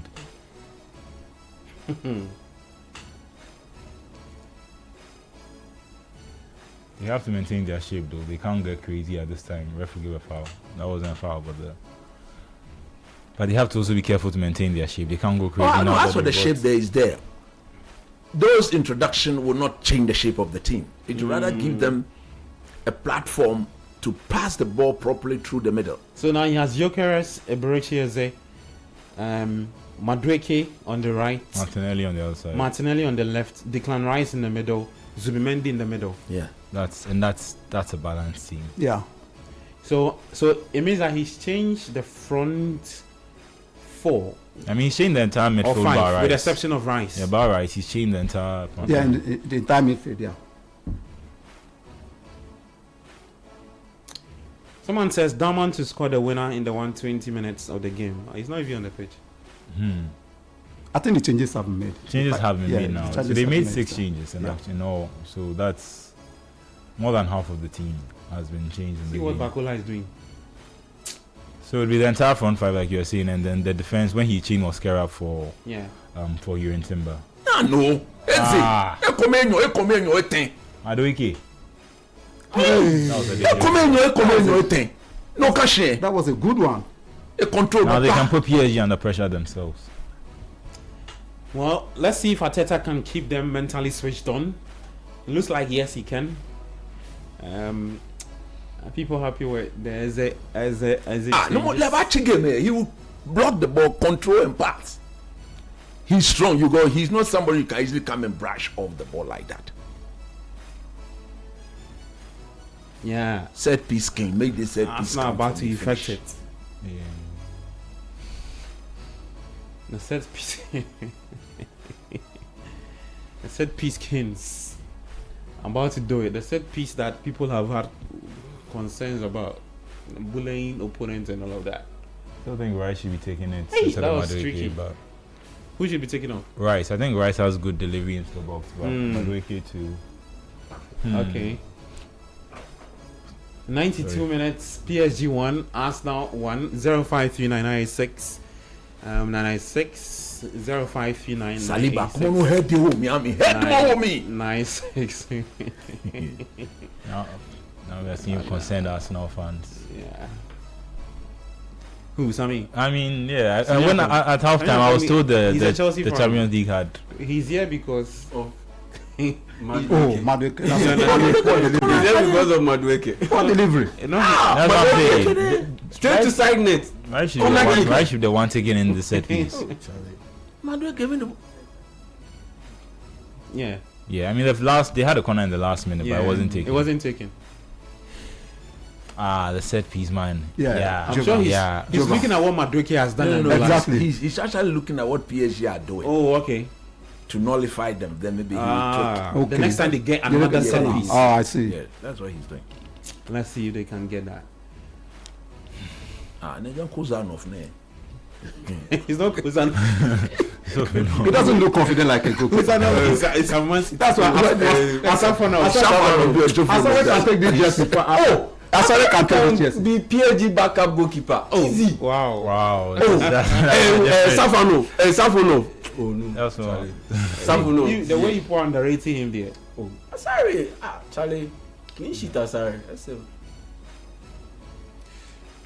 Let's see. Extra time, and it's a time for the two teams to actually attack and back the last minute winner. Is he? Let's see who can get that. Beat your man.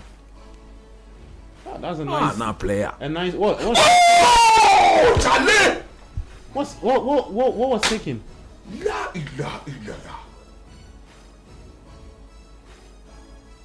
It's a physical game. He's saying that he brushed.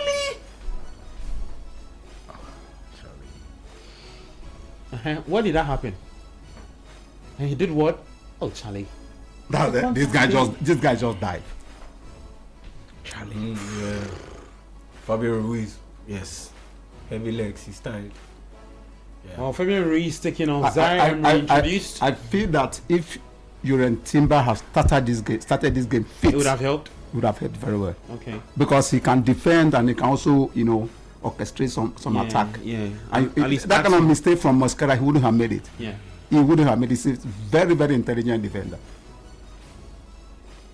Shofanov. two kick, two throw.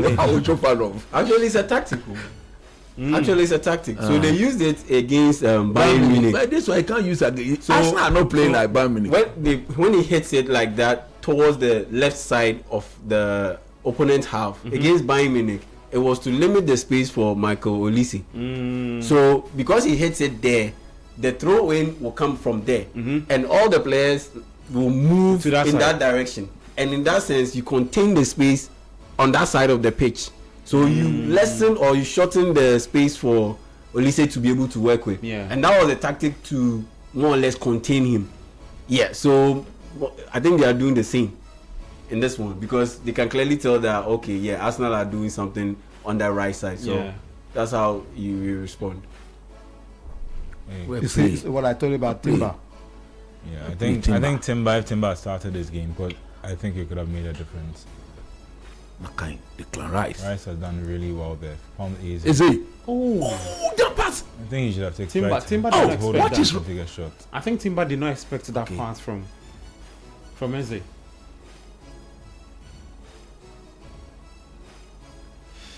My goodness. 96 minutes played at the Pushkash Arena. Actually, Madueke they give passes power. Prime Madueke. Yeah. As soon as a PSG player falls, it's a free kick. Referee, he should bring it back.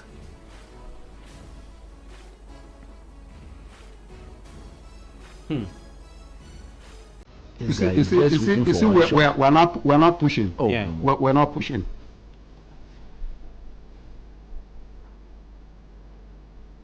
Gebra 1-2.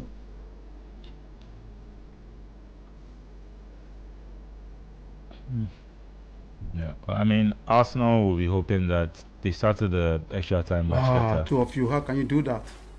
But if you look at the stats on the table, PSG have had 16 attempts to Arsenal's 4. They haven't mostly been shot on target. That I think is just 4 Give it to 1. Eze. Martinelli, ne?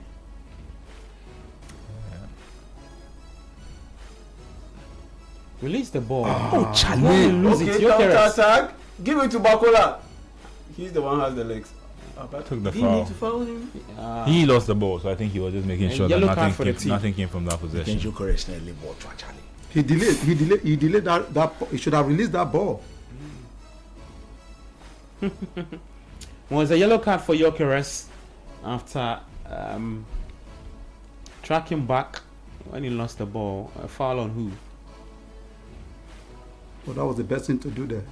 Well, yeah, Not, because it was against somebody who's got fresh.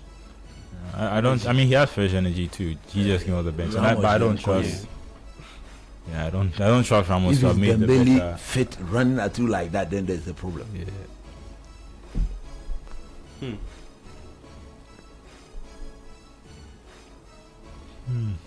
It's still 1-0 between the two sides. PSG 1, Arsenal 1. 0539969996. That's the WhatsApp text lines.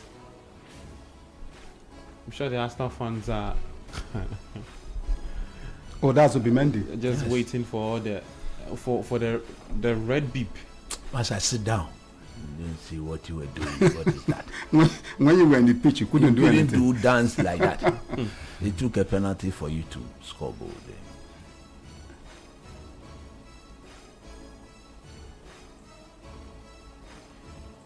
Let me take some messages, some more reactions that have come in. Ruben von Dowenya says PSG should Go refrain for him. from securing penalties. They should score real goals. That's a rich comment from an Arsenal fan. Richie Roy from Pone says, Green City, Havertz take Juju for UCL final. One goal that you can't hear. Enrique, like, make it go best pep. What happened to him in 20? I mean, they've equalized. I think the message came before there. Neatoja from Tema Newtown says, PSG 2, Arsenal 1. From Kwashi says, Coach, this is no EPL. Oh. Okay. Over the bar. Jay from Cove City says, Moshkara is even lucky he didn't get a red card. PSG will win 4-1. 4-1. It doesn't look like the game that they will even score two. Is it the same game we are watching? He says PSG from Doenya from what am I saying? Ruben from Doenya says Arsenal still wins the game. Ramirez says PSG 2, Arsenal 1. Scatter says if Arsenal don't stop that furious football they're playing, they would lose. Okay, they will lose. Charlie, was that Havertz? Yeah, on the bench. Now doing his bit to get morale off the bench. Yeah. Yeah, he's done his part. He's done his part. To be fair, bar the goal, I don't think he's had a very good game, if I'm being very honest. I think Well, he had yeah. another chance that he could have It shot was the more. same thing. I don't think he held onto the ball that It was well the as he same could thing have. for Chelsea in 2021 when he scored. I mean, before he even scored, Yeah, he right. was He playing, should have buried that second. Yeah, the second goal. chance. Yeah, he should have he buried. was playing very badly. Before, what's this guy chewing? He's been chewing this since. Dumb, Patrick. That's how you Very- chew. All these games. He's been Come on, chewing go back. since minute 1. It's Wow.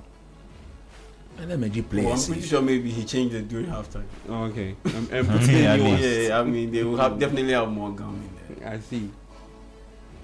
Look at Jimole. Noni beats. Winifred. Run. The player, you don't get He's past. one- Oh, that's a penalty. What is that? What is?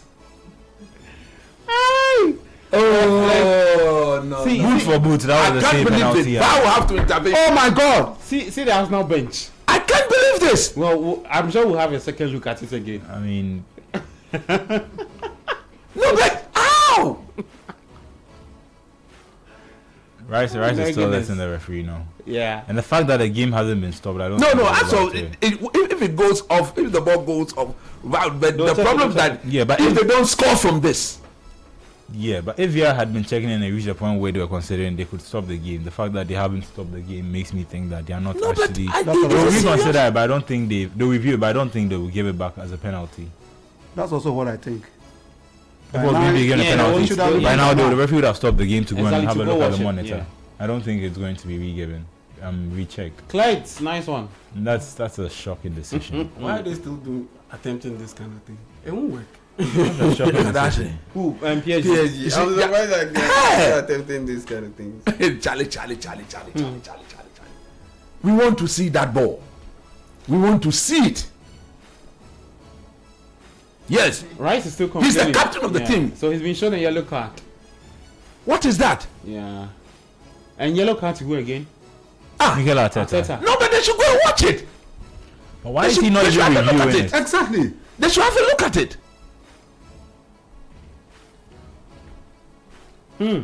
Mikel Arteta very. And I think it's just, and if I'm with them, I think it's just a combination of all the different little moments. If this is not a penalty, what is this?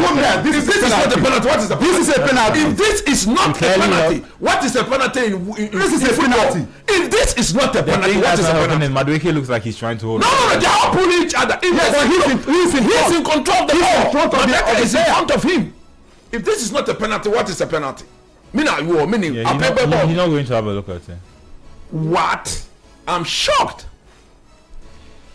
Referee. They don't. And copy. Oh, He's what? he's tired. He's run. Look, if this was PSG, they would have taken a penalty. I'm telling you honestly. Honestly, like if you look at the pattern of the game since the start of the second half, it's hard to disagree because PSG have had much softer decisions go for them as free kicks. And Exactly. Arsenal, Yes. Exactly. I think Arsenal out of substitutions. I don't think I think the few times Madueke has had, but he's made some impact. He's direct. He's a winger, and that's what I'm saying. He's a direct winger. That's what I wanted to. You know, I was listening to the analysis. Was it 2 weeks ago when you guys were analyzing the England squad? Yes. You know, what did you see in Madueke? He's a direct. This is it. Yes. This is it. This is it. I mean,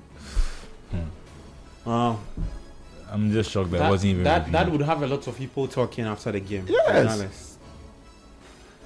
And like I said, and Arsenal have a history because if you go back to the Champions League game, the match against Atletico Madrid, I think there is a foul, even though I don't think it's a clear penalty, but once it was given, I don't think it's a penalty that needs to be clearly overturned. So Arsenal are clearly going to feel like they've had a lot of hard luck, especially if you go back to the corner that wasn't allowed to be taken at the end of the first half. Like there's a lot for Arsenal fans to feel aggrieved about. The referee probably might have seen it as a very tight call, but the Arsenal fans not too happy with that decision. Play continues, no VAR intervention, no penalty. Hey, Arsenal look like a different team. That long ball to kick it to have it, and then he goes and I said it's easy. He is strong enough. When he picks the ball, you block, you pass. He can go past the players. I mean, mini Joe, guy Joe, dig mini Joe at all. Okay, I'll ball him if they game him. Now I wonder whether Madueke and Saka would have probably been the better starting option. Because I appreciate Martinelli's speed on the defensive side, but he also has games. He's only scored 1 Premier League goal this season. Like he is an effective player, but he can go missing sometimes. And I'm hard to call Madueke. He's done well. He's done well in the Champions League. 6 or 7 goals in the Champions League. Yeah, but the Champions League he's been much better. Yeah, he's been much better in the Champions League. He hasn't been consistent throughout the season. I think that's the point I was trying to make. Not. Well, you're not sure which version of him you're going to get. No good day you are getting the Champions League version. That's why today he looks more like the Premier League version. That's why we are fortifying that position. You know, that left part of the attack. Is it? Well, the first half in the extra time will soon come. Don't take it back, Madueke. See Madueke. You see his impact. You see the control we're talking about. They can never have. I want to come about let me do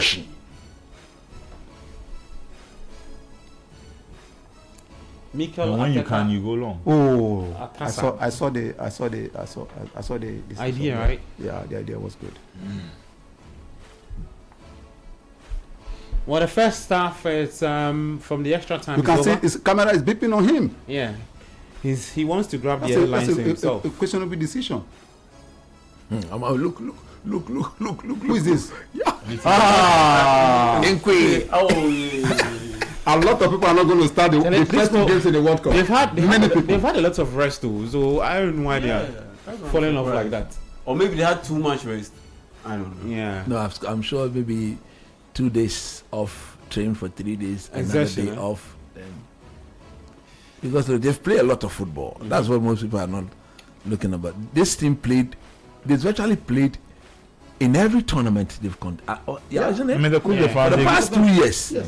So they've played a lot of football. including the Club World Cup, and I think that's Yes. another key factor. Chelsea themselves, because of their knockouts early, Yeah. and so they haven't noticed the But even at impact the of start of the that. season, they suffered from that because they were Yeah. losing some players to injuries and all of Yeah, that. and PSG have tried to. It's the same squad, but they tried to, and they've rotated their injuries in a sense. They've had a time where their front line was dealing with injuries. They've had a point where their back line and Hakimi were dealing with injuries. So at this point, I think everyone is just tired. It's just about who is still alert and sharp enough. If you don't want this game to go to penalties, this is the time to make a difference. This is the time to step up and find a way to win the game. Real Ferdinand Van der Sar.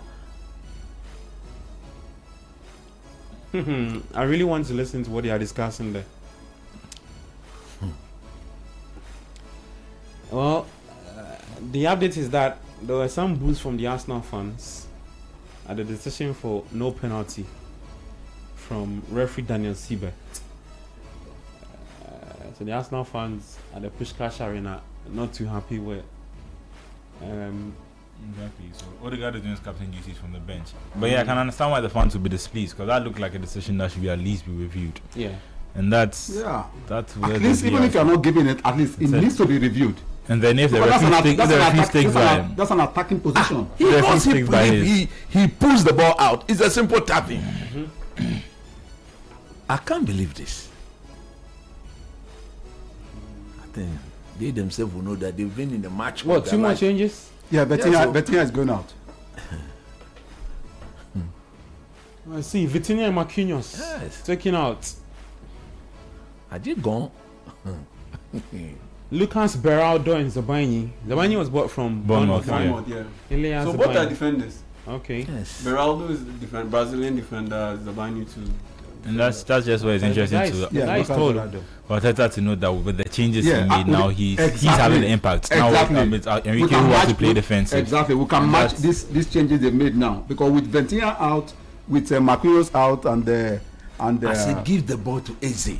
No more. Give the ball to Eze. Finish. We'll win this game. Simple. Charlie, you've brought Odegaard. Charlie, Odegaard should have just wasted close to 55 60 minutes. something Just minutes. give him 5 more minutes after second half, and he chuck him off.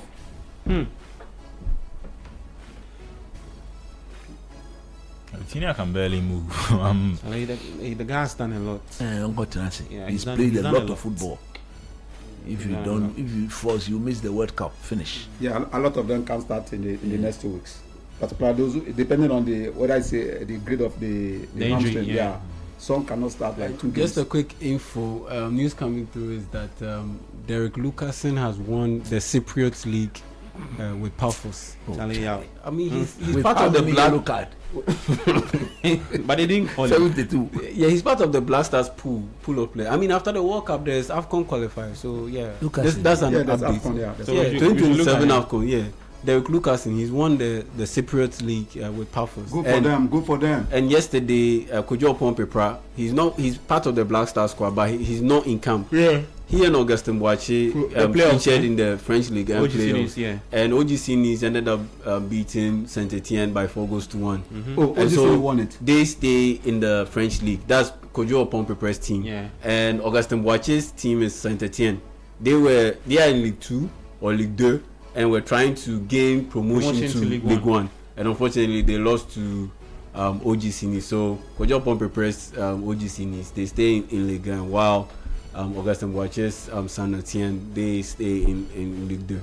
So that's the wrap. Because if they had been relegated, then that would have been another Black Stars player whose team gets relegated at the end of the 2025-2026 season ahead of the World Cup, and that's not a good look. So yeah, congrats to Kojo Opon Prepra. Okay. Boy. The keeper there, this keeper is good though. Wow. See, he saw that if he doesn't dive, the guy will come and tap the ball inside the net. Yes.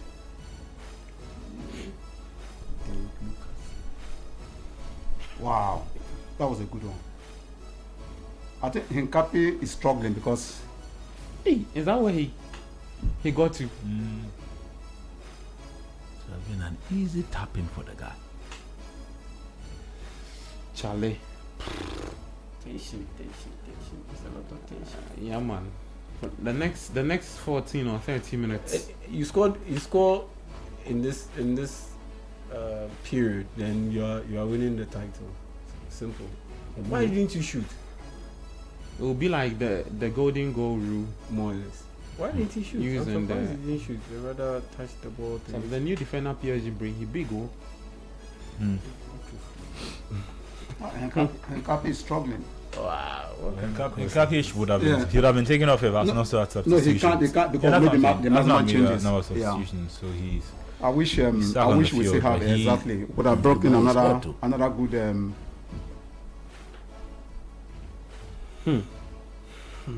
But this was the point that I was making. At some point, the defenders are going to the ones on their feet because they've had to stick throughout the whole Go forward. match. Yeah. So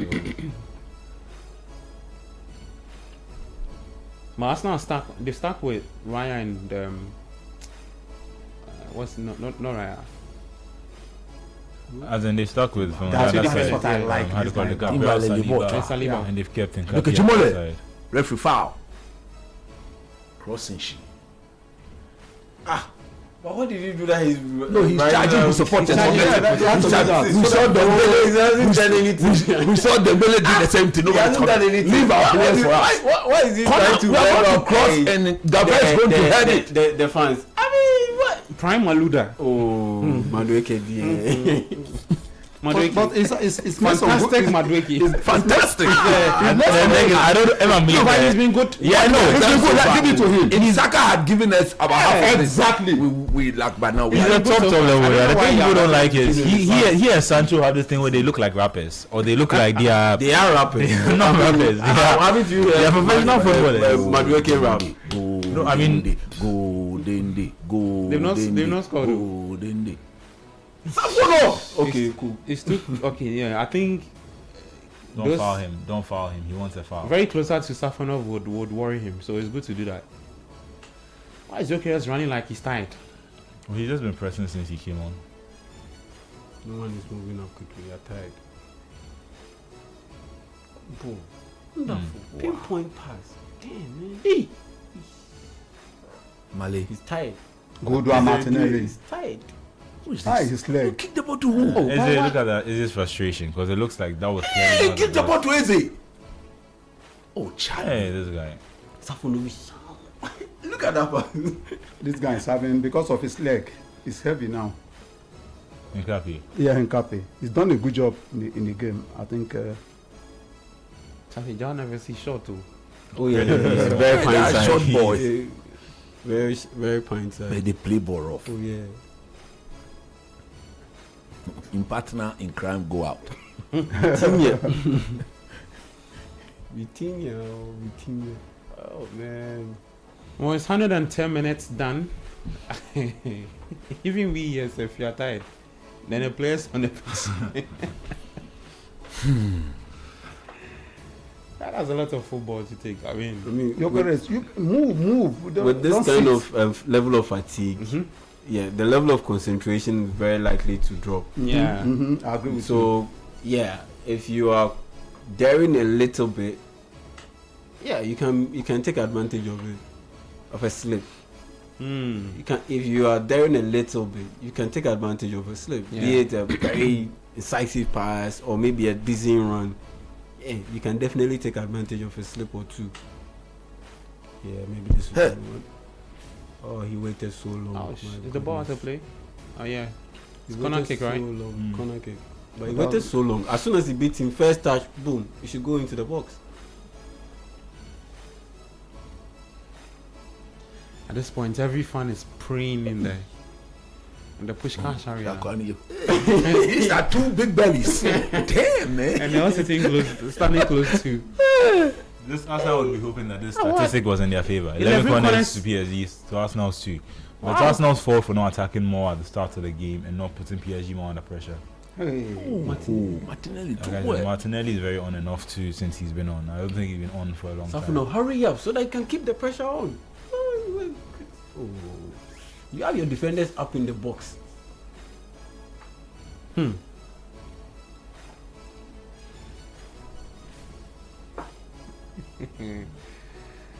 Oh boy. PSG won, Arsenal won. Extra time, UEFA Champions League final. 112 minutes played. Well, 8 more minutes. I think we should just. I mean, everybody. I think we'll just see penalties, right? Yeah. The two teams look very. They are jaded. They Yeah. are tired. I think it's Arsenal's attack that looks slightly sharper than PSG's. Yeah. PSG can't lose the ball because if they lose it, they have practically no protection because Joao Neves can barely run. Hakimi is way upfield, and who do you have? Zabani and Pacho and Marquinhos. They are not catching anybody. Yeah, I mean, Arteta too is running into a problem where I think for the second cup final this season, he can clearly point at one of the choices he made and wonder whether that cost them the game. In the Carabao Cup final, that's clearly the choice of Kepa instead of David Raya. Yeah. And in this game, I think you obviously, even though Timber wasn't fair, I think he probably chose Mosquera because he wanted a more defensively sound option, and I think it backfired. You're looking at that. I think the problem was that Timber was just coming off from injury. Timber hasn't played. He hasn't for played almost since like March. 2 months. Since March. Almost 3 2 months. months. Yes. So you wanted to It put would have him been a risk. it would be a risk. Yeah. But why not start him and then once he can continue the game, that's when you then bring Mosquera in to finish the game. I don't think that will, if maybe they end up losing this game, I don't think that will be the biggest mistake that he did. The biggest mistake that Arteta would have done if, let's say, they lose this game would have been or would be. You see what Timber brings. Would be he not trusting Eze. he not trusting Eze to start the game and he not effecting the changes earlier. Or I think for me, it's the changes. Yeah, that would be the biggest mistake if Arsenal end up losing this game. Not necessarily starting Mosquera ahead of Timber, because Mosquera played very, very well. Yeah. He played very, very well, and he helped the game plan. So for me, I mean, but from this point, wouldn't you say that Timber has played more in the match than Mosquera in terms of number of minutes? No, because the circumstance of the game which has is fair, changed. but that would prove that Timber would have been fit enough. The circumstance of the game has changed. Look at the number, the amount of defensive work that Mosquera did in that first half to curtail PSG's attack. Not player. It's different. It's very, very different. Yeah. It required a lot of effort and energy to curtail PSG's attack in the first half. The passes. But now things have opened up. The legs are heavy. So if you bring in Jorin Timber, it's easy for him to impact the game. Yeah. Which is exactly what he's doing. Yeah. If you had put him in that first half, trust me, it would have been too tasking on his body. Yeah. Well, for me, I mean, if I were to be the coach, I would put him, even if he gives me a very good 45 minutes. But other coaches did, and it ended up badly for them. You remember Diego Costa, his injury ahead of the Atletico Madrid final. Yeah. Diego Simeone put him there. It backfired. You remember Mauricio Pochettino, Harry Kane, Tottenham Hotspur. It's an intense game. Don't do it, especially when you have proper cover. If you don't have any top level option, fine, then you go him. You risk it. But when you have proper cover or options, just let the person play. And per what we saw, Mosquera absolutely aced the test. Yeah. Okay, PSG. Okay, he absolutely aced the test because now Jorin Timber is doing very well because at the end of the day, the game has opened up. He's there. So he's doing very well. But trust me, if they had put him from the start, the way the first half went, he wouldn't have been able to sustain all that defensive duties and responsibilities That the other guy did. No, that Mosquera did. No, he wouldn't have been able to do it. Mosquera became a bit suspect when the referee showed him that yellow card. That's a good move. Oh, why did he run it back? Just turn and go. He should have turned and just run into the box. Oh man. Ah well. You're tired. 160 minutes. Paris Saint-Germain 1, Arsenal 1. 4 minutes to end the 120 minutes. 90 plus 30. And then we are here to do extra time. No, penalty. Sorry, penalties. Yeah, I'm also you're also tired. Yeah. I've been playing a lot of football games. Okay. Oh, that's a Hey, good that's a good you falling now? How can you be falling now at this point? It's because of Hey! it's because it's injured. It's got a Yeah. There's a redoing. Oh my goodness. That was a very good Yeah, one. Madueke. Referee, he's been doing this. This is the same penalty issue. The same thing. Nuno Mendes. Yellow card. You see, the problem is he's thinking that Madueke will cut onto his left foot. Yeah. He's also dribbling him to this ball. He didn't raise his head to see that he had more time than he actually thought. I think he's also tired. Yeah. Look at that. Look at that. by now this guy should have gotten a red. Yes, man. The same thing. You see, Ateta to delay this Madueke change. I agree with you.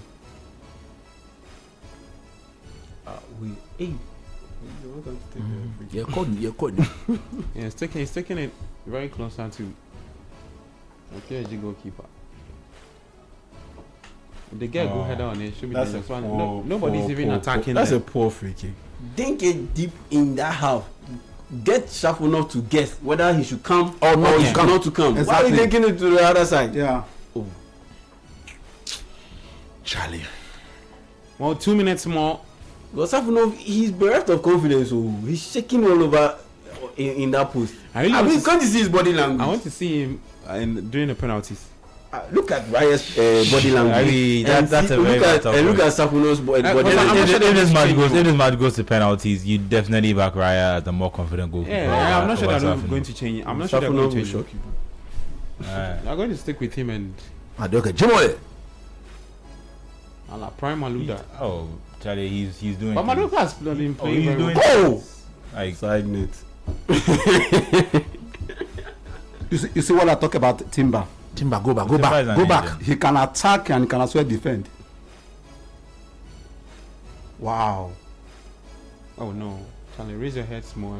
Wow. I see what he was going for, but A close. yeah. So you go across and you catch the keeper off guard and it goes. But if Safno was beaten by the same type of, He would have been sacked right there. Charlie, that's Russia's number one.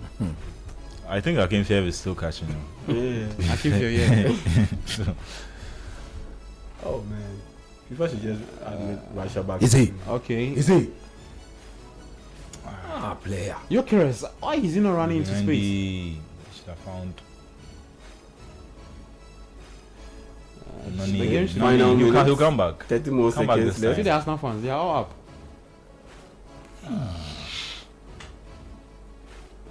Why allow Go me? Perez. Go Perez. Oh, Victor. That was a nice one. He was trying to get. Yeah. I thought that this guy. Handball. Really? I hope he's not going to stop Handball. the corner this one too. He said 1 1 minute. minute. He's actually One made more checking minute. for this now. But that's No, that's no, not no, handball. no. Against the leg. Well, that was a very good one. That was a good try. Yeah, he Gyökeres. created the chances for himself. how shouldn't do just you stop- check this but you don't check the other penalty? That's The referee in Angata is not consistent. Now we'll go. oh, Get the- let's now- He shouldn't let stop Rice this corner play kick this. too. Or I can like you see what will happen to him. Now go away. Now go away. Go Dende. Go Dende. Go Dende. Go Dende. Go Dende. Go. Yeah, that's not one from a last minute corner. Yeah, no Man United. Madueke is not. Look at going- Safo. Oh, that was a real chance. What happened? Corner. Goal kick. Goal kick. Corner. Is that another corner? Goal kick. It's a goal kick, and I think that's the end of. That's the end of the game. They are done. The game. Yeah, well, penalties for Arsenal and Paris Saint-Germain.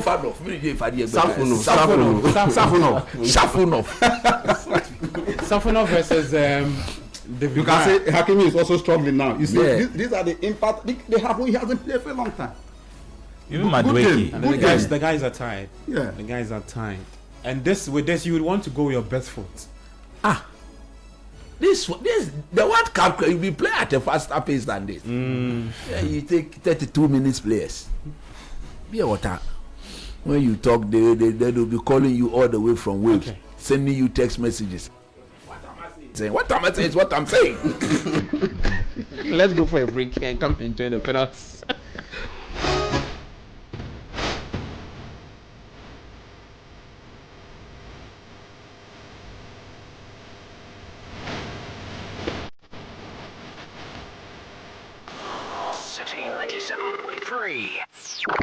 Accra. Hey, Charlie, these days there are azar everywhere, and GCB Bank is on the alert to protect your money. So be vigilant.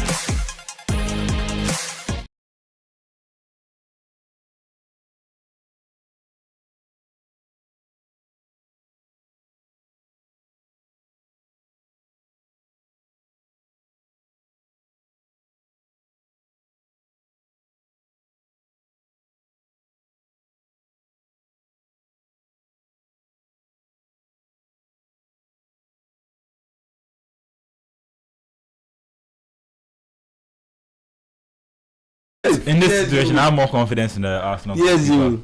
Shofanov. Look at the way they. Safonov. On step player cry. He looks scared though. Look at the body. Oh, you know, maybe he's been deceptive too. And you say 4 penalties here, you guys. Charlie. This is where Kappa should have been in. Yeah. David Raya. Oh no, I trust. No, Ratu is a good penalty That's stopper. a good. No, he is. He is. And Kepa is short. To be fair, I know that. Kepa is taller than Raya. Kepa is taller than Raya. Kepa is taller Yes. than Raya. Oh, really? Oh, Kepa is taller than. He's like Yeah. 6'4" to 6'3". Kepa is taller than Raya. Hands down. Easy. That's surprising. But Oh, Kepa is taller than Raya. first kick Ramos. Goncalo Ramos has scored for Paris Saint-Germain. Pressure handed over to Arsenal. Why you win? Oh, he's giving them morale. So the penalty, there's no morale. Morale. Penalty, there's no. But that was a morale. good penalty. Yeah, it was a That good was a one. very good penalty. It was a good one. Even if he had gotten the direction. Let's see what the Yeah, response J. will be Hakimi, from Arsenal. Yeah. Oh, he will score. Jokeresh. He will score. Victor Gyökeres, Viking. the Swedish Viking. Charlie, the Arsenal guy, won't he watch the penalty? Yeah. Victor Gyökeres. Kepa is 6'2", Raya is 6 feet tall. I'm surprised Kepa is 6 feet. Okay. Charlie, yeah, behave yourself. Charlie, someone went south. The ball went north. He will surprise you. Charlie, penalty says so Penalty, difficult anyone can win. to see. It's Another thing anybody's game. when we started the game, we're talking about the tactical battles and how you can outsmart each other. And at the end of the day, they just cancelled each other out. And now it's That's just about a good penalty. That's a good it's not about penalty. who can keep their composure. But from people 12 are yards forgetting out. that Gyökeres has scored. He scored penalties. Yeah, for well, Arsenal. He's an incredible penalty He hasn't missed any penalty. I mean, Alright, Charlie, penalties. who is that? Is that Good. Doué? He will miss. He hasn't had a good game No, compared to he his. didn't have a good game, exactly. Desiree Doué. 20 These For boys, PSG, these antiques be too many. Desiree Doué for PSG David Raya. against David Raya. You should keep it simple. If Can you he try get to it? anything, Can He he looks get like it he's going past down the middle. yeah, go down the Raya? middle. Can he That's get the it best. past Raya? Okay, that's it. Nice. That's a very good penalty. Yeah. The Zeri Doué. Same spot Very as good Victor penalty. Gyökeres. That's a good penalty. Penalties now 2-1. Pressure now handed over to Arsenal. Charlie, pick a spot, plan the ball there. Yeah, just as simple as that. The way Raya move, if the ball some come in direction, you go catch him. I think Raya will save one. You see? Hey. No, your man. Oh, he will score. Oh, your man. Wow. Let's go. He be cool. He be relaxed guy. Charlie, is his face? I said he go score easy. Look, I go feel bet he go score easy. Easy. Easy go. Eze to score easy go. Yeah, probably actually is a penalty. Shafuno. He looks unsure. Shafuno, do it for me. Shafuno, go to the right. Shafuno, okay, Eze, run up to the ball. Okay. Shafuno said, hey! He's missed. I told you. The body language was off. He's missed. Oh! Is he? PSG for the win. Oh, there be. Don't worry. Yeah, what did you say? He didn't even hit the target. That was a bad one, right? Penalty. He took too long at the. Hey, look at Sufanov. Hey, they jump up. The run up. Oh, Charlie. Oh, no. What is that? This guy is from Kumasi. I think. The run up was quite delayed and started. Yeah, you give yourself way too much pressure. Show. Still think Nuno Mendes, clean. And this guy, he's brimming with confidence. He go Mendes, some he's foolish got too power. much aura. He's going to the top corner, left, straight forward. Go do some foolish power. Oh no, right actually. Well, Arsenal have missed. PSG score will be 3-1. I need that jersey. Yeah, the Paris Saint-Germain top. That's with the Michael Jordan logo in the Jumpman logo. Wow. Top corner. That would go. Nuno Mendes. I think I'll so in. What a save! Nakote. What a save! Nakote. Top class save! Nakote, David My Raya. goodness! Nakote. Yeah, he should have gone to the top corner. Why did he go down? Oh boy! That's a bad penalty. He played it at a height where it's comfortable for the goalkeeper to Let's make see it. Raya, so focused. And now I think other players who play penalties will be wary of. they'll be Like, scared. I think it goes down the thing coach said. Like once it goes take in the that direction. Aritha Balaga. Thank you. Aritha Balaga. Eze should have scored that. Yeah. No, he scored. He scored. Top guy is someone. Still hasn't saved one. Top proof. He jumped. He was undecided. Well, it's Declan Rice now for us now. Top proof. Can you make it 2-2? Stay in the middle. Stay in the middle. From David Raya. Can Rice make it? Yes, he does it.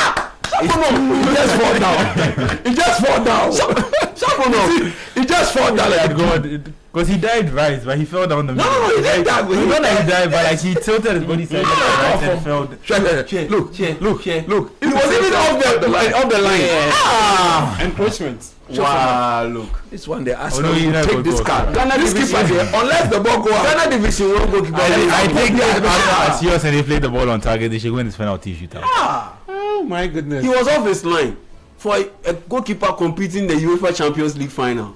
Shafuno. David Raya, Chiwezu, Hakimi. all the fullbacks. Hakimi for PSG. Can he make it 3-2? Straight down the middle. No two ways about it. Raya. No. Okay. Yeah, right. I wanted to. He's got experience. Yeah, and he scored the winning penalty for Morocco in Yeah. I think the Hakimi semi-final has of got the experience. quarter-final of the World Cup. Yeah. So that's 3-2. Arsenal would have to come and reply. That's the way they like how they talk. No? The way they dive. If he gets the direction right, man, they'll bet you ball. I think he's very quick with. Yeah. If he gets the direction, I'll bet you no. I mean, that's what we are saying about Asari. I mean, quickness, reflexes. Okay. And I feel like it's the opposite of Safanov. I feel like if you can get the ball on target, you have a Martinelli. chance of scoring. Exactly. Brazil players, they know the sport penalty. Well, They Gabi play. Martinelli for Arsenal now. Gabi Martinelli, can he get it? Straight My down the namesake, middle. make me proud. Safonov, make a move. I mean, make I a think save. down the middle is Safonov, when Thank you. Martinelli. Every Gabi be original. Safonov. We play and it goes down to this. Unless the ball go outside. If PSG miss and Arsenal score, Even that's there is a penalty. If it was on target, he jumped forward. He would have been jumped forward. You people have been on. No, the penalty he would have scored if he had just kept the ball on target. Yes, He he would have scored. He was nowhere near the ball. Shafunov. That's in Sha. What's this? Safonov. No, but like it's pronounced like Safonov. Like the Russian, Russian style. Okay. Safonov. Who is this? Yeah, Beraldo. Oh, yeah, Cheno. Yeah, this is. Every left-footed player is missing today on PSG. Watch him. It's now PSG's turn. David Raya. Would it be another save for David Raya or PSG will get? Okay. But Raya moved before the ball. No, but it means he had already made up his mind to go Yeah. to that side of the post. So regardless of Now it's the how it pressure. went. Now it's how do you call it? Sudden death. You miss and you're out. No, it's not sudden. I mean, Arsenal need to score first. No, Arsenal needs to score, but for them it's like it's almost sudden death because they need to score to stay in the penalty shootout. And who have they put the pressure? So he's on? going to miss. 4-3. He's going to miss. Gabriel You Magalhaes. play a David Luiz penalty. Gabriel Magalhaes. You play a David Luiz. No, you go feel miss the ball. He misses. They No, win. but why is They should have won last. why is Surprised Timber if they not didn't going to go play? Or even Madueke. Or Zubimendi. or Zubi. It's Gabriel If he Magalhaes. misses, PSG win. This referee. Yeah, if he misses PSG. How do you give your fifth penalty to Gabriel? PSG's Yeah. Russian Look at Wenger. goalkeeper. If he misses PSG. Safonov. Is That's that? the Babiev. I saw Khedira too. Yeah. It's a stacked section. Gabriel, you're a big It's game Gabi player. Magalhaes. Gabriel, you're a big game player. Gabi Magalhaes. Can he score? Oh! He's missed! My goodness. He's missed! I told you that he'll miss! And I PSG are told you! champions of the PSG are UEFA Champions League. Yes! Whoa! Defending champions. How do you give your last penalty? Why they against Safonov? But we said it. Why would Gabriel go and play? We said it here. I said it! PSG keep There's hold of no the way he's going Champions to League make title. it. With all the pressure, he's not a top level penalty taker. So why You can put all that pressure on him. You got Zubimendi. You have a Zubimendi. You have a Madueke. My goodness, it's all over. PSG are champions. of the UEFA Champions League 2025-2026 season. Gabby Maguire is missing the last spot kick, and PSG would retain the title. Arsenal fans can't believe what has happened. News Digest is next. I mean, guys, just a quick thoughts. We'd have to hand over to Samuel Akom to come give us the news. Let me start off from Mr. Oko. Just quick thoughts. Heartbroken. It's been a long journey. Yeah, it's been a long journey, and the team did well. We knew that when it was going to be a penalty, it was going to be anybody's game. Yeah. Yeah, they've done well. We've done well. We have to stay and fight another day. Yeah, I mean, I think that's the best thing. I think. They have to build on this. That's all. They lost 3 Premier Leagues before they were able to win one, and the Champions League, to win it on your first attempt would have been incredible. But it's still been a really good season. I think another thing that played against us was that all the first team penalty takers were already out. We're younger. Yeah. So Saka. But that's on Mikel Arteta. Exactly. He set up his team. He knew the team he was going. You know when you're going to play penalty. We've seen teams make substitutions with even goalkeepers with Tim Krul at the World Cup specifically because of penalty situations. So for you not to anticipate the penalty situation and for you to then mess up that your fifth penalty is your most important penalty. The Champions League final, what we're talking about in 2016, Ronaldo played that fifth penalty. He won it for Real Madrid. Neymar played that winning penalty for them in the Olympics. You always have to give it to a player who is in form and has the technique to do it. And and unfortunately that wasn't Gabriel. The thing that annoyed me most for Arsenal is I think that they were hurt by their indecision and some of the decisions that they made from Arteta, and I think that he will learn from this. And the fact that in the penalty shootout both penalties were off target rather than testing a goalkeeper who had clearly shown throughout the game that he was not confident, I think they are going to leave this game with a lot of regrets. But like I said, it's still been a good season for them. And for PSG, first team since Real Madrid to win back-to-back Champions League titles. And I think we can start looking at this as a, I wouldn't say it's a legacy. Yeah, I mean, he did it. What did you do? He did it. He did it. Mama, I made it. He's done it. Because he didn't save one penalty, so you put should on celebrate. Well, let's try and get some thoughts from our viewers and listeners. 054996 053986 It's all over the Pushkash Arena. PSG. I don't know, but I'm a bit disappointed. I'm disappointed because in terms of the penalty takers, normally I don't fancy defenders taking penalty, especially centre backs. Especially centre backs. In such high pressure situations. There was Timber. Okay, there was Madueke. Who else was available? There was Zubimendi. Yeah, exactly. Why go for? I don't know. Maybe they've done it in the training ground, and it happens to be that as the arrangement. Okay. Because to be honest with you, with Sofanov in goal, Arsenal shouldn't have lost this penalty. Who is that crying? It's Timber.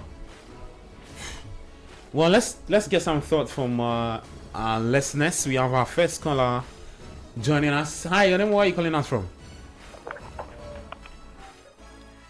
Hello. Hello. I am Enam and I'm calling from Tema. Your name is what? Hello. Okay. I'm sure the person is an Arsenal fan. Clearly not recovered. 05499696 0539986996. Call us. Let's get talking. Arsenal. Unable to win a Champions League. PSG retaining the title. Only one big team in London. PSG retaining the title. Call us. Let's get talking. 0539986996 054996 Hi, then where are you calling us from? I'm from Family. Your name is what? Ramirez. Ramirez. Yeah. Are you an Arsenal fan? So I'm Man City fan. Alright, talk to me. Oh, Man City, they did well. They did well. They did well. Man City did well. I knew that Man City would take the Champions League. Hello?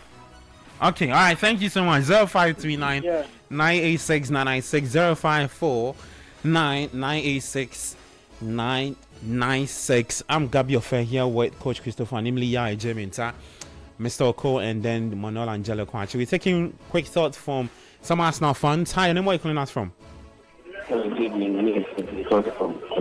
Hello? I'm struggling to hear you. Can you please speak louder for me? Can you hear me now? Yes, what's your name, please? Yes, my name is Timothy. Your name is Timothy. Hello? Okay. 0539986996 0549986996. Hi, your name, where are you calling us from? Hello? I think you're struggling with our callers today. Yeah, okay. Let's try a few and see. 0539986996 0549986996. Hi, and then where are you calling us from? Hello? Yes, your name, please. Yeah, my name is Meshach. Meshach, talk to me. What team do you support? I believe that after the first half, or before the match, coach was saying that Arteta should have started some players. We all saw that when they came inside, they couldn't do anything. So at times, give the coaches their due respect, or give them their due. They know what they are doing. We can all see. Odegaard has been inconsistent.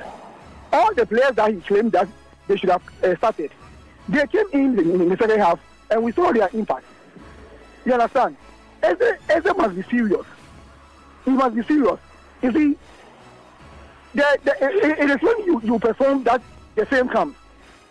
But it seems that his move to Arsenal has clouded his sense of judgment to the extent that he has not focused. When he was at Crystal Palace, you saw what he was doing. You understand? And the decision to allow Gabriel to come and play a penalty is no. Because we know that Saliba is a very, very good penalty taker compared to Gabriel. You understand? The ball, if you know how to play, we also know how to watch. So at the time, must sit up. Have a good evening. All right, thank you so much. 0539986996 054996 Hi, and then where are you calling us from? Hello? Yes, your name, please. Where are you calling us from? I'm Bobby. I'm calling from Agenda. Bobby, are you an Arsenal fan? No. I'm just part of the people who have been saved from noise pollution. Please talk to me. Yes. God has saved us from world noise pollution today. Because we wouldn't be able to sleep if Arsenal won this Champions League.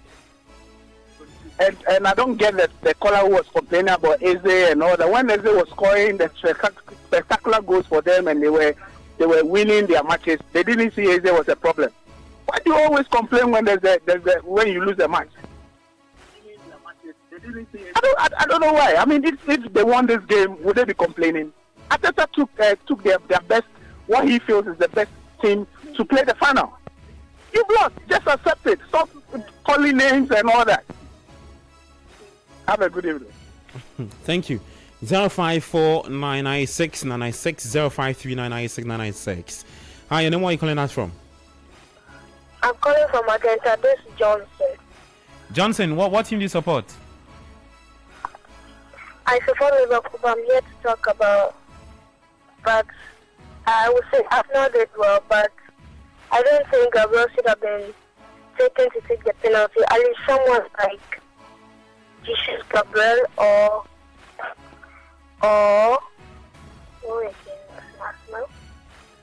any other player, but not Gabriel. Even though he's a good defender, he has done well for Arsenal this season. I don't think he was meant to take the penalty. Arsenal was so close to winning the first ever penalty, ever Champions League.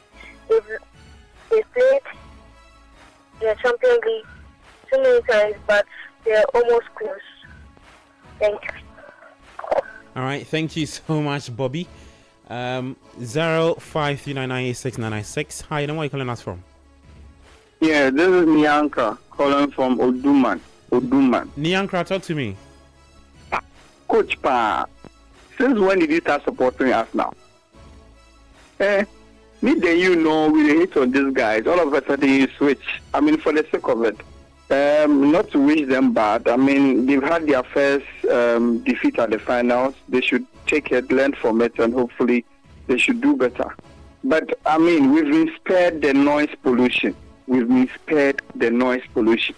Coach, get a ring mobile arm if you own. Ring mobile arm. Crying. Okay. 053996 Hi, and where are you calling us from? Yeah, my name is Wishwell Atiku from Kotobabi. Your name is what? Wishwell Atiku from Kotobabi. All right, please talk to me. From Kotobabi. Nice one. Talk to me. Honestly, to be honest, we had Arsenal had a German referee, and then we all saw what goes on. The penalty they got, and the penalty the referee denied. Whilst our captain is telling him that he should go and watch the VAR, he declined, and then he gave our captain a yellow card. So we know from the scratch, the second half when they started the match, we know the referee is for PSG.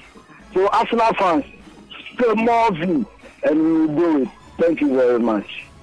All right, muchas gracias. 053996 0549986996. Hi, and where are you calling us from? Hello. Hello, good evening, bro. Good evening. How are you? Your name, please. I'm Livingston, calling from Tema. Your what? Hello, I'm Livingston, calling from Tema. Livingston, talk to me. Livingston, calling from Tema. Yeah, please turn down the volume of your radio set, okay, and talk to me. I think football is last, so fantastic. Thank you.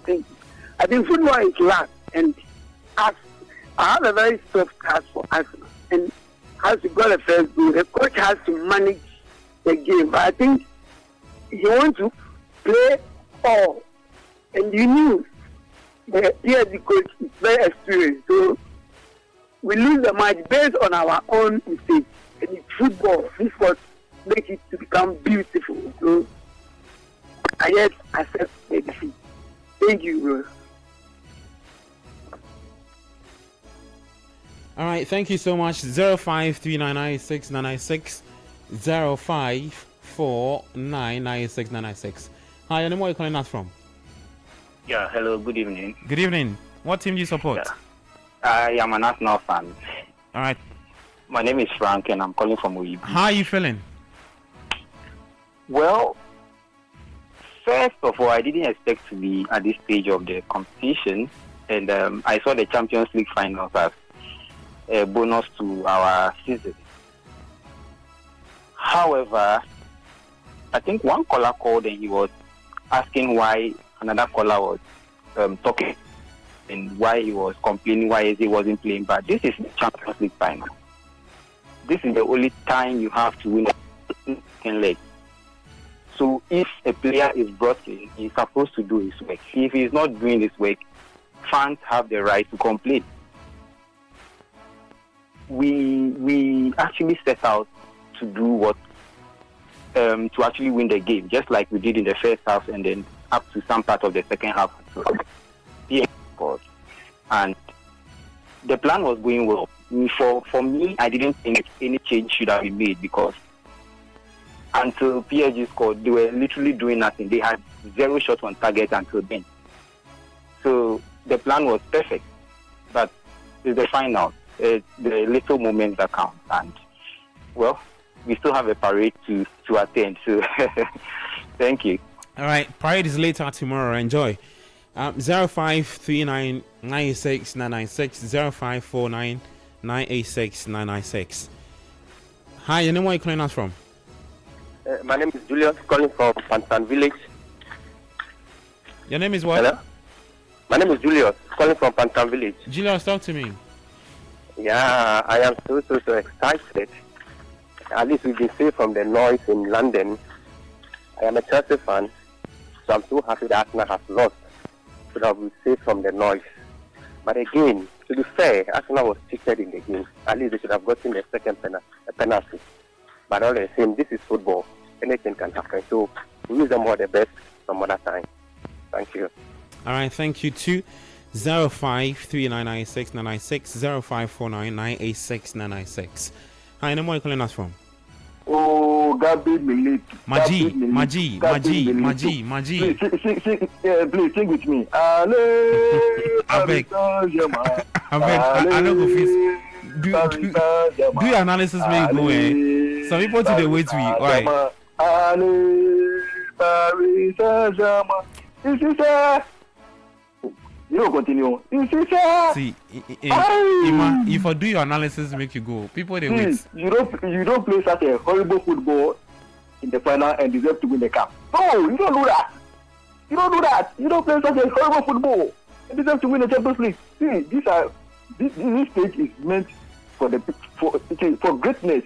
Come and play nice football. You don't come and play one shot on target over 120 minutes. Play 28 and the college ball possession and deserve to win the Champions. This is football is just today. Today, I'm really see the way last me today.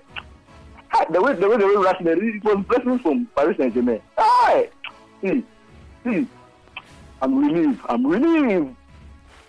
See, the way Ghana is quiet, I like it like that. Allez, Paris Saint-Germain. Allez, today, I don't go back today. What can come? Have a good night. All right, bless you. 053996 0549986996. Hi, what your name are you calling us from? Hello. Hello. Yes, good evening. Your name, please. Yeah, my name is Nana. I'm speaking from Beachley. All right, talk to me. Yes, I'm so relieved tonight to see us now lose the trophy again. Could you have imagined the noise in Ghana? It's good, as a United fan, it's good to see us now not to get this Champions League trophy. So we go again next season, and we see when United attempts to become great again in Europe. Thank you, good evening. All right, thank you. 053996 4998696. Hi, then where are you calling us from?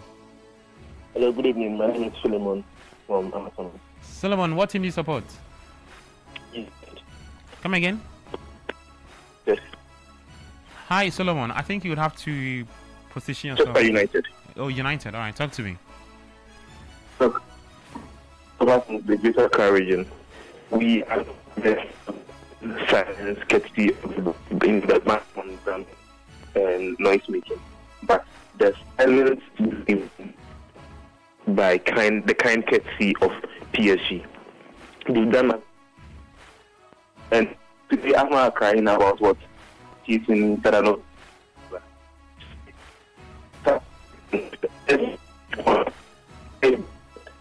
I mean, United is Arsenal. They like the mid arm and all, just for it. They have been picking down. Again, thank you.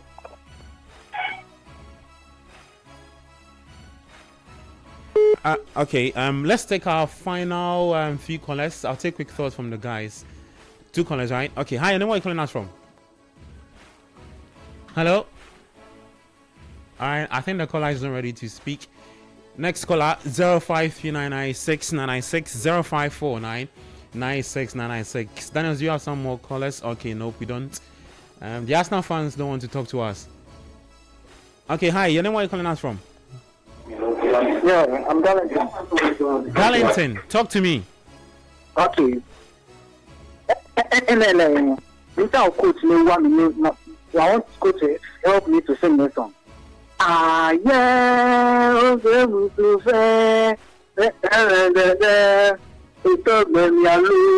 Coach, what a go. It's a Sue member. How can you support Arsenal to win such a European trophy?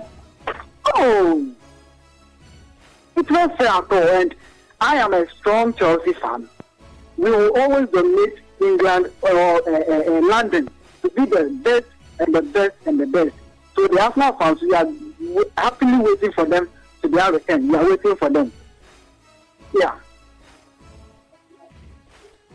All right, thank you so much, Darlington. 053996 996 0539969996 okay, we taking our last caller, and I'll take quick thoughts from the guys, and we take the show home. But congratulations to Paris Saint-Germain for defending the UEFA Champions League title. Let's talk to our last caller. Hi, and then where are you calling us from? I'm calling from Astromo. Your name is?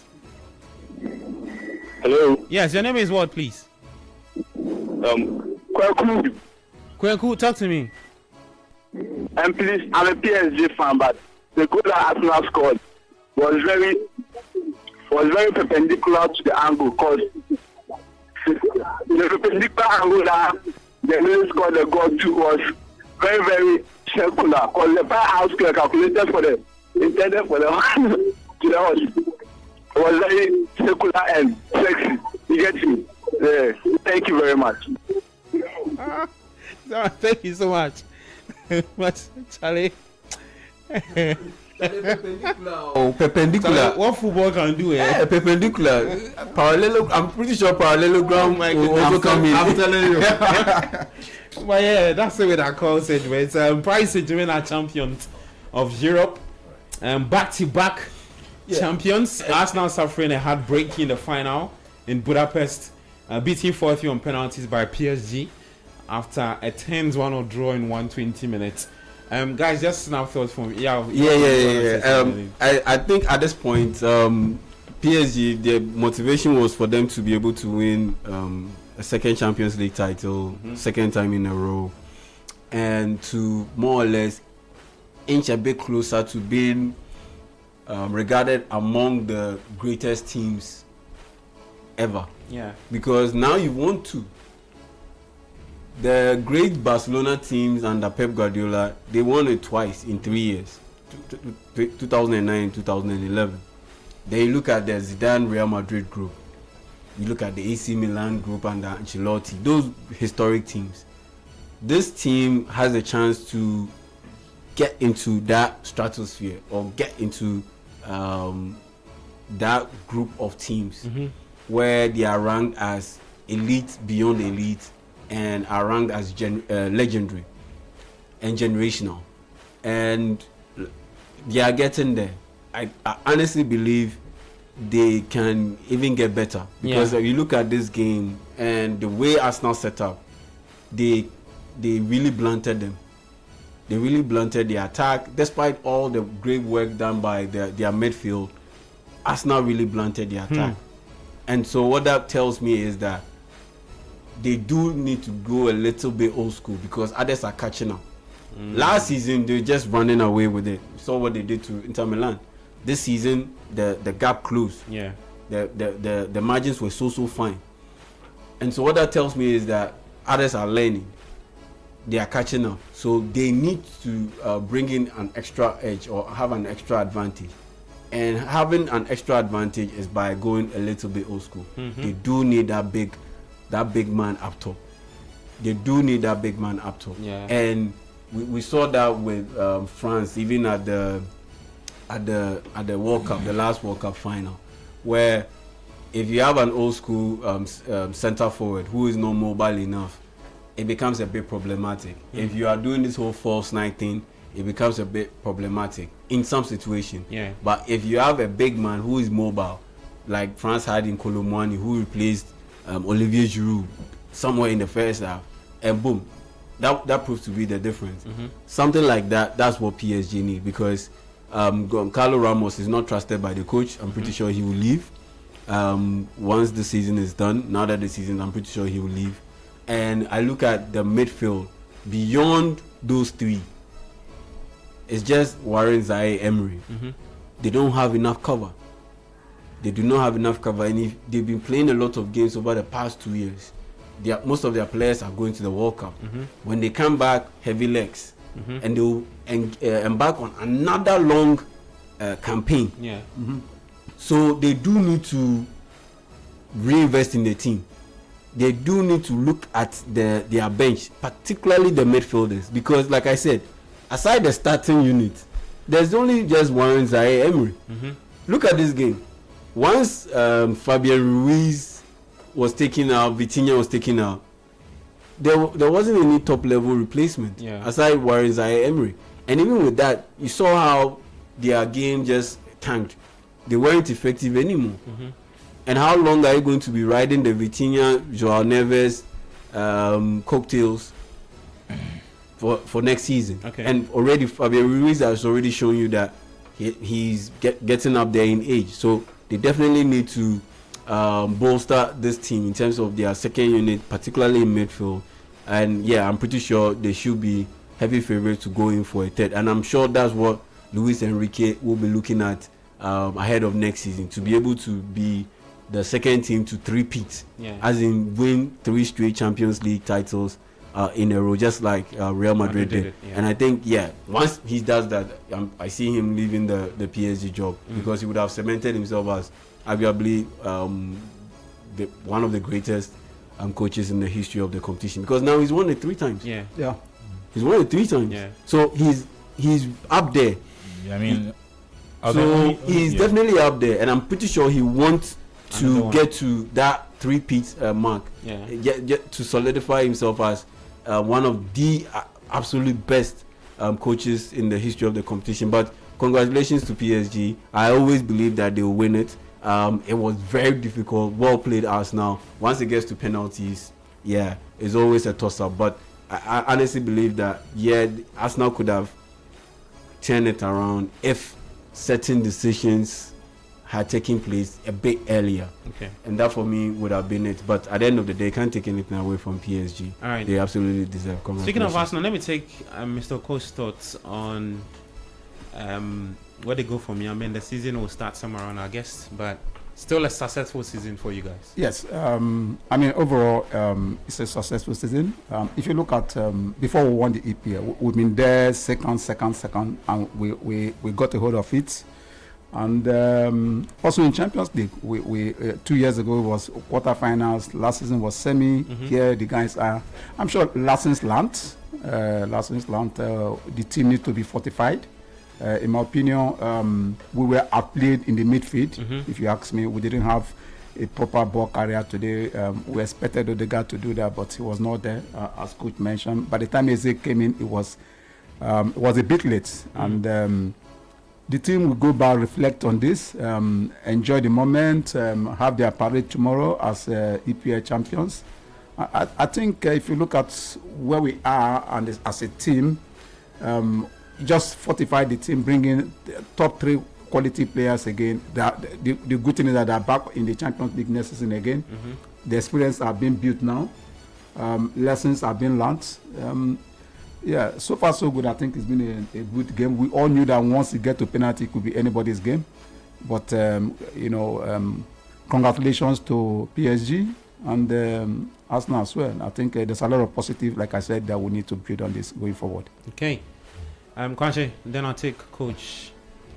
He has the final say. I mean, good final. Game tight. I think in the end, Arsenal threw away. I think they had opportunity throughout the game where they could have sealed the result. And then I think Arsenal from this, they will learn from this. Arteta in particular, like I said, the way they learned from the disappointment of not winning the Premier League, I think they'll also learn from the disappointment of losing out on the final in the Champions League. So PSG side, who on paper, like you said, were better than them, but on the day, Arsenal had everything it took to probably win this game. So I think they'll be disappointed with that.